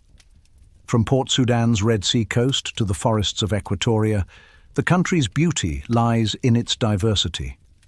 The Nile does not flow in one direction, it gathers from many streams, so too must the nation. If Sudan is to have a future, it will not be found in the victory of one side, but in the reconciliation of all. That truth, learned in blood, may yet guide the next generation. Perhaps the most remarkable legacy of the 2019 revolution was not political, but generational. A new Sudanese consciousness was born, secular yet spiritual, defiant yet compassionate. The young men and women who filled the streets had grown up under censorship and propaganda, but they rejected both fear and fanaticism. They used art, music, and humor as weapons. They built digital networks that outpaced the state's control. They turned protest into celebration, grief into solidarity. Many of these youth now live in exile, scattered across Africa, the Gulf, and Europe. Yet even abroad, they carry the revolution within them. Through social media and diaspora communities, they continue to tell Sudan's story, to demand that the world not look away. It is they who will one day rebuild, guided by memories of both the suffering and the unity of 2019. The revolution taught them something their predecessors never learned, that power is not given, it is claimed and protected through constant vigilance. No telling of Sudan's future is complete without honoring the women who carried its revolutions on their shoulders. From the Mahdist resistance in the 19th century to the sit-ins of 2019, women have been organizers, healers, and warriors. They have faced prison, humiliation, and loss, yet never left the front lines. The image of Allah Salah, standing on a car in her white thobe, chanting to a crowd of thousands, is more than an icon. It is a prophecy. It symbolizes the rebirth of Sudan through the courage of its daughters. Even during the 2023 war, women's groups continued to coordinate aid networks, document abuses, and care for displaced families. They have proven again and again that real strength lies not in weapons, but in compassion. As one activist said, "If men made this mess, perhaps women must clean it." Their leadership may well define the next chapter of Sudan's history: faith and the question of identity. Religion has always been central to Sudan's identity, sometimes as a unifying force, sometimes as a weapon. Under Bashir's rule, Islam was politicized, wielded as justification for control, but in the years since, a quieter, more inclusive faith has re-emerged, one rooted in humility and community rather than ideology. Imams and priests who once kept silent now preach coexistence. Sufi orders, long persecuted by Islamists, have regained prominence, promoting peace and reconciliation. Christian congregations in Khartoum and Omdurman reopen their doors after years of fear. For many Sudanese, the lesson is clear. Faith must never again be used to divide. It is not the property of rulers or clerics, but the shared soul of a nation. The path forward, they believe, lies in a Sudan for all faiths and all peoples, where Islam, Christianity, and indigenous beliefs coexist without hierarchy. In the aftermath of destruction, rebuilding is not just about bricks and bridges. It is about restoring trust.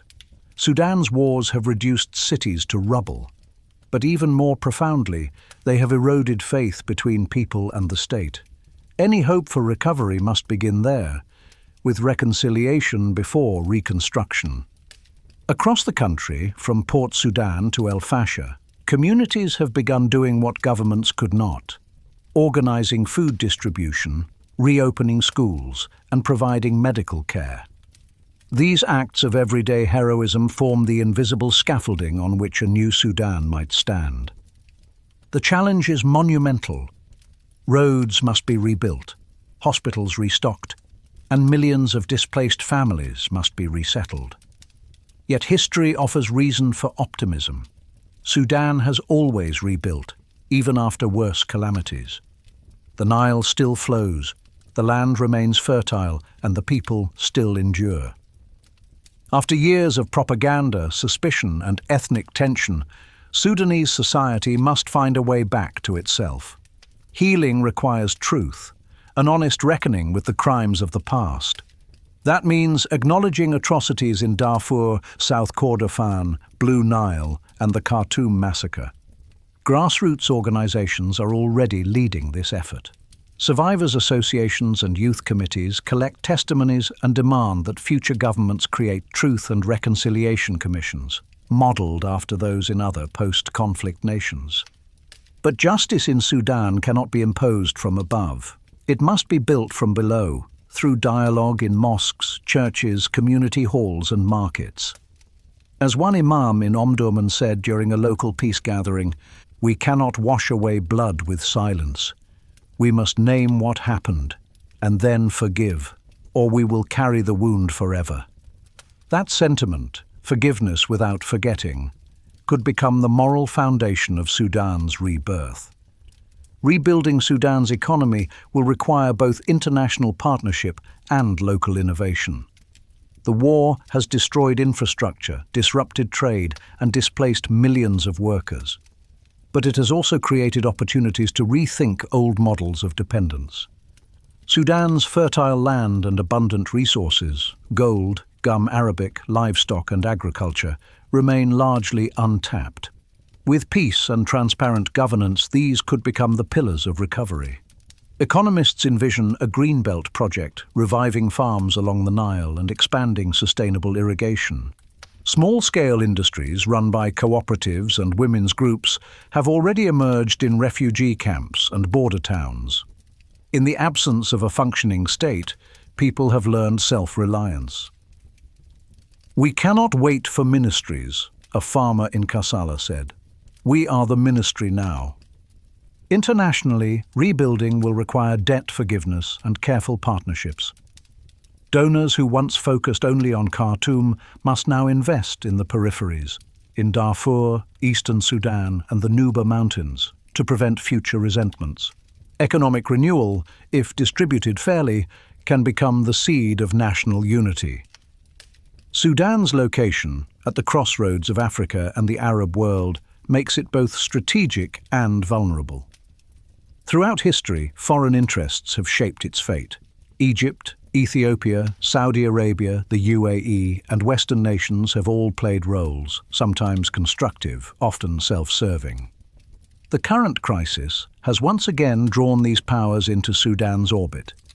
Each seeks influence, yet none can impose a lasting solution. Peace will require cooperation rather than competition among them. Regional experts propose a Nile Accord, a framework in which neighboring states guarantee Sudan's neutrality and support its reconstruction, much like post-war Europe's Marshall Plan. Such an initiative could stabilize the Horn of Africa, secure trade routes and address shared environmental challenges like drought and desertification. But for that to succeed, Sudan's sovereignty must be respected. Foreign aid without strings, investment without exploitation. That is the balance Sudan must demand. As one Sudanese diplomat put it, "We need partners, not patrons. If war destroys the body of a nation, ignorance destroys its soul." Decades of neglect and censorship have crippled Sudan's education system. Reviving it is essential to any lasting peace. Schools across the country need not only reconstruction, but also reform. Curricula that teach history honestly, celebrate diversity, and promote civic values over dogma. Teachers, long unpaid or displaced, must be restored to their rightful place as builders of the future. Universities once known for vibrant debate should again become hubs of innovation. Sudan's youth, fluent in technology and hungry for opportunity, are its greatest asset. Programs linking diaspora professionals with local students could accelerate recovery. In refugee camps and improvised classrooms, that process has already begun.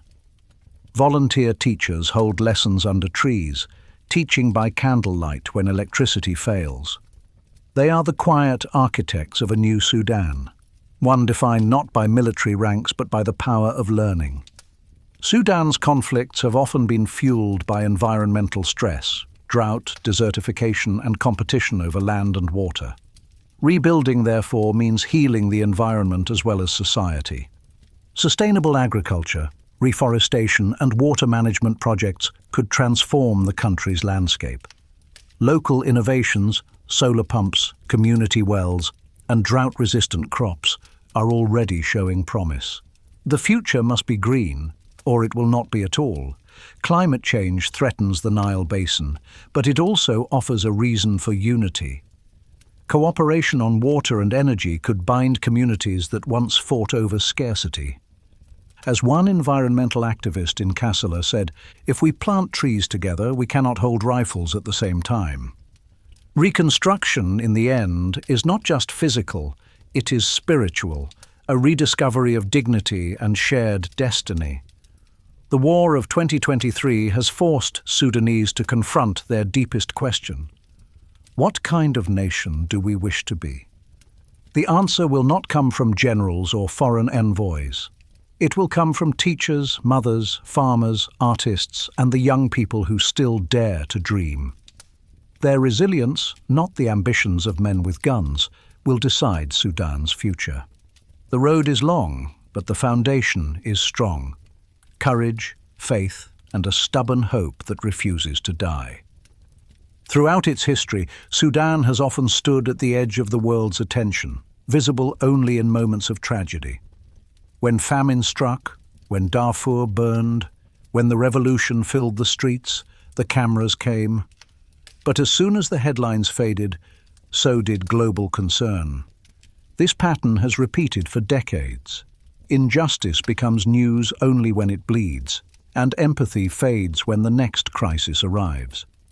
For Sudanese people, this neglect is familiar and bitter. "We are seen only in our pain," a journalist in exile once said. "The world does not stay to see our strength." Yet Sudan's struggle speaks to global truths. It is not merely a regional conflict, it is a case study in what happens when power is unchecked, when foreign interests outweigh local voices, and when the international system fails to protect those who believe in democracy. The world's response to Sudan's wars offers important lessons about intervention: what works, what fails, and what endures. The Darfur crisis of the 2000s prompted a wave of international outrage, leading to sanctions, peacekeeping missions, and the indictment of Omar al-Bashir by the International Criminal Court. Yet despite these measures, violence continued. The international community had moral clarity but lacked coordination and commitment. In later years, when civilians rose for democracy, global support came mostly in words. Statements of solidarity rarely translated into tangible protection. Western powers feared interference, while regional powers prioritized their own influence. The lesson is not that intervention should be abandoned, but that it must be reimagined. Sudan teaches that true assistance begins with listening. Peace cannot be imposed by foreign powers. It must be nurtured by those who live its costs. For decades, Sudan's fate has been shaped by those who wielded power without restraint. The colonial administrators who drew borders, the generals who seized authority, the foreign governments that traded weapons for loyalty, all believed they could control the currents of the Nile. But power in Sudan has always been fleeting. The British Empire fell. The dictators who followed met the same fate. The revolution of 2019 proved again that no regime, however ruthless, can outlast the will of the people. This is Sudan's enduring message to the world, that tyranny is temporary, but courage is eternal. Another lesson of the Sudan conflict lies in the strength of its diaspora. Millions of Sudanese now live abroad, in the Gulf, Europe, North America, and neighboring African states. Far from being detached, they have become vital lifelines for those at home. Through remittances, fundraising, and digital activism, the diaspora sustains families and movements alike. Sudanese doctors abroad coordinate medical shipments, students organize awareness campaigns, artists create global exhibitions of war and resistance. Their voices, amplified through technology, ensure that Sudan is never entirely silenced. As one young activist in London put it, "We may have left Sudan, but Sudan never left us." The diaspora's growing political influence could also play a key role in reconstruction, bringing expertise, investment, and global visibility to local initiatives. In many ways, the next Sudanese Renaissance may begin not in Khartoum, but in the diaspora's classrooms and studios. In every Sudanese conflict, information has been a weapon. Dictators have censored journalists, armies have blocked internet access, propaganda has distorted events. Yet in the age of smartphones, truth finds new paths. Citizen reporters risk their lives to film bombings and document war crimes. Independent journalists broadcast via social media when official outlets are silenced. Sudan's revolution was, in many ways, a digital uprising, coordinated through hashtags, live streams, and encrypted chats. The global media, however, has been inconsistent. The same platforms that elevate voices can also drown them in noise. The challenge for international journalism is to move beyond spectacle, to sustain attention, provide context, and treat Sudan not as a distant tragedy, but as a story of human dignity. When truth becomes a collective responsibility, silence loses its power. Sudan's suffering is not isolated. It connects with struggles across continents, from the women of Iran demanding freedom, to the farmers of Ethiopia seeking justice, to the refugees of Syria rebuilding their lives. In all these movements there is a shared language of resilience. Civil society groups from around the world have reached out in solidarity, raising funds, lobbying governments, and hosting Sudanese refugees. These gestures may seem small compared to the scale of war, but they carry immense moral weight. For Sudan, international solidarity is not charity, it is companionship. "When someone in another country holds our flag," said a Sudanese poet in Cairo, "we feel less alone." The lesson for the world is clear. Empathy must not end at the border. The international community often claims to support peace and democracy, yet its actions rarely match its words. Sudan reveals the gap between global ideals and political realities.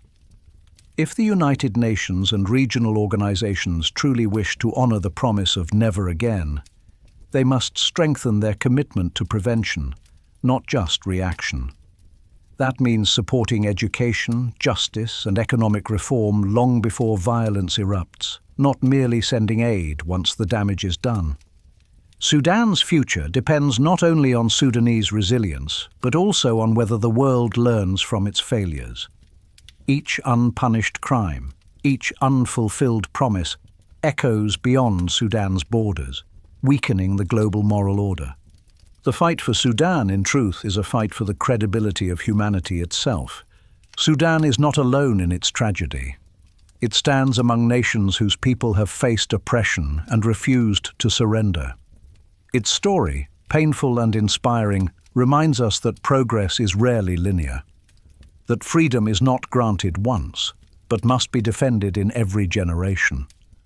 The Sudanese people have shown that even when governments collapse, when cities burn, when hope seems impossible, the human spirit can still rise. Their endurance is not only national, it is universal. As one writer concluded after witnessing the 2019 protests, Sudan's revolution is the world's reflection. What happens here tells us who we are and who we might still become. Every nation that survives great suffering eventually faces the same question. What comes next? For Sudan, the answer has always been found not in governments or generals, but in its people, the market women, the students, the doctors, the poets, the farmers along the Nile who still plant despite the bombs. As 2025 unfolds, the horizon remains uncertain. Yet even amid displacement and war, a quiet renaissance is taking root. In camps and classrooms, in exiled communities from Cairo to Nairobi, Sudanese voices speak again of rebuilding, of returning home, of turning pain into purpose. The Nile, ancient witness to all their triumphs and tragedies, still flows. It carries both memory and possibility, proof that even after the longest night, morning always comes. When the guns finally fall silent, it is the children who will walk among the ruins first. They will find broken toys in empty classrooms, notebooks scattered by wind, and chalkboards marked with lessons interrupted by war. Yet somehow they will laugh again. That sound, light, unguarded, defiant, will be the sound of Sudan's survival. In every war there are two timelines, the one of destruction, measured in battles and treaties, and the one of rebirth, measured in children. The second always outlasts the first. These children, born in exile or under fire, are the keepers of tomorrow. They have seen things no child should see, yet their innocence endures like the Nile after the flood, muddy but alive. They carry in their eyes not fear, but fierce curiosity. They ask questions their parents once stopped asking. Why must we fight? Why can't we rebuild together? In a refugee camp on the border with Chad, A teacher draws a map of Sudan in the sand with a stick. Around her sit 20 children, their knees dusty, their faces intent. She points to the rivers, the deserts, the mountains. "This," she says, "is our home." It is hurt, but not gone. She teaches them geography, but also pride. When the lesson ends, one boy erases the map with his hand, saying softly, "We will draw it again when we return." That is the quiet strength of Sudan's people, rebuilding even in imagination. Across camps and ruined cities, makeshift schools have sprung up. Mothers gather under trees to teach reading. Students share single pencils. Learning becomes an act of rebellion against despair. Each child who learns to write their name writes a small piece of Sudan back into existence. In Port Sudan, a young painter named Muna collects fragments of war, bottle caps, shell casings, scraps of cloth, and turns them into mosaics. She paints bright suns over broken metal, blue rivers over rust. "I don't paint what I see," she says. "I paint what I want to remember." Her small studio becomes a haven for children who have lost everything. They dip brushes into jars of melted crayons and color the walls with dreams, gardens, doves, families reunited. These are not just drawings, they are declarations. Each one says, "We are still here." Across Sudan and the diaspora, art has become the language of recovery. Music schools reopen, poets perform online, photographers archive what remains. The act of creation itself becomes a defiance of silence. When peace feels far away, people look to the Nile. The river has no politics, no sides, only movement. It flows past the scars of history with steady grace. Along its banks, farmers have begun to return. They dig small canals with shovels and bare hands, replanting fields that were once battle zones. The first green shoots break through soil blackened by fire. In those fragile leaves lies something greater than food, the promise that life always finds its way back. Children watch from the edges, skipping stones into the water.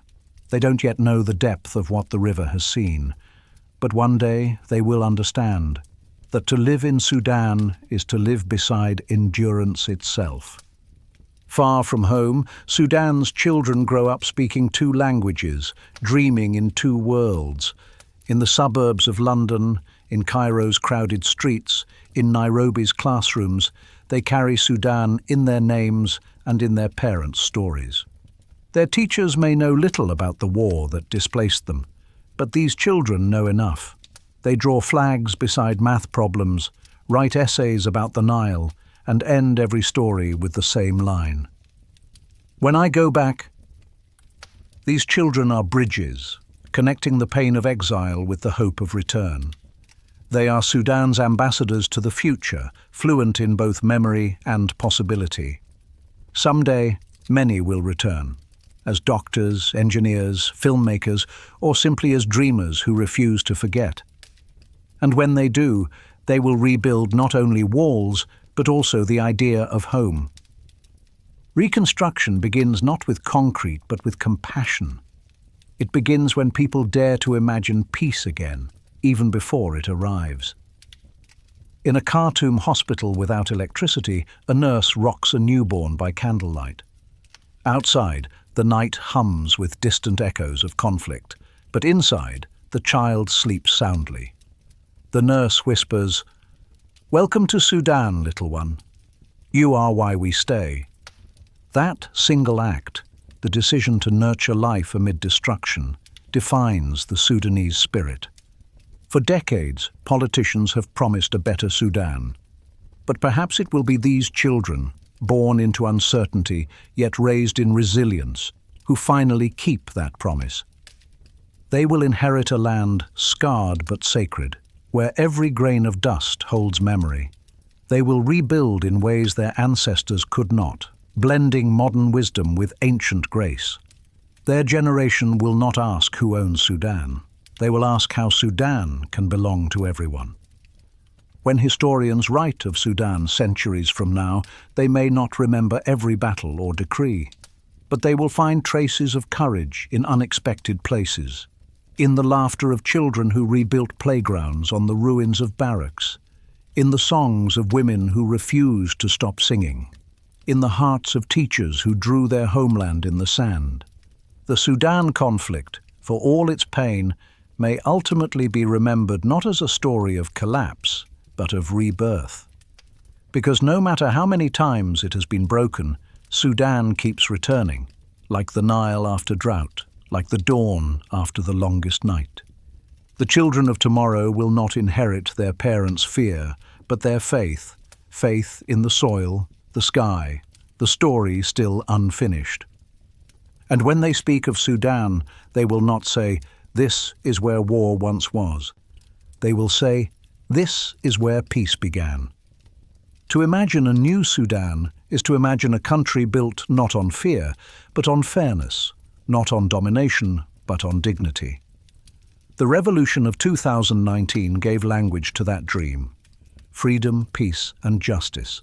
Those words, now etched in the collective soul, remain the blueprint for tomorrow. A reimagined Sudan must learn from its past. Freedom means more than elections. It means protecting every voice, especially the dissenting ones. Peace requires inclusion of Darfur, the East, the Nuba Mountains, and every marginalized region. Justice must be impartial, reaching both the powerful and the powerless. If these principles guide the rebuilding, Sudan may yet transform from a battlefield into a beacon, not of perfection, but of perseverance. Long before politics, Sudan's identity was preserved in stories, in Nubian songs, Sufi poetry, and the oral traditions passed across generations. Today, those stories are being rewritten by a new generation of artists and writers who refuse to let war define their narrative. Murals on Khartoum's shattered walls depict not despair, but resilience. Music recorded in exile speaks of longing for home. Documentaries and digital archives preserve the truth that regimes once tried to erase. Art has become a form of resistance, a reminder that the soul of Sudan cannot be conquered by bullets. As one young filmmaker said during an interview, "When I tell our story, I take back what war tried to steal." The preservation of culture is itself an act of survival. Through creativity, Sudan reclaims its humanity. True peace will come only when Sudanese of all backgrounds, Arab and African, Muslim and Christian, urban and rural, recognize that their destinies are intertwined. The divisions of the past cannot be erased overnight, but they can be healed through shared purpose. Community dialogues in refugee camps and liberated towns have already begun this process. Elders speak of forgiveness, youth demand accountability. Together they search for a middle path, neither revenge nor forgetfulness, but restoration. In these gatherings, hope takes shape not as grand declarations, but as small gestures, a handshake between rivals, a shared meal after years of suspicion, a song sung in a language once forbidden. If reconciliation can take root in these humble spaces, it can one day bloom across the nation. Sudan's women have long been the custodians of resilience. They nursed the wounded, led protests, organized communities, and held families together when the state collapsed. Their leadership in peace-building continues today. Women's cooperatives manage food programs in displacement camps. Female lawyers document war crimes. Mothers of martyrs demand justice without vengeance. In every corner of the country, their presence is felt, steady, nurturing, determined. One activist summarized it simply: men fought the wars. Women are building the peace. The next constitution of Sudan, whenever it is written, must enshrine equality not as a promise, but as a foundation. Without the full participation of women, no peace will last. Amid ruin, faith endures, not always in the form of doctrine, but as a quiet conviction that tomorrow can be better. In mosques, churches, and open fields, Sudanese continue to pray. for rain, for safety, for home. Faith gives shape to patience, and patience becomes strength. The nation's survival is not a miracle, it is the result of millions of small acts of courage. A nurse staying at her post, a teacher reopening a classroom, a father refusing to give his children to despair. It is through such ordinary heroism that Sudan's extraordinary resilience lives on. Sudan's story is not one of endless failure, but of relentless endurance. It teaches the world that democracy is not a destination, but a struggle, one that demands sacrifice, compassion, and imagination. If the global community truly wishes to honor the Sudanese people, it must stand with them not only in crisis, but in reconstruction, not only in mourning, but in creation. The fight for Sudan's freedom is, in truth, the fight for a more just and empathetic world. Because when a nation like Sudan, scarred yet unbroken, chooses hope over hatred, it offers proof that humanity itself can heal. The Nile flows northward, carrying silt, stories, and secrets, as it has for thousands of years. It has witnessed kingdoms rise, empires fall, revolutions ignite, and peace return like the rain. Through it all, the Sudanese have endured. In the reflection of its waters lies the nation's greatest truth, that nothing stays still, not even suffering. The same current that carries away destruction can also carry the seeds of rebirth. And so Sudan's journey continues, uncertain, unfinished, yet unbroken. The world may forget for a season, but the people will remember. They will plant again, sing again, and rebuild again. For as long as the Nile flows, so will Sudan's story.